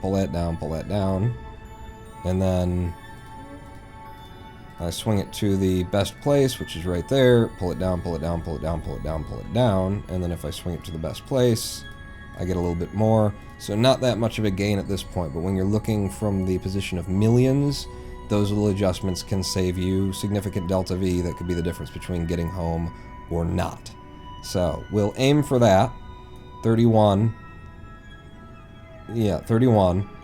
Burning from there. Node coming up on us in T-minus 5 minutes, 40 seconds. Burn time of 2 minutes and 8 seconds. So we want to leave full throttle at 1 minute and 4 seconds. It's only going to cost us 288 from here to get home, and we've got almost 600 in the tanks, so we're good. We're good. The first time that I felt like we're good in this one long, arduous, awful, horrible mission that will nonetheless pay out like about 400 grand or something like that in total. So was it worth the frustration? Do I get the 400 grand in reality or just in the game? Because I got different answers depending. I'm F5ing from here, and we're going to warp until our node is, so we're closer to our node. And again, I'm going to burn at 1 minute and 4 seconds to just split that burn time in half and burn at full throttle either side of it. So we start the burn early and we end the burn late, and that gets us a complete burn that has an even profile across the length of our burn, across the duration of our burn. So F5ing again from 1 minute 21. We're going to start this at 104, a little bit further forward. Go. Make sure we're on our target. And burning now. Tiny little engines that we brought for this. Is that because we're in orbit now? It better be, because we're in orbit now. Yes, it is. And we're blowing out from the moon, pushing our apoaps up out of its sphere of influence, and then we can start using that velocity that we've made to get us back home. You know about the extended burn indicator option in settings that will show you the half-time burn timer? I did not know that, Styx. I did not know that that was a setting. I didn't know for ages that there was a setting to just hold the damn information on screen by default, which is also very helpful, but I kind of, I don't know. I feel like it needs to be like a smart system so that it's not showing you things that you can kind of like guess that you're not interested in, but it's only showing you the things that you are interested in, and I haven't got enough experience actually using it to say that it's doing that or not. I'm not even sure if I've got it on right now, to be honest with you. I'm just so used to being annoyed at the game that I accept so much of it. How about a safety check for the sanity of everyone involved? Check the parachute settings. They're probably okay. It's just Bill's life. What do we care? Let's try and get back on the target as we finish out the last 100 meters per second of this burn. That was, again, something like 244 or something like that. Is that what it was? 200 something. And our periaps at Kerbal is now coming down.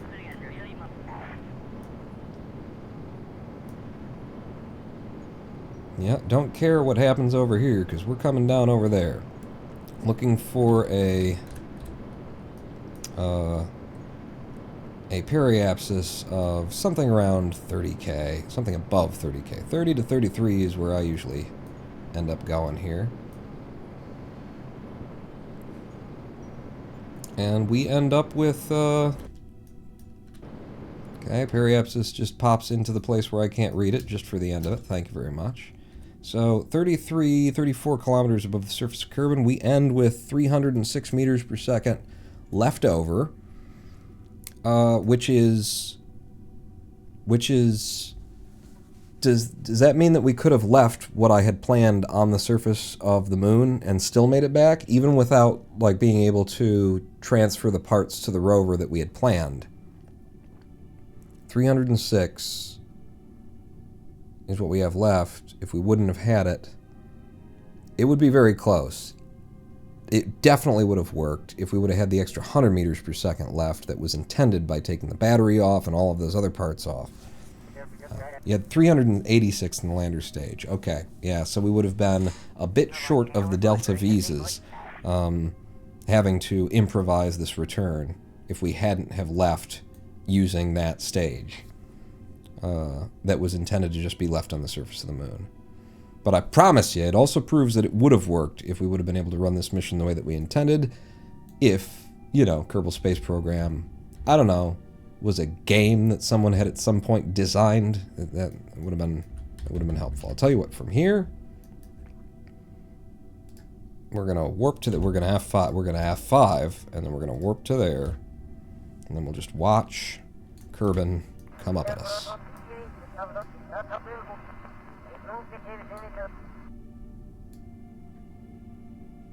Yeah, that's pretty. It's still on the surface of the moon, just note quiet, not quite in one piece. There's a lot of things that are left on the surface of the moon after this this mission, not quite in one piece. Bill just freaked out. He just started ripping stuff off the ship. Like, I couldn't stop the man. I tried to pull him in. Just like,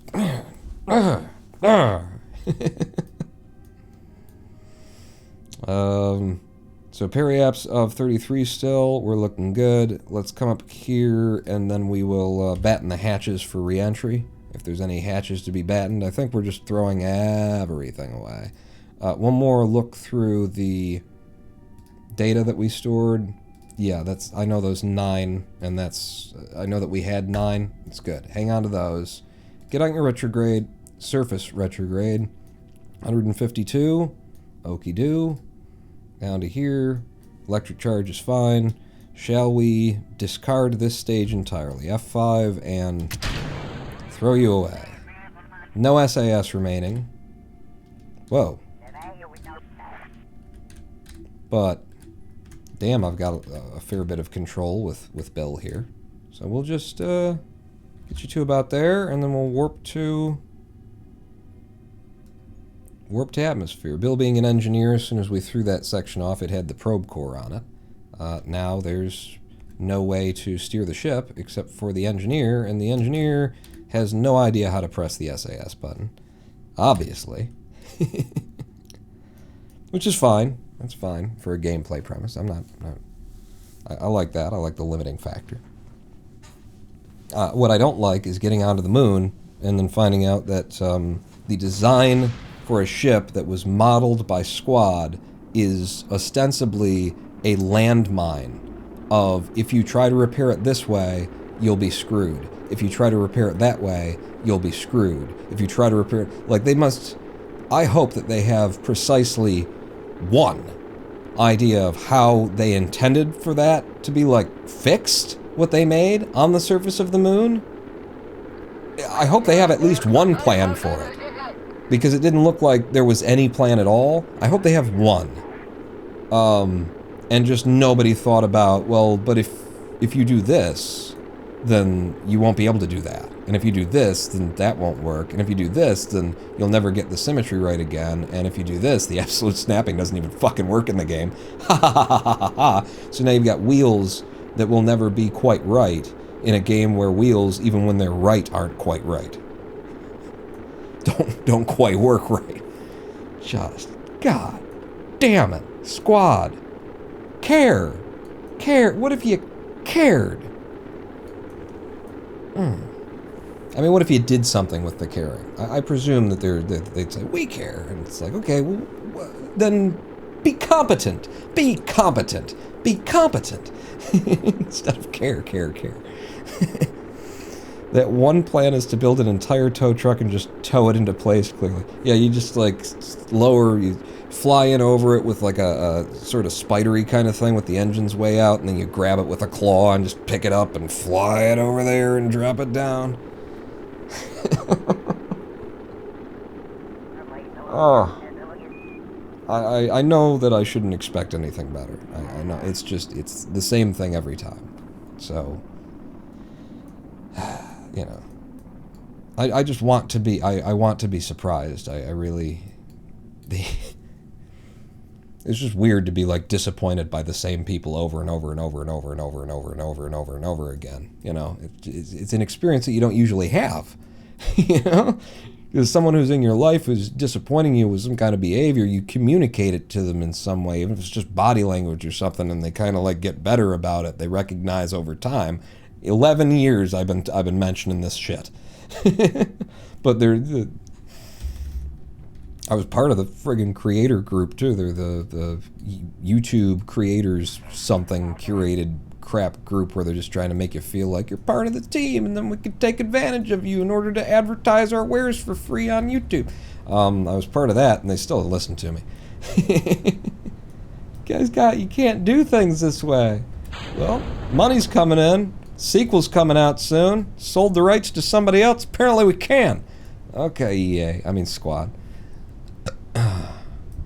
It's sad because they are, an independent, small development. Like, you look at it and you say, this is a passion project. This was a passion project. But I think the people who started it didn't have the acumen in game development. But in game development, I mean in making something that is a game. I mean, like, tutorialization and considering what the experience of your player base and players are going to be from day one before they've never played it before, in the first hour of opening it up and 10 hours. Like, that's the design aspect that I'm talking about, of game design.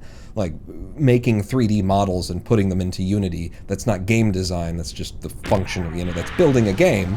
Those things have to be done, but, Tetris has a game design, They just didn't have the experience there. They made a brilliant, like, physics sandbox, the best that's ever been made.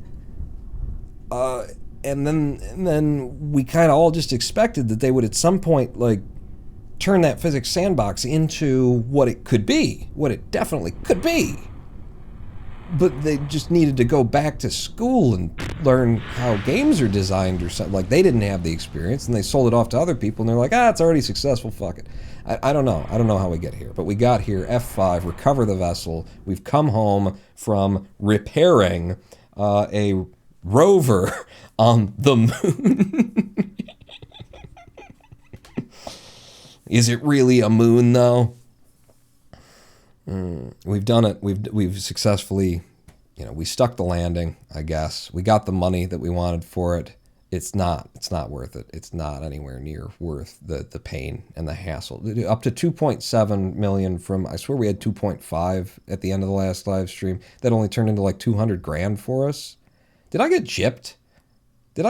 Like, I'm pretty sure that vessel cost like 40 grand to launch, or somewhere around there, 38, 36, 40, something like that. So 40 grand off the top. We're going to look at that. We brought home 660 some science. Well, we have 662 now that we're done, so that helps to make it a lot worth it. But I could have just gone to the moon without all the headache. 865 funds recovered. Yeah, not a lot. Bill Kerman is still just a level 1. Or is he now a level 1? 2 experience points. I think he's still just a level 1. Planted a flag on the moon. Congratulations, I guess. He's on his way to level 2. If we send him to Minmus, he'll be level 2. Let's look at the archives there and see just what the hell happened. So this would be a repair? R? No? Finish construction of a rover on the surface of the moon. We were advanced 91,800. Completion should have given us 315,563. That adds up to over 40 grand. The ship that we launched, and we did this in one launch. I didn't waste money destroying anything, we did it in one launch. So the cost of launching that craft was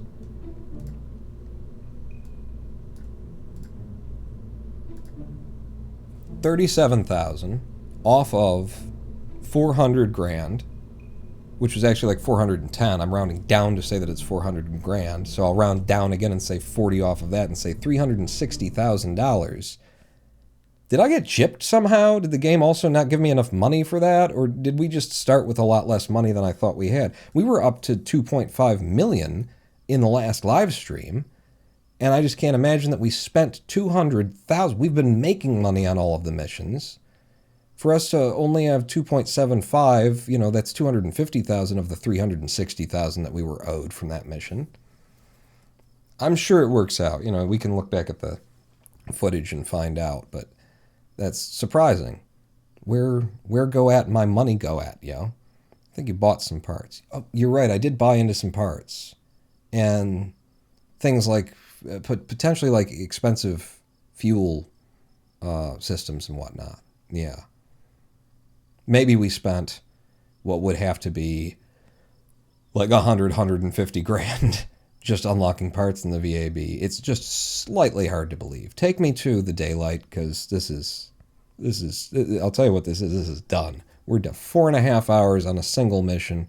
I mean, I like the fact that we got up there and we were doing the mission for like a long time. For like a long time! I like that we spent so much time building the ship and then so much time doing the mission from like a, I don't know, a statistical perspective. From like if I could live in a world where there's a database and I see, oh, that much time spent building the ship, that seems like a lot. And then I look at the mission time and I go, oh, well, apparently it was a complicated mission. It took that long. From that, like telescope, you know, telescopic philanthropy kind of that telescope view, it's like, oh, yeah, okay, that weighs out. The amount of time that we spend accomplishing nothing, fighting Kerbal Space Program to just do what it's supposed to. That's I don't feel quite as good about that. Nonetheless, I am the Ronin Pawn.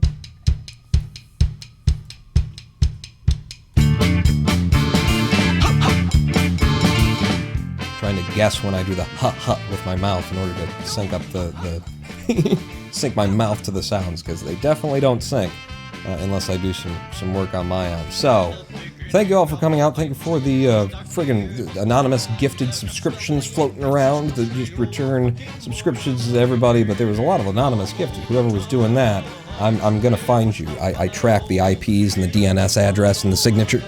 I'm gonna trace route you. No, thank you so much for that. We will be back this Sunday with a creative build in Kerbal Space Program. Tuesdays and Thursdays career, Sunday creative build. And I'm thinking for the creative build this weekend, the only thing that I got in my head, if I come up with something better, we'll do that. The only thing I got in my head is, what about Mystery Science Theater 3000's Satellite of Love? Could we make a space station satellite thing that looked like that? And I have to look up reference photos and stuff, but that's on my mind right now. But thank you to everybody for coming out. What I'm going to do now is try desperately to do what I find very difficult to do, which is at the end of a live stream, while you're trying to sign off and wrap things up and thank people and whatnot, head over and try and find somebody else who we can pass this on to. Pass the, what is it called in a race where you hand the thing off? Pass the baton to the next Kerbal Space Program stream that's up and running. And let's see. Just looking at who's streaming right now. If I recognize any names. I kind of don't. Shall we? Jewel colonization, Falcon heavy launches for days, /Jack. Shall we / the Jack? You know, what I'm always worried about with this kind of thing is you pick somebody out to raid that you're unfamiliar with, and then it turns out that, you know, they're Satan or something like that. They're like, hey, welcome, Red Hat MAGA! You know, just stuff like that. But, you know, it's what are you gonna do? We're gonna raid /Jack, everybody, /raid. Yep, /Jack. Get that going, and once more, thanks for coming out, everybody. Hope to see you back here Sunday. Credits about to roll. You might just be in them. On out.